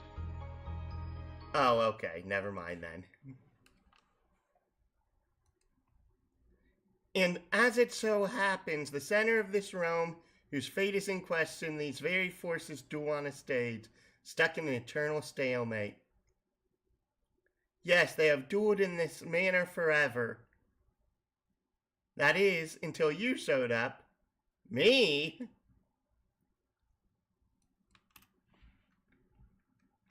Yes, you, John. Before your mishap with my ashes, you may recall the sprite's previous incarnation, which resulted from its kernel's hatching.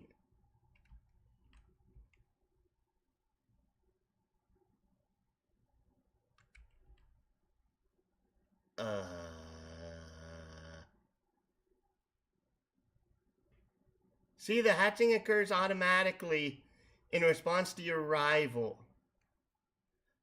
Ew. The result is a pair of kernels, one dark, one light, each carrying the information they were prototyped with before they hatched. One goes down to a kingdom entrenched in darkness, the other up to a kingdom basking in light. Each comes to a rest. Excuse me.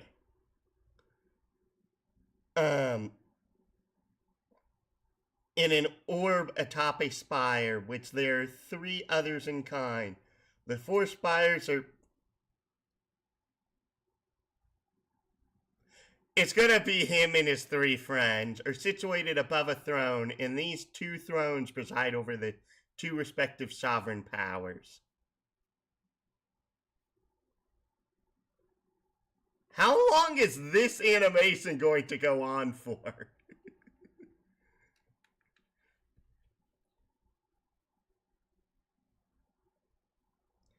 And once the kernels are situated, oh, it hasn't looped yet is the thing. Oh wait, no, you're right, it does loop. The start of this animation's different, and then it stops on this and it starts looping again.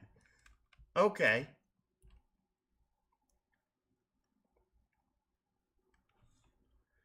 And once the kernels are situated, that is when the game is afoot. The true war begins, light versus dark, good versus evil. This is a war that the forces of light are always destined to lose without exception.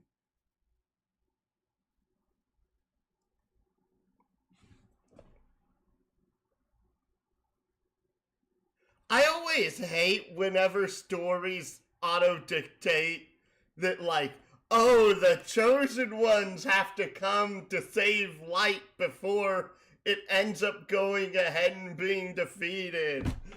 I'm sorry, I can't stand that trope. Thing is, though, in this story, light gets defeated. Light always loses. It doesn't win, ever.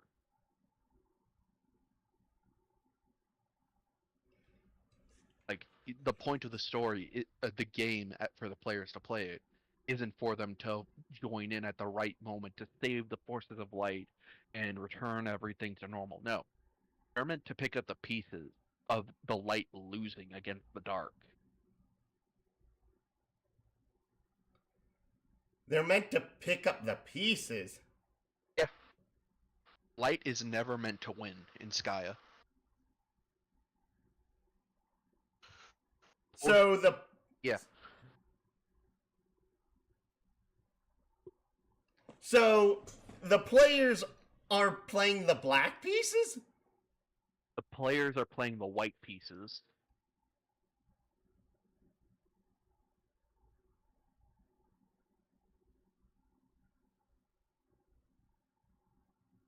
This is a horrible chess analogy then. It's really not, though.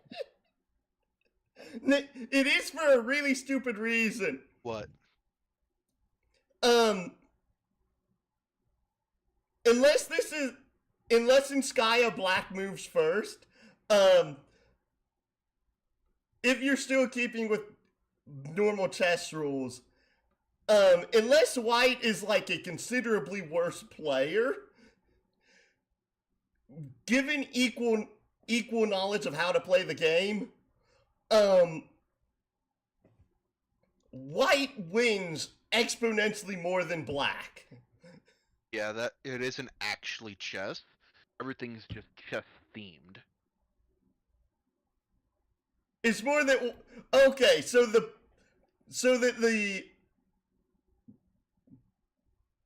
I'm not talking about the destined ones, as I mean who end up being the 4 kids, because of course it'll be that. Analytically, the first player to move has a definite advantage, but Skya is beyond such analysis. Yeah, because it doesn't actually follow the logic of chess, or so the thematic element. Okay.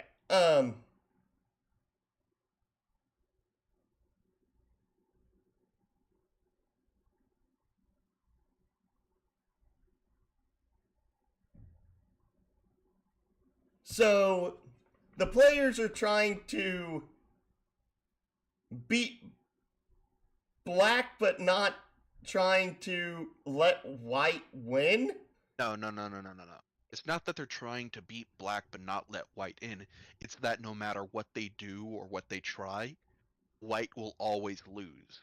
And so they have to pick up the pieces for after the battle to continue their quest.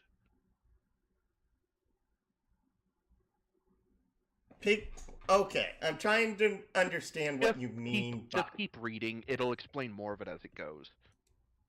quest of futility then. Wow, really? Then what's the point? How remains for you to find out, dear. For you see, the journey you are about to take is the ultimate riddle. White's predestined loss is a set piece, not a conflict. So, this entire set piece has already transpired, and they're already after that set piece has already occurred. The set piece is currently ongoing. They just have no. It's like a cutscene. Like, yeah, you're watching the cutscene happen in the moment. You have no control what the destination of the cutscene will be. Whoa, for now, your objective is to proceed towards Skya and pass through the first gate situated directly above your house, not even terribly far. The gate will become progressively more difficult to reach, so you'd better be prepared to sharpen your adventuring skills. How am I supposed to get up there? You build!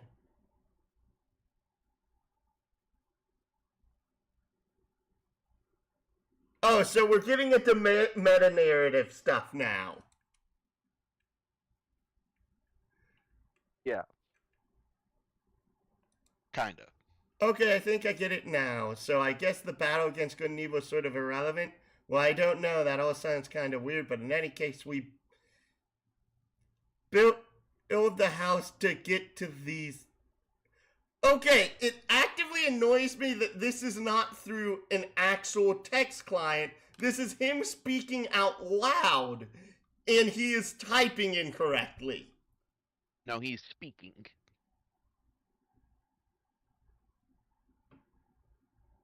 So he has brain damage.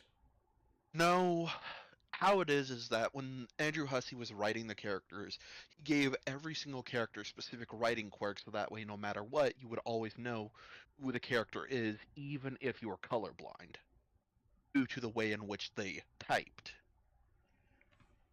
He's done it in script style. If you can't freaking read the name at the start of the section, why bother?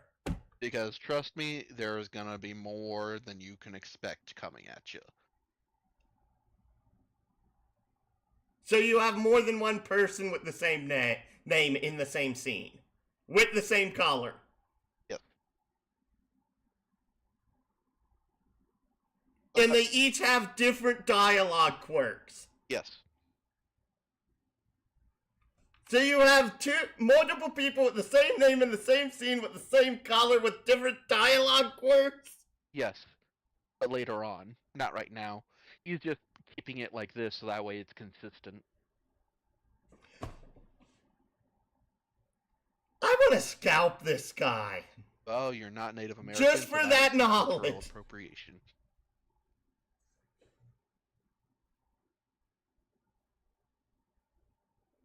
But in any case, we build the house to get to these gates, and then I can save my dad. Yes, Sean. And then after that, we solve the ultimate riddle thing and save Earth from destruction. Oh no, I'm afraid not. Time travel goes crazy. Oh yeah, I've mentioned the time travel like multiple times. He seems to forget that's a part. I'm not forgetting it's a part. It's that I'm not understanding how much relevance it'll have for certain aspects. Oh, so much influence. Your planet is done for, dear. There's nothing you can do about that. Oh. Your purpose is so much more important than saving that silly old planet, though. And that is... Yes, I will have to agree with the float hag about that. John, you're such a good boy. I know you will succeed. Thanks, Nana. You're such a good boy, and good boys deserve treats. Hooray! I'm going to go bake you some cookies. Ellipses. Hag mentioned cookies. Pursue her.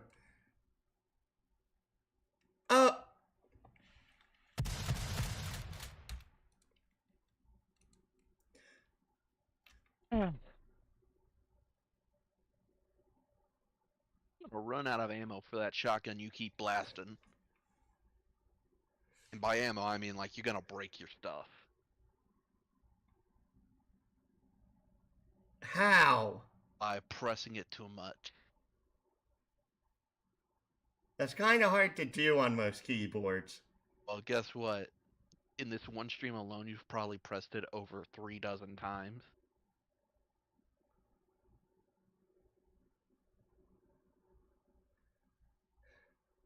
Call this man a slug farmer, the way he never runs out of shotgun ammo.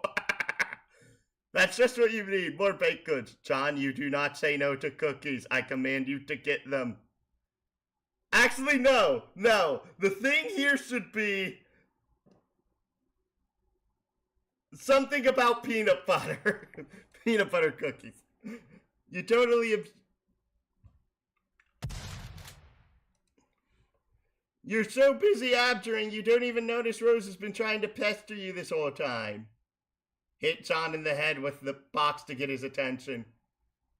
Give John a swift drubbing in the noggin, but he's undeterred. This is some fit he's throwing. Perhaps you'll take the spare moment to contemplate Nana Sprite's strange tale.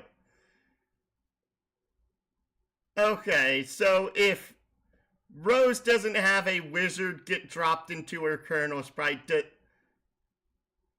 does anyone have anything more supernaturally inclined fall into their Colonel Sprite? Yes.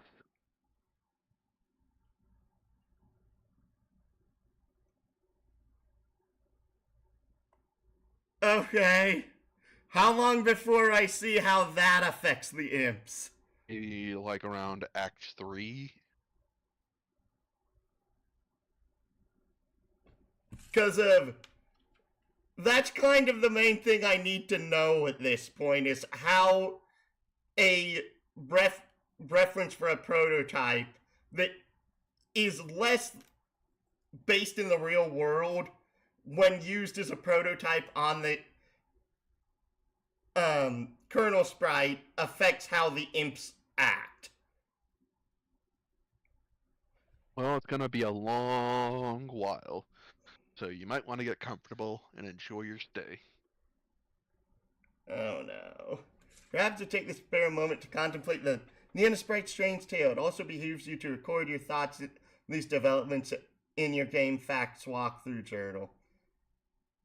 It can be hard to finding time to update it. In fact, you're not even sure when you found the time to write what's already that.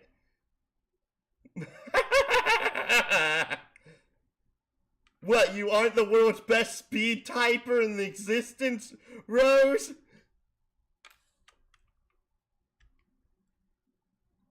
Oh, is that so, Jaspers? Just what do you think you're looking at with that smug grin? Last thing you need is sass from a dead cat. It's pretty much all his fault you're in this mess in the first place, so he can just button it. How is it Jasper's fault? Rose is a little crazy. A little? Yes, very little. John, cookies now. You refuse outright. Your impudence is insufferable. Go get the cookies. Well, when you put it so politely, how can John decline? John, you are stupid. Yes, he is. Really need to work on your manners. Stupid, stupid. That's not a command. It's nothing. It's stupid. You're stupid. For the last time, I command you to get the cookies, boy.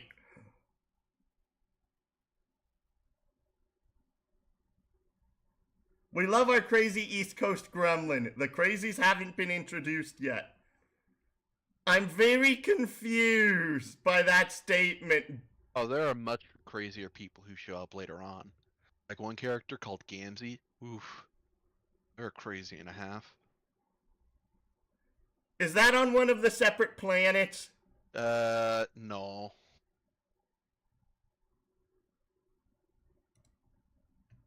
It's just not going to happen, but years in the future. But really not enough to write home about. An agitator finger slips mid keystroke? What? Oh, he turns off the caps lock.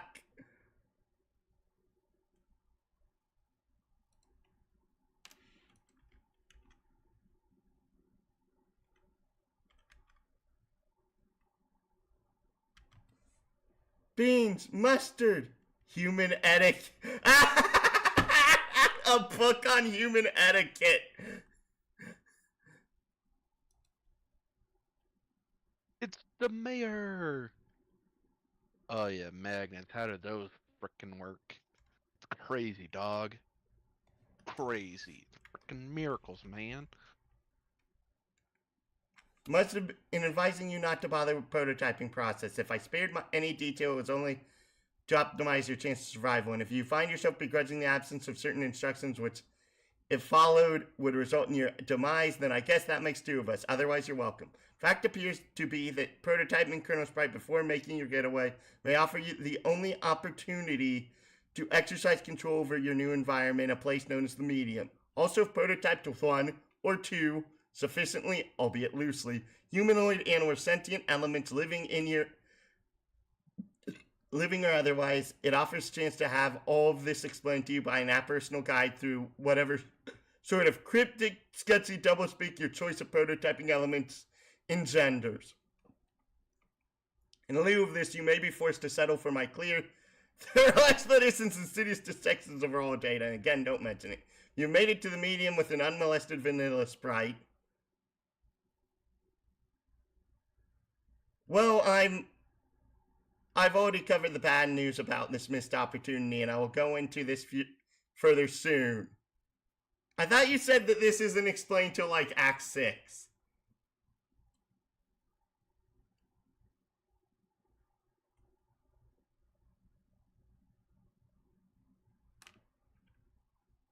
Fanfic, Yes? were you dragged away? No, I was just watching a video about the dangers of inflation. It was a meme. I thought you said that they didn't describe what happened, or is this just like her saying that, if you miss this opportunity, you're screwed? This is just her saying if you miss the opportunity, you're screwed. She's just Okay. spitballing, like Dew says. Okay. Which brings us to the good news, which is that you can still prototype after your departure and salvage the massively rewarding experience of haggling with an exposition-slinging phantom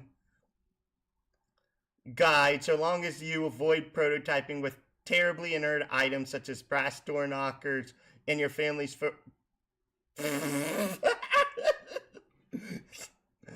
Actually, that might be interesting. If you're struck by the spirit of such experimentation, please do not hesitate to contact me about it. So yes, you can enhance your sprite in this way, but doing so after your departure will no longer induce this effect on the medium I alluded to. That can only be accomplished with one or more departure prototyping. In fact, we can extrapolate there are only so many ways to prototype a sprite. In relation to departure, both before, one after, both after, only one either before or after, none. But we basically know the none one is bad, the only one after is bad, and the both after's bad. Right? One more time. Say it again for people in the back. I'm paying attention at this point. I'm paying attention. It says there's different types of prototyping, and we're basically like, don't we already know some of these are bad? Well, technically at this point in the story we don't, but still, that When they none. say type, they mean pre entering the medium and post entering the medium, as well as tier 1 and tier 2 prototyping. Yes, but some of these result in dead games, from what you said. They only result in dead games through lack of prototyping. Yeah, but it says that she gives like 7 different scenarios here. One of them is having both of the prototypes after departure. Yeah, that would be Another is that would create a null session, doing the prototyping after. This is her spitballing ideas. He has no idea what anything does. He's just spitballing stuff like, oh, what's this? What about this little thought nugget that I could bring up? These occurring before will affect the medium through the kernel's hatching process and your guide, i.e. the sprite. Those occurring after will only affect the sprite. Effects of this process on the medium, or more globally the insistosphere, are still vague to me, and they have to do with flavoring the forces you will struggle against, generally all forces at odds with each other in this realm. It has given me some insight into the nature of this game, which again I derived through extrapolation. We appear to be engaging in an instance of a dimension with a highly flexible set parameters and a series of objectives surrounding an equally flexible mythological framework. This framework seems to begin as a sort of blank template and evolves with the player's actions, and likely further evolves with the addition of more host-client connections, thus more prototype kernels. Good to say, I can't be much more specific than that with the loosely extrapolating further. There are plenty of questions that have occurred to me, however, questions concerning kernel sprite, which I've raised implicitly already. Questions such as, what is the effect of an unprototyped kernel on the medium?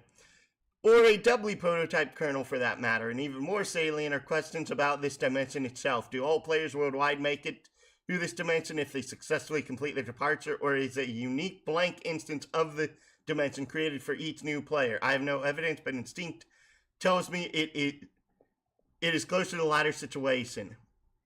There is no indication of any other players present in this realm. Alterations in this realm seem singularly centered on the actions of my co-player and myself. If I had to stake anything on it, I would guess each separate client-server player activates its own fresh copy of the insistosphere, or a unique session, if you will. But the quantity of players is a further complication which invites more questions. Seems the game was designed to suit 2 players naturally, server and the client, but through a mishap, my co-player, I have slipped out of the obvious tandem arrangement, and the only logical course of action is to continue playing, is to string a daisy chain of server-client connections together until presumably the chain is complete. Theoretically, we could complete this chain with only one other player, functioning as server to my client and the client to my current co-player's server, assuming you can recover it. Strange thing is, though, in our instance of this dimension, there are 4 receptacles for dividend kernels, not 3. Does this mean we are destined to have a 4-player chain? How could the game know such a thing? Perhaps it does, and if this proves to be the case, I trust I will be sufficiently numb to the realization. Surprising me at this point, in fact, from the first moments of play, it managed to deviate so far from my expectations that I completely forgot my original purpose with it was. I had a chance to test some information I obtained on good authority during the prototyping phases, but completely slipped my mind. Instead, the game's catacombs securing the dark twisting paths to necromancy were blundered into rather on accident. But perhaps you don't need to know any of this. Rethink organization lead may be waist deep logaric sleds trimmed down bleh. She's not finished with this yet. Geez, cut her some slack. Maybe you could bug someone somewhere else for a while, or at the very least someone else. Months in the past, but not many. Heck yeah, time traveling.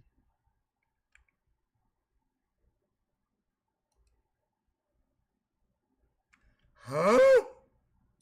This is months in the past. Don't be confused. How long are we consistently gonna be in this past?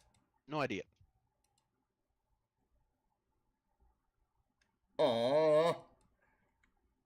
Dude, we still have like close to 300 pages to go. We aren't going to get that far in like the next hour. Yeah, probably not. But hey, we're well over 100 pages.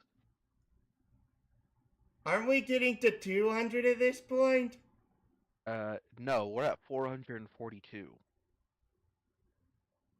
Didn't the previous thing end at like... Oh no, it ended at 170, didn't it? No, it ended at like 240 something. Then this is 200 pages, you smart aleck.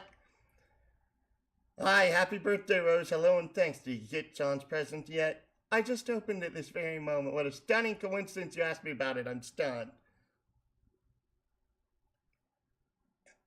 Yeah, I know. What will you do with it? And you said it was something from which something else could be made. Well, John did tell me what it was, duh. Suppose I'll take a stab at learning the craft. It's the least I could do in response to so dig concealed in his gesture. He often tells me I need a new hobby when I make perfectly reasonable analytical remarks. Huh? What did she receive? Oh, she received the sewing kit. Mm-hmm. Oh, but Rose, I don't think he meant anything like that by it. You see, not everybody always means the opposite of what they say, but the way you and Dave always do.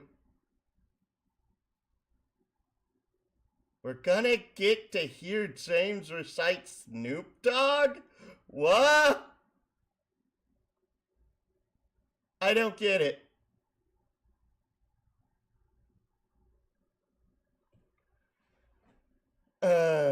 His birthday's in a few months, isn't it? Yep, I finally finished a present for him. I've been working on it for years.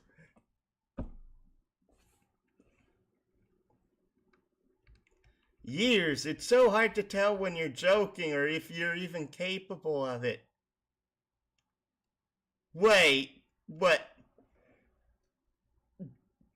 The flying Fibonacci sequence? Ow! What?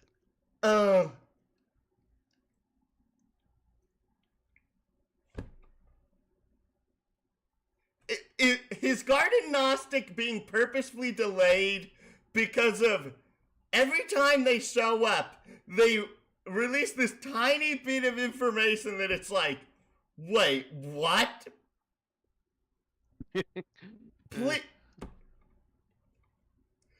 Please explain, dear sir. Oh, he lives on an island. Garden Gnostic lives on an island? Oh yeah, island in the middle of nowhere. And she's the only person on it. Whatever. I mean, she has her grandfather.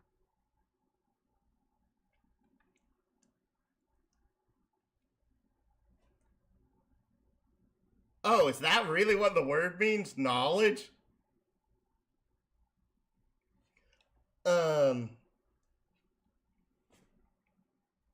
Yeah, knowledge of spiritual mysteries is the exact definition. I literally just looked it up. Okay, because of the irony is that Garden Gnostic's gift to John is the server side version of the game. No, it's not the server side of the game that's the gift. It's something else. Wait. So John doesn't actually have the server side client. No, that fell into the ravine whenever the car dropped. But that was Garden Gnostic's gift. Garden Gnostic's gift was also there. There was an envelope under the box, remember? Oh, right. Sorry, I forgot that. You're very forgetful, it seems. Shut it, you. Hey, you're the one forgetting, not me. It's hard to tell if you're joking, if you even care capable of it. I just mailed it so it's sure to get there on time. Mail takes a while to get anywhere from here. I'll probably craft something with strong sentimental value. That should burn him. I don't think you really mean that. I guess not. So shall I expect a green package dropped to my house via airmail from whatever screwball cranny of the globe you're tucked into? I'm also questioning that I realize this is freaking MS Paint. How do the people here have actual understanding of how to make colors or what color is? Because color exists? What you mean? Saying just because they white, they don't know what color is? Wow. No, it's because of the fact that nearly everything here is monotone in nature. And the few things that are not monotone stick out like a freaking sore thumb. So it's a question of how does the concept of color exist in their own perspective? I don't know, man. Sounds more like you just deflecting your racism, you know?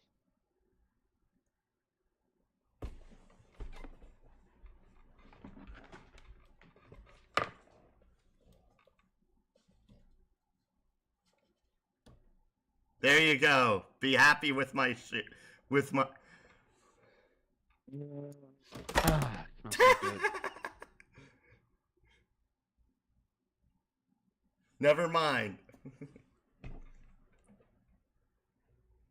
Who knows? Maybe they don't actually see color. Maybe they're just woke like that.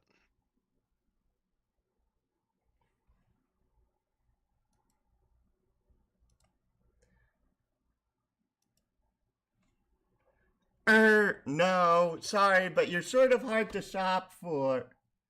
Besides, I have something for you today that I think you will like better than a something in a box. Oh, it's a tip. This is already intriguing enough to compensate for the grave scarcity of lavish gifts parachuting from the sky. Please go on. Did you have a pet a long time ago that died? Yes. Okay, well, how did you feel about your cat? Did you love him a lot? Okay, well, I didn't mention it was a cat or that it was male. Let's pretend I'm surprised and you're embarrassed and move on. To answer your questions, I would describe my feelings towards the animal as lukewarm.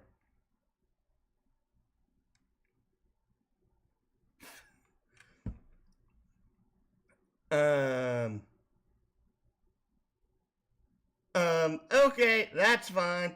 If it doesn't really matter, I think just what if one told you you could play a game that would bring him back to life? If someone told me that, I would regard this remark with a great deal of skepticism. If that someone was you, on the other hand, then I would have to ask preemptively, is that someone you? Yes, that someone is me. I just thought you might find it interesting. So what is this game? Oh, I don't know. I'm just saying is all.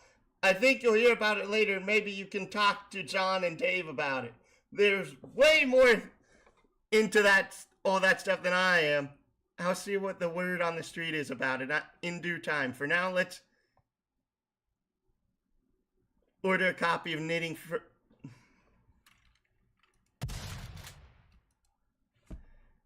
It would be a shame if I ran late with John's present.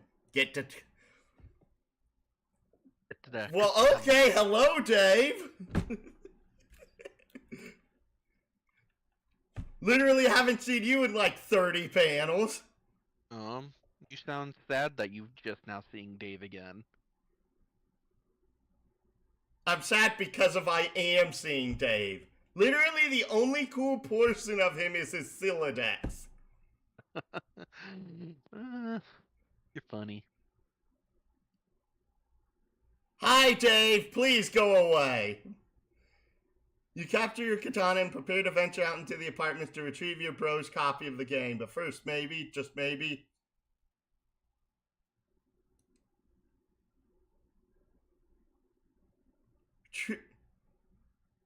What the cluck?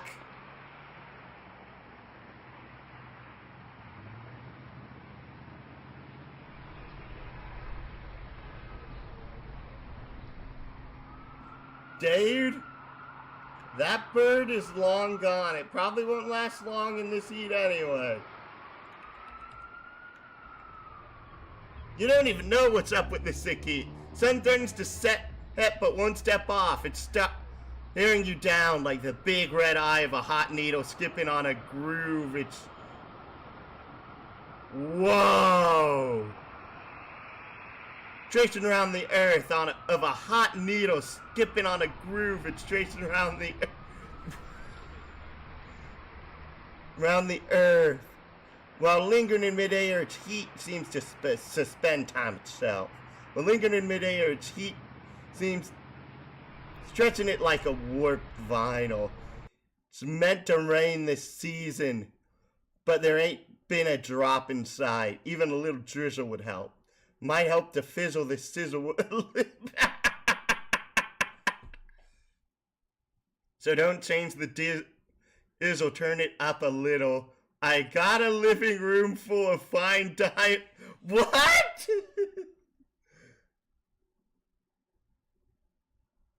Oh, that is not John Keats. Okay. Exit your room, go to living room.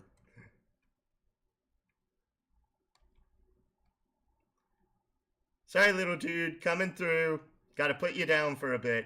Figure you've left him hanging low enough. Hastily enter the room with wild abandon. A familiar face, a friendly face. Stand in the living room. Your bro spends most of his days in here. Night he crashes on the futon over there. You don't see him anywhere, though. There's the puppet chest that he stores little Cal in when he takes him out on gigs. But when he's home, he usually leaves Cal on display somewhere, and with good reason, because Cal is totally sweet. So sweet. Man.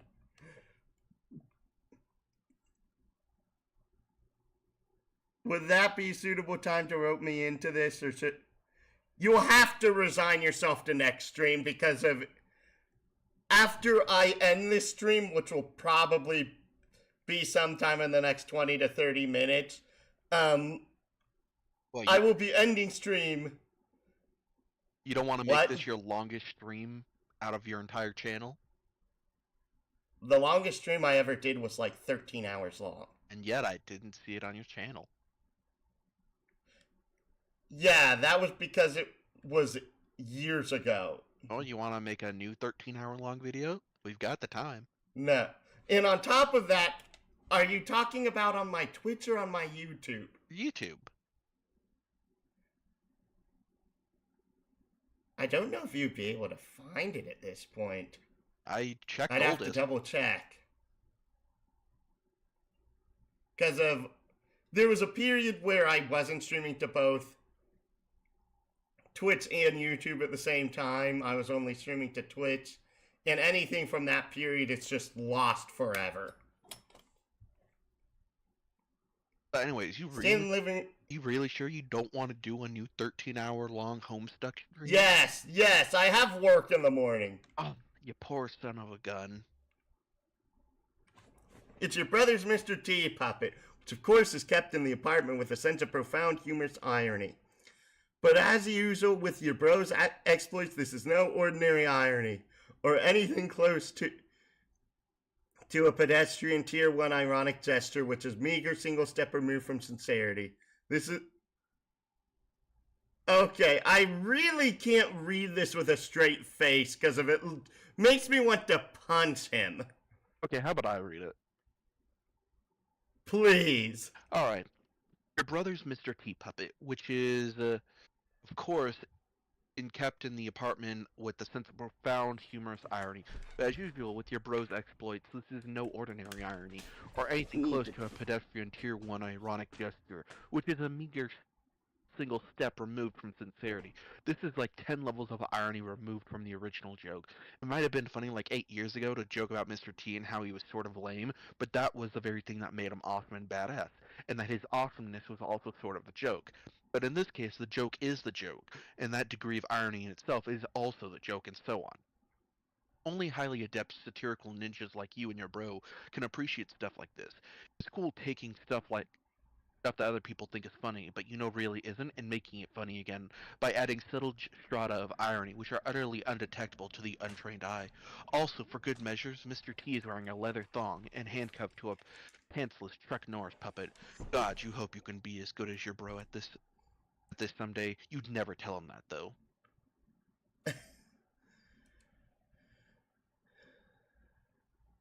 Cal's nowhere in sight. All you see is a bunch of your bros weird strewn about haphazardly. You guess these things are kind of cool, sort of. Play on the Xbox. Looks like your bro was playing. It's not like him to leave in the middle of a totally intense game. Not like him to misplace Cal either. Man, you hope the little guy's alright. Is little Cal like, They'll find out. what the cluck am I looking at? That's little Cal. Oh, I hate it. I hate it so much. Oh, if you think that's bad, just wait until you see the actual little Cal in the future. Oh no.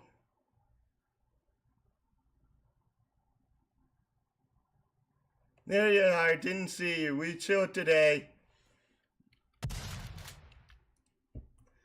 Cal's the man. Resist great urge to play Bros Xbox.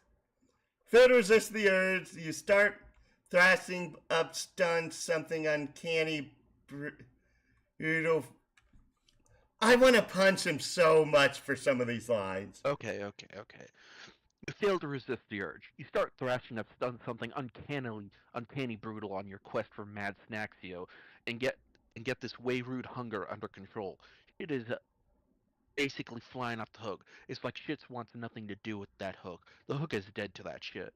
But you get stuck on some poorly modeled 3D fixture or something like a railing or a piece of wall. You'll have to reset. Fuck this shit. You almost forgot. You gotta give the C-Man some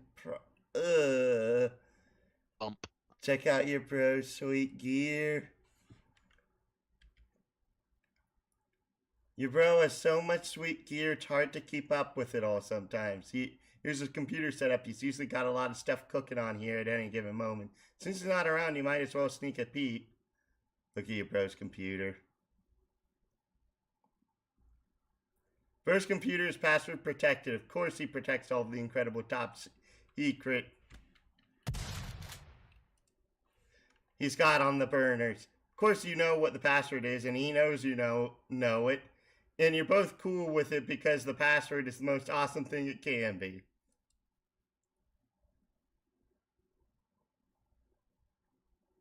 Yeah, under the pack. Oh, is he literally going to be using his brother's computer this entire time? Oh no, wait, we saw his PC earlier, didn't we? We did indeed. Is the different PCs going to have a major impact on anything? A little bit, yeah.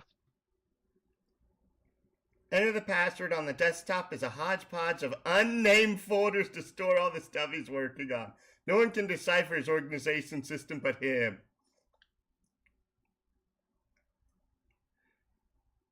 He also tends to use the application to keep up with the ludicrous amount of websites and new feeds he monitors. Stay hip to the scene. Oh yes, so hip. So cool. What this? What am I looking at? You're looking at complete bullshit. Check your sweet.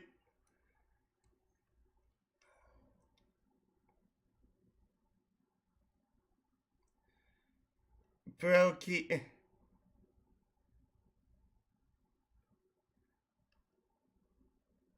is it time? I already made him read the first comic or the first volume of Sweet Bro and Hell Jeff. He unfortunately won't read any more of it. Yeah, I'm like, unless it's something that's actually relevant to the plot, no. Which it really is, but you won't know that because you'll never read it.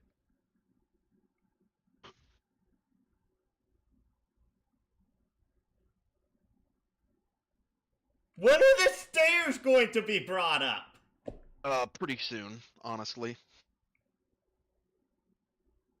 Oh. Oh, is this going to be some stupid thing where, like, each comic foreshadows something in the near future Maybe. that will happen right after the next one's released? Yeah, just check it. Just check out the latest comic. Just do it. Do it. Do it, my man. You can do it.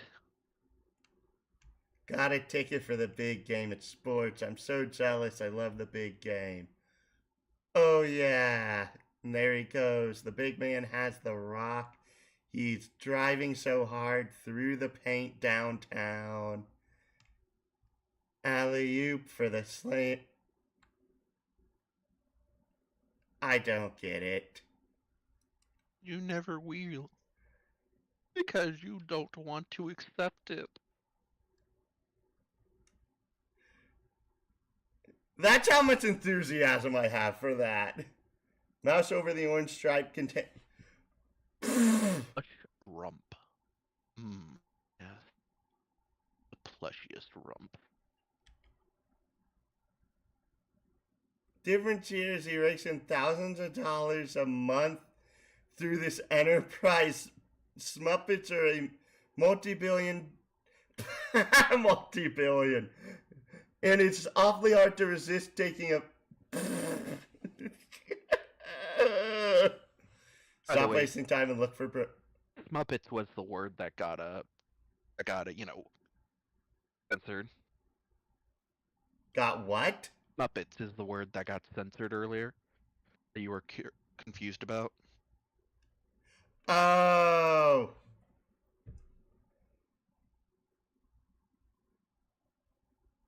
Muppets. Smut puppets. Oh, smut puppets. Muppets.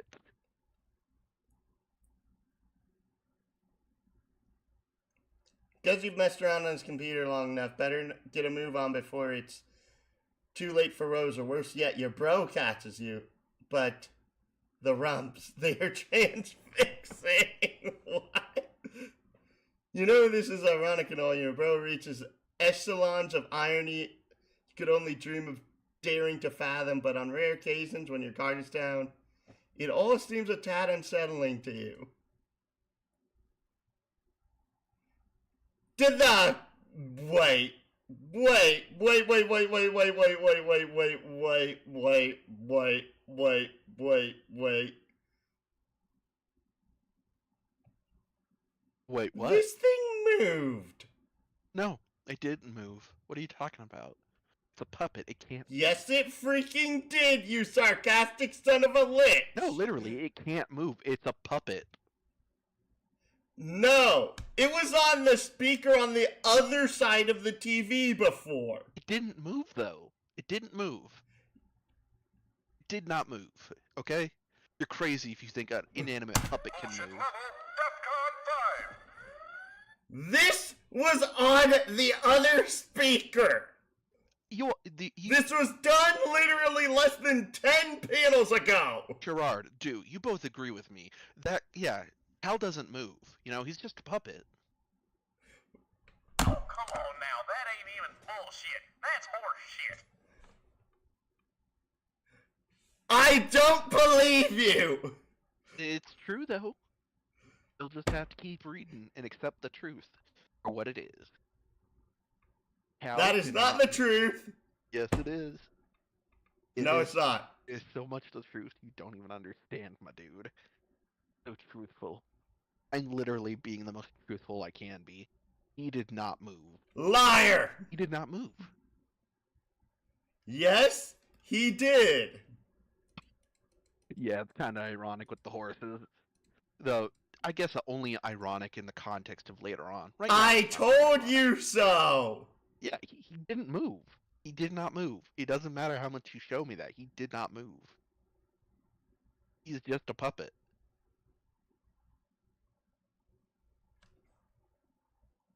I don't care how much you're lying to me. I'm not lying though. I'm actually legitimately, honest to God, strike me down, and I am not lying to you. So the maker of the webcomic did that on accident, just so someone could point it out years later and be really freaked out and everyone lie to him. Thing is, no. The creator didn't make a mistake. And he didn't do it to freak you out. Little Cal just didn't move on his own. So Dave moved him, we just didn't see him between the scenes. No, Dave didn't move him. Little Cal just didn't move, you know? He's just a puppet. Come on, let's keep going. Let's keep going. He moved because of the TV is shown to be to the right of the desk. He is on the right speaker, and then he's on the left speaker. Dude, just keep going. Going. Keep going. He didn't move, you know? Dave didn't move him.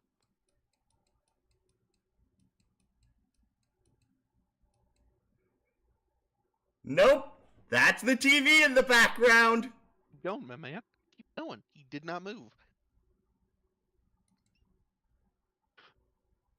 Keep going. Oh, next page. Next page.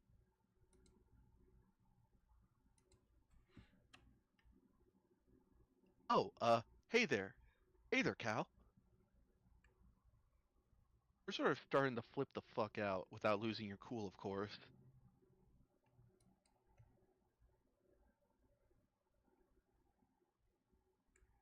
Get Egbert on the line to give him the lowdown on your progress if it's important to keep the wires hot. But he's not answering. You wonder what the guy's up to. So, Pesterlog. Hey, what's up? What happened with the monster that is totally definitely in your room? Did you kill it? Where are you, man? Anyway, things are cool here. Totally cool. Puppet's still awesome. No problem with them or anything. Like, just really, really, really awesome. It's like Rose is finally logged in again. Didn't John say her house was burning down? Wonder if she's on fire yet or what. By the way, that was the first instance of on-screen trauma for Dave. How much did you love it? Not traumatizing enough. Oh, by the way, remember when Rose said she had seen Dave's Bro website and she liked it? That was the website in question, by the way. The Smuppets website? Yes.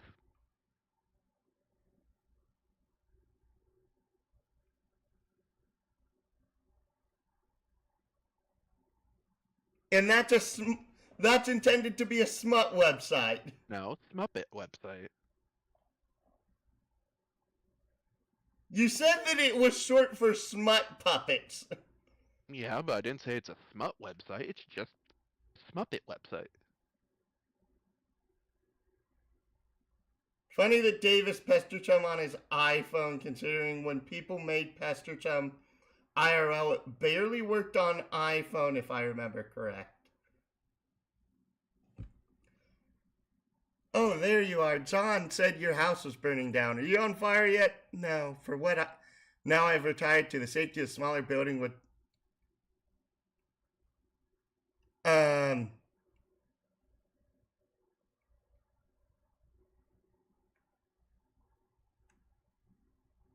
This is literally the exact same conversation. A different context, you know? Still same conversation.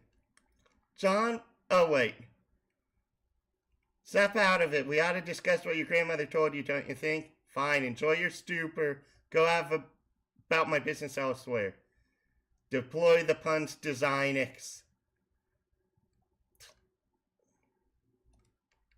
John, whenever you read this, you should know I put the shell you collected to use and finally deployed the punch design X. It's in your study. Can only drop it, though. You have to be the one to mess around with it and see what it does.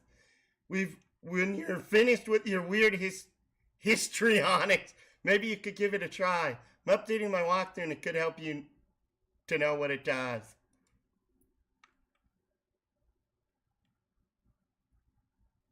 The Chester imps. Also, I should probably warn you that your house and yard are completely infested with monsters now. Try and be careful. So I can see. Stupid, lousy imps mucking up all my cool stuff. Oh, there you are. Oh, sorry. Yeah, sorry. Not sure what came over me there. I was acting really crazy for some reason. The head feels like it's clearing up, and I think I'm all right now. Warning, warning, bullshit alert. This kid is not right in the head. Oh, you wouldn't be right in the head too if you had somebody speaking into it. You're getting way better at this sort of thing. Front pogo ride to prepare yourself for Nana.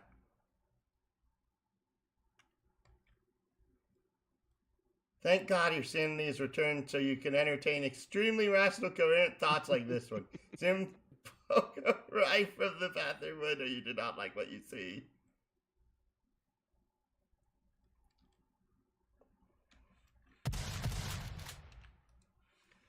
No one risks painful injury on your green slime ghost pogo ride. No one but you. Drop something heavy on one of those imps.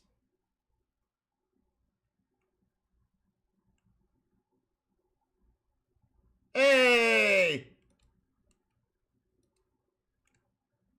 Rose, my piano! Frowny face. Yeah, it was an interactive game. Now it's gone. Sorry, no nuance to these controls at all. I was hoping to bludgeon the imp without letting go of it. Guess I can't really do that. Broken piano isn't the end of the world, though. I guess you're right. You'll need to pick up the spoils in person. I can't interact with the grist. So, that means I have to go out the back door. Yes, is there a problem? Well, it sounds really dumb, but I was hoping to avoid Nana and her spooky ghost cookies. You're right, that does sound dumb. Can you see her in the kitchen? Yeah. What's she doing? Is she baking? You could say that. Are you sure you can't get that crisp up to me somehow? Maybe. Use poker right to fling grist through window.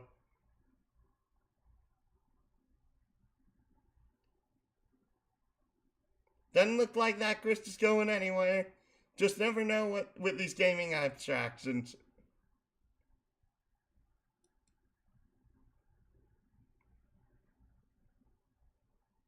Drop pogo right in Sean's bedroom. Bathroom. Get grist. There you go. Why don't you check out the Designix? You can do that while I get to work. On what? Piano. Level up for slaying the imp. The piano in its valiant effort for it has unfortunately been slain. But if it hadn't, you would have raked in so many boon dollars. You have no idea. So many. It's time to build. Yeah, time to build. Nana said to build, so that's what I'm doing. Oh yeah, okay. Be sure this is sure going to take a lot of grist. Looks like you're going to be busy, John. Blarg. What are you building? Stairs. They're fairly expensive, actually. Oh man, I could have warned you about stairs, Rose.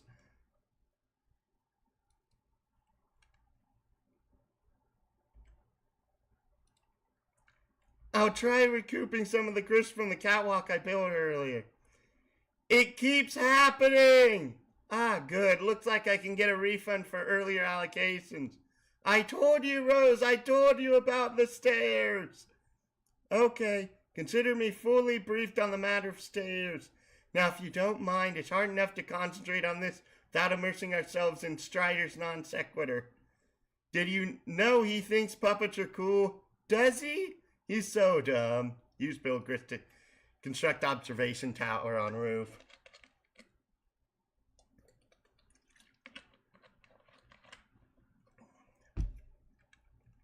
Oh, you obviously don't have enough build grist yet for something that ambitious. But you can get started with something of a foundation for upward construction at least. Check cabinets for imps and useful items. No imps in here, just a lot of shaving cream. Dad loves shavings. Basically, all they do when they're not baking, that is, bring 2 kids of shaving cream.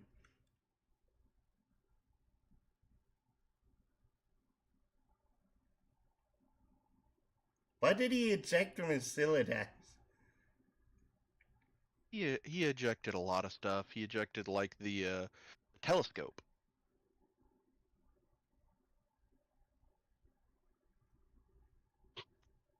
Ah, no, this time only one thing was ejected. When you'll need to bust out hilarious shaving cream Santa beer to ratchet up your prankster's game, but your telescope goes flying out the window. Ride, Pogo, ride.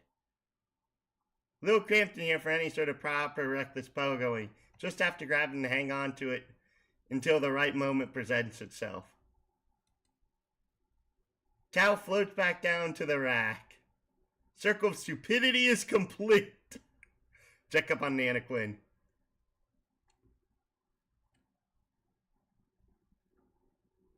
Why is there an imp in the kitchen and the bride is doing nothing? Because she is a sprite, and the imps know not to mess with the sprites. They just want the cookie. Oh, so the imps are knowledgeable enough to know not to mess with the sprites. Kind of. What? Kind of. Some are just Kind big, of? Yeah, some are just big dumb stoopy heads, like people. Are you saying the imps are that way or the sprites are that way? The imps are that way. Okay. Make your way to the study. Oh!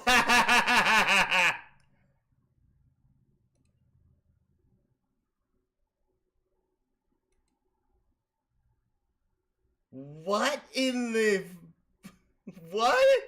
Looks like the imps have taken a shining to the crux extruder. Crux in black goo everywhere. This image has so much going on and I love it. Oh, you're saying you like something about Homestuck for once? Oh my gosh, No, you it's getting because turned of into the a fact there's Homestuck? so much going on in one image. Oh my gosh. Guys, he's becoming a Homestuck. No.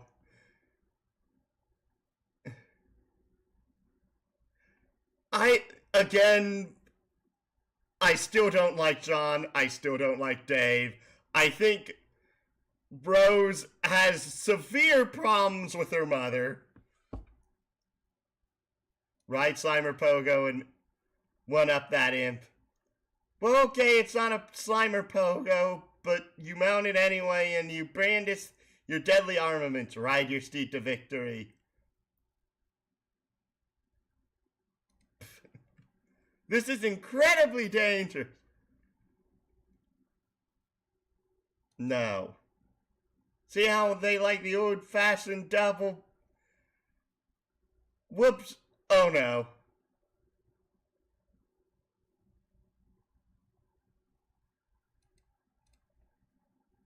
Mr. John respectfully asks that you please stand up.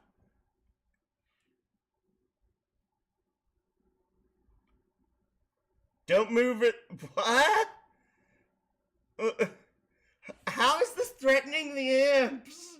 Or are the imps that stupid? They are that stupid, my man.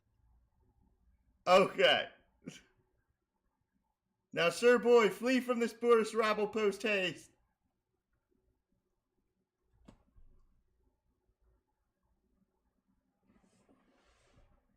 Nice abscond, dude. Yeah. Refrigerator level up for slaying the imp.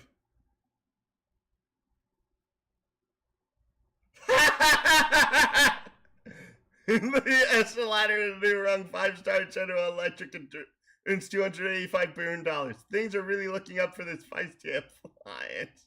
Well done, John. Polite congratulations.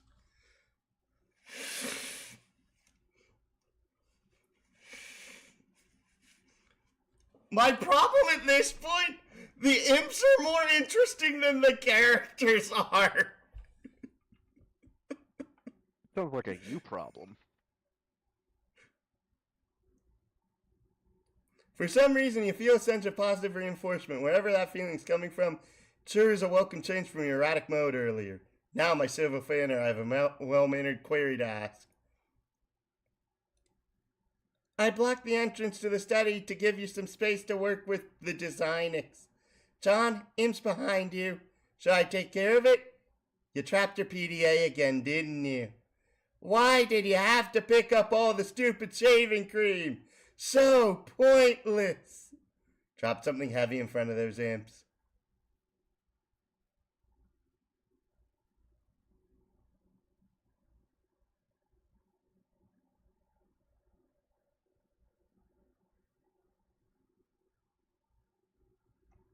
Why was his book inside the safe? It wasn't. Or is that like another volume of the book?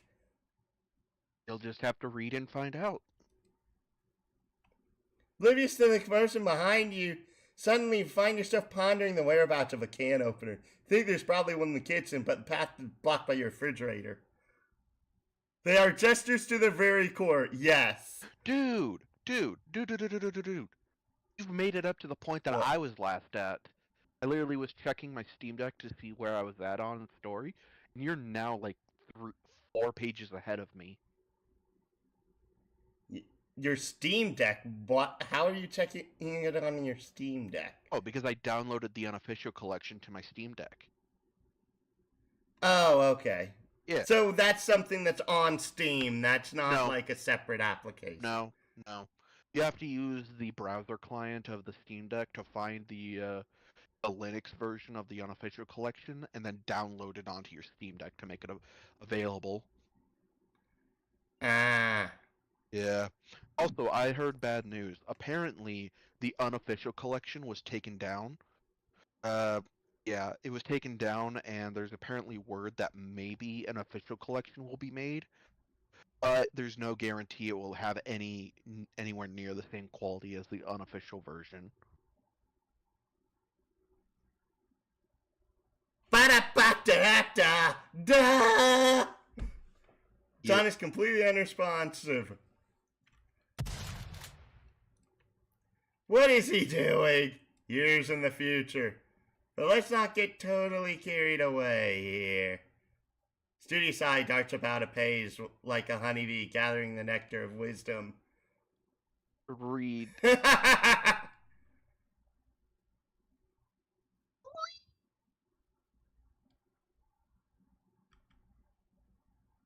Munch chew, munch.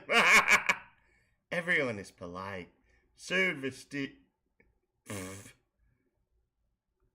Rip, munch, munch, munch, munch.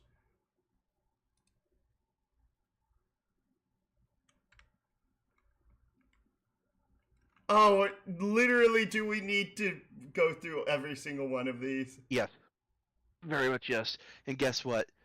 You've got URL pictures to look at. Co-player John assesses environment after transition to medium, followed by Sprite Sans kernel. Prototype till once pre-hatched, completely useless in this form. Close. Severed from suburban grid, house remains mysteriously powered, convenience presumably facilitated by a game which perhaps deems navigating a powerless house to be a handicap less in keeping with the spirit of the game's principal statement of challenge. Internet connection remains stable as well, will likely remain stable until the internet itself is compromised by some external threat. Something like, let's say hackers. Kill monsters, get crisp, build onto house. That's the game, didn't know what the point of this was at the time. Floundering, trial and error on exhibit.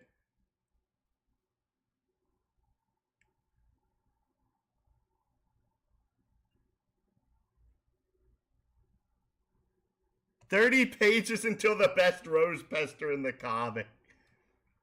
Prototype. Unsuccessful attempt at Tier 2 prototyping. Knowing what I know now, I might have avoided using a backbreaking Vademecum for practical jokesters, rife for antiquated lexicon and racist aphorisms. Either that, or I might have tried harder to succeed.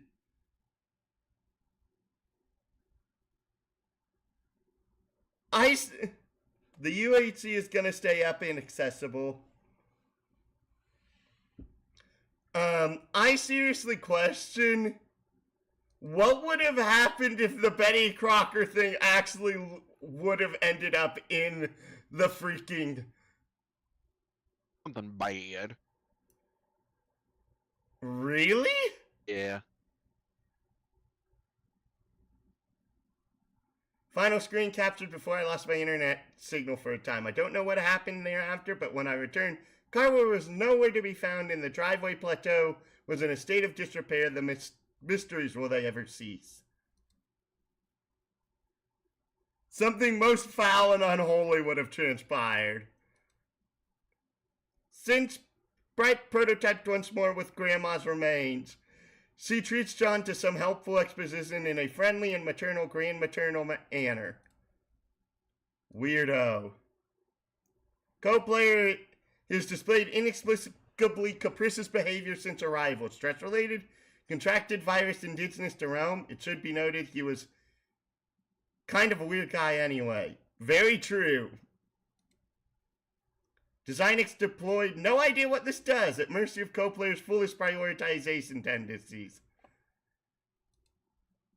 Grist play a payload from slain foe. Whether I deal the damage or the co-player does yield the same. Though I have a significant advantage in battle, taking measures into my own hands deprives John of hand-to-hand combat experience, which ostensibly will become more critical later. Okay. This actually does give me more questions. Are you still planning on having them be paired? Oh, no, During no. the... No, I plan on just having to make it simple to just have the players all be in one area. Okay.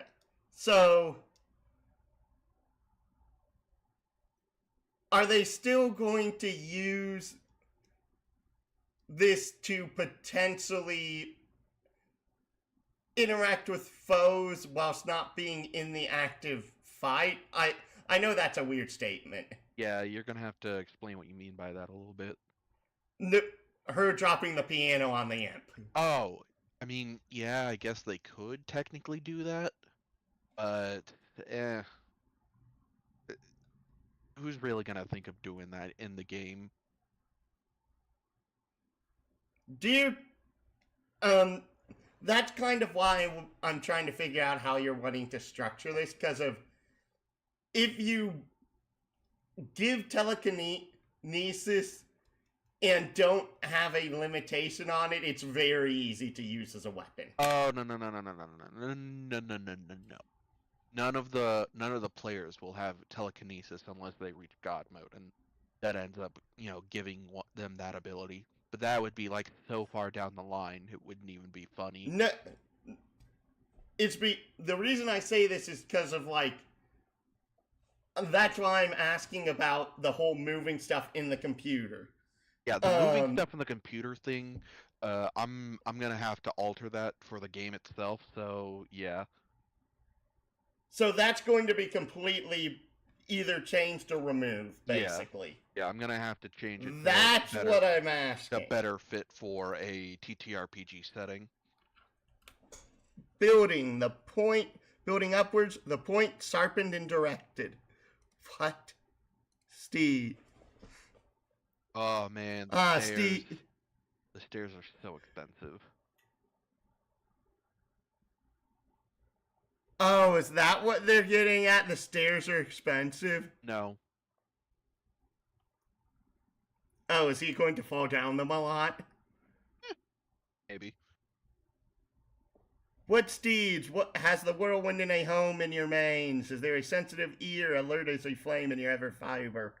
Hearing the familiar song from above, all in one accord, you strain your bronze chests and hooves, barely touching the ground, turn into straight lines, cleaving the air, and all inspired by God as it rushes on. Yeah, I have no idea what the... he's doing here.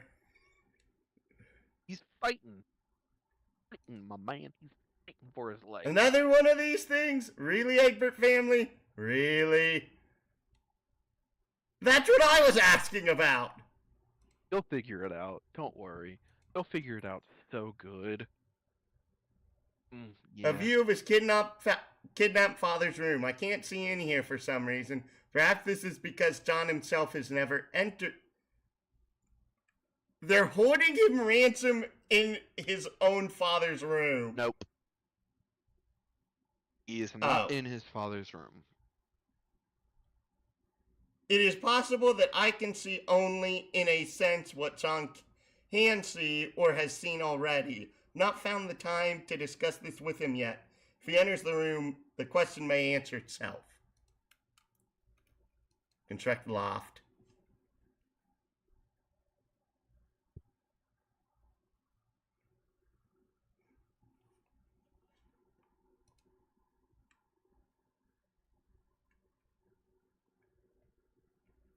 So many imps! Mm-hmm. Ladders seem to be a bit cheaper than stairs. Fellow John, it appears we've reached an impasse. Yes, it seems so. Opener dilemma remains unsettled, most unfortunately. He is oblivious. Yeah, he really is. Dumb as the day is long. It is unfortunate, I guess. What are we talking about again? But it's been a pleasure nonetheless. Thank you for the courtesy. It's not really necessary, but thanks anyway. Oh, thank you. Okay.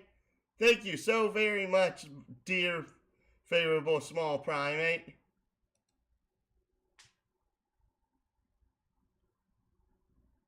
I shall take my leave now, John. Until next time. Wait, where did all this sweet loot come from? Why is there suddenly a crumpled hat on your head? Gather grist, examine designics. Being especially economical with your behavior suddenly. You scoop up all the grist in the room and turn to the punch designics all in one fell swoop. The device features a countertop situation design with a keyboard setup, not unlike an old-fashioned computer. There's a blinking red light and a diagram etched into a panel. Answer Dave. Okay, wait, hold on. Why am I getting this stupid game for you? You're the one who'd be wrist deep in... What's the specific problem? Problem is I'm up to my...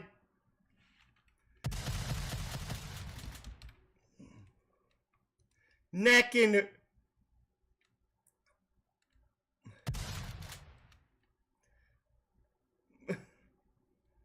You know, what?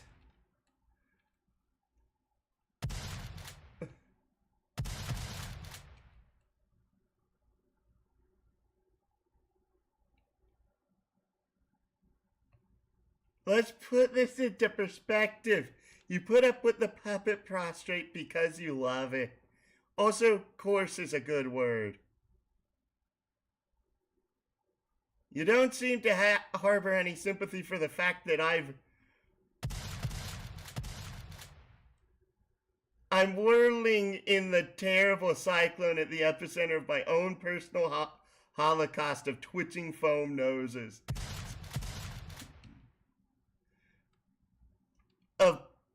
What? Like, what?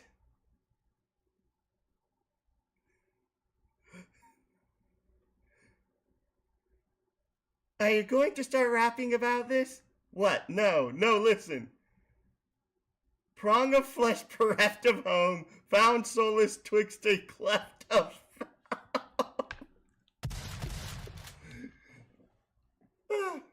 Of apocalypse your thoughts eclipse a painted pair of parted lips that dare thou through kiss to stir the air that teases tufts of orange hair. And though faces flush of lovers' fifths hand snug and plush as gloves befit. Oh, Dickinson, if you can shut your perfumey trap for half a second. This is serious, I'm just saying.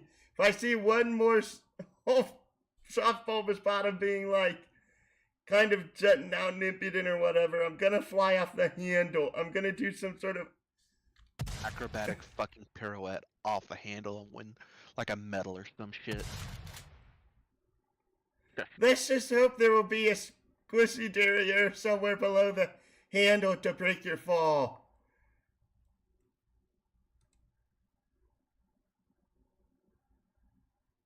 You never learned to read!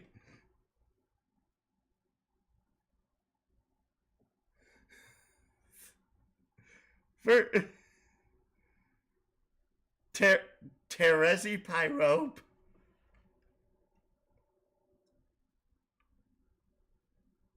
You flip over the top card containing your pogo ride. Anytime you caps lock something, a new code appears on the back of the card. I've always wondered what the code is for.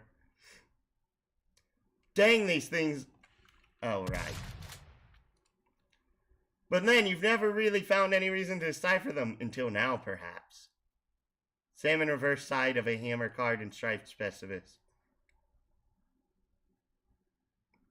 Looks like the cards from your striped deck have the codes too. Enter captcha code is seen as back of Pogo Ride card. At least you think that's what the code is. The red light switches off, green light begins blinking. Insert card. Type in that. In the interest of due diligence, you enter the other code and repeat the process with that card too. Both cards are now punched in it with different hole patterns. Attempt to retrieve Pogo from card. Yippee! Oh, well, that's it. What? I was just saying yippee! What? We're getting into the alchemy. Uh-oh, it looks like it's trapped now. You don't see how you can access the item anymore, or store a new item there for that matter. These cards are pretty much useless now, and the items they contain are toast. But maybe all that is not lost. Recalling from your experience with the pre-punch card, you may be able to use the cards to replicate the items in question. Assuming you got the right code, the codes right, that is. Mash keys and heedlessly. Not quite sure through with your cowboy empiricism just yet. Mash at the keyboard to generate a random code. Design stops you after 8 characters, which appears to be the maximum length for a code. The green light goes on, signaling it's ready for a card. Figure you might as well burn the saving cream since the product is not exactly at a premium in your household. You also figure you might as well merge 2 cards onto 1 card. You're a little sad that your dad isn't around for this. You have a feeling you would get a real kick out of the idea of duplicating more saving cream. Punch the card with the pattern that is in no way related to the code for the item it contains. This should make for an interesting experiment. That science is a lot of fun. Fortunately, you just burned another card in the process. Your deck is really dwindling now. Maybe you should have thought this process a little better. Okay, so since you aren't doing the captcha log system, how is there going to be a limitation on this in the game you plan on running? It'll be based on them obtaining the character point. If they want to make a new weapon, they've either got to get rid of their old weapons and stuff they have, or they've got to fundamentally create an entirely new weapon. Okay, so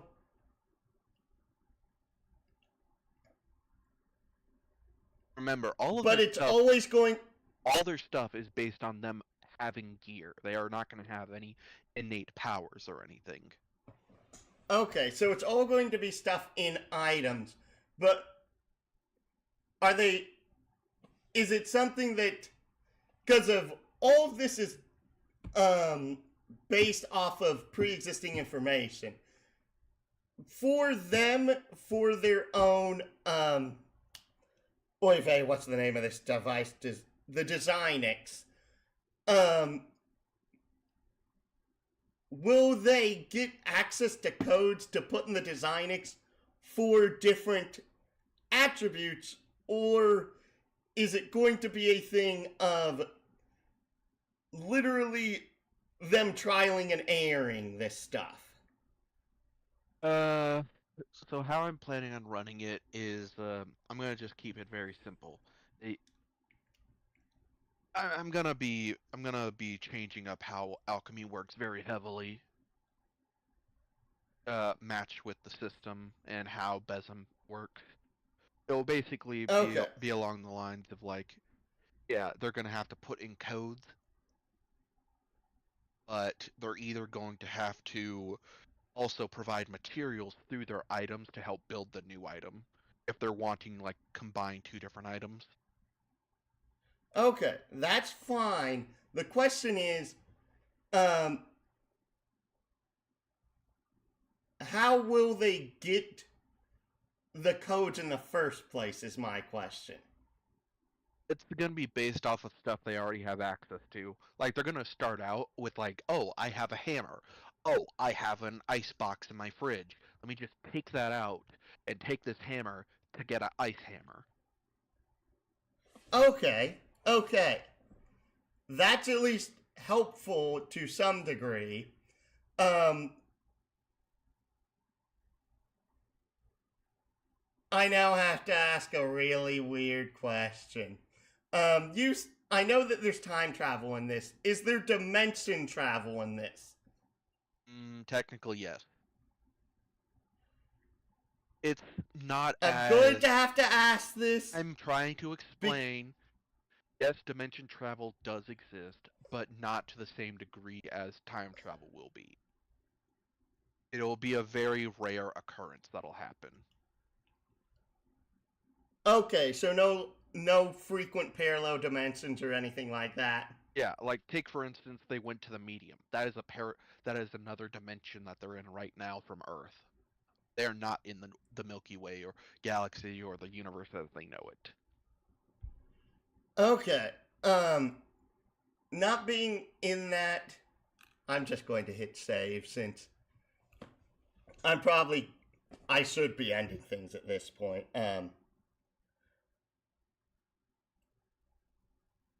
So because of that, I'm trying to go through different potential attributes to figure out how they would basically itemize it.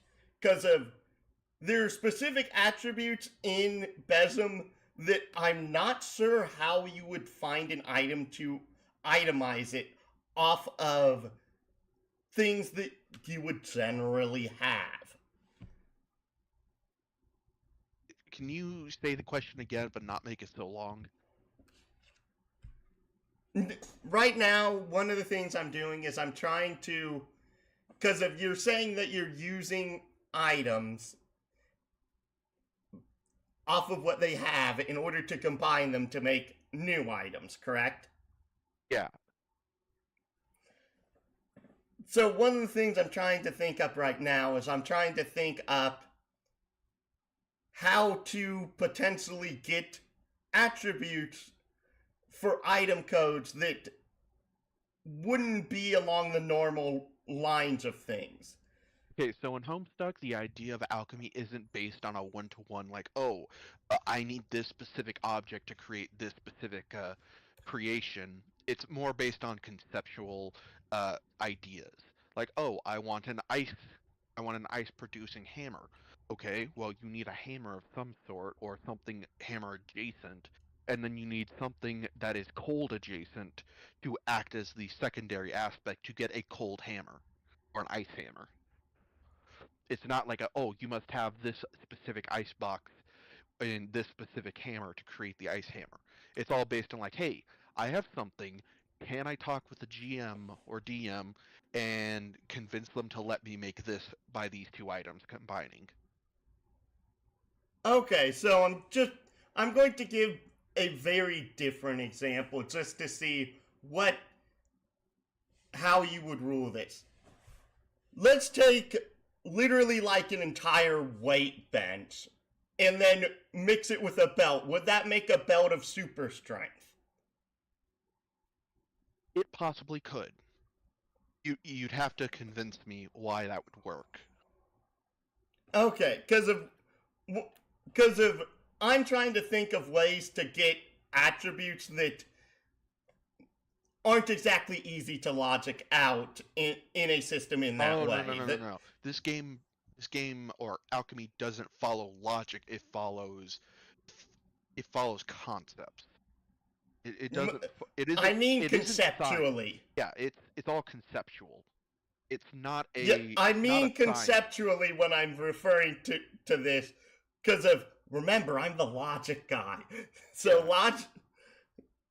I'm telling you that it is not a one-to-one science. Everything is based on. I get that. Yeah. I get that, but it's to me trying to logic out how conceptually specific attributes in the system they will have the potentiality to make. It's going to be a case-by-case basis for each player. Fair, because of. And they're not going to have access to everything to just immediately give them whatever attributes they want. They're going to have to find stuff. They're going to have to create stuff. They're going to have to meet people who will give them stuff. They aren't just going to be like, oh yeah, I want to give myself telepathy.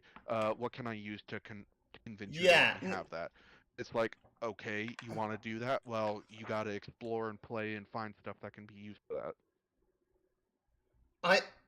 That I can understand, since I'm more thinking of stuff that is more feasible, yet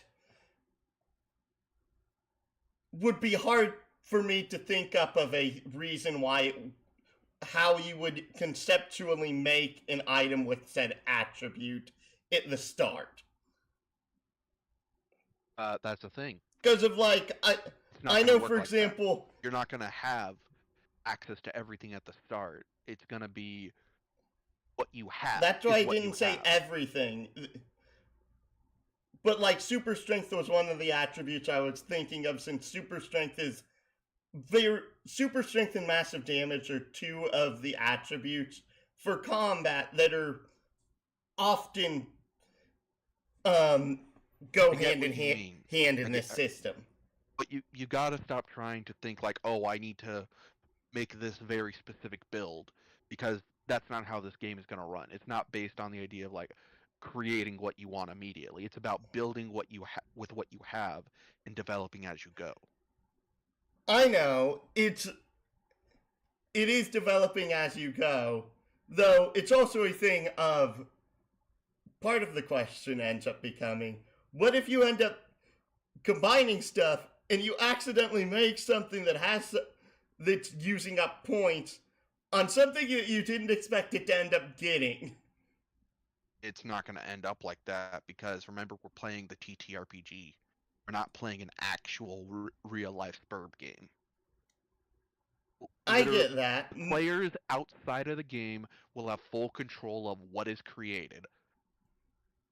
Okay, so they have full control over what's created. They have to just convince you as to why something would end up having specific attributes tied to it. Yes. That's fine. And there's some attributes that I know that, like, it'd be impossible for an item to end up being made with said attribute on it. For example, like, I can't think of a single way how you would end up making an item with the swarm attribute on it. And a beehive.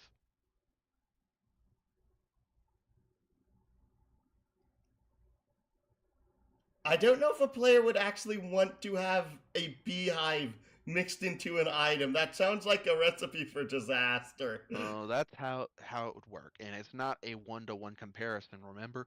You're not just going to stick a beehive on what you're creating. It's literally you're taking the attribute out of character. You're taking the attributes of something, if you can convince me as the GM to allow it, and putting it onto the final product. Fair. Anyways, it's getting late. You said you wanted to shut down stream for work, and my family is yelling at me to get off. All right. So we're going to end up. What? Too many avatars to. Oh, right. Welcome, Do. Yeah. You had fun.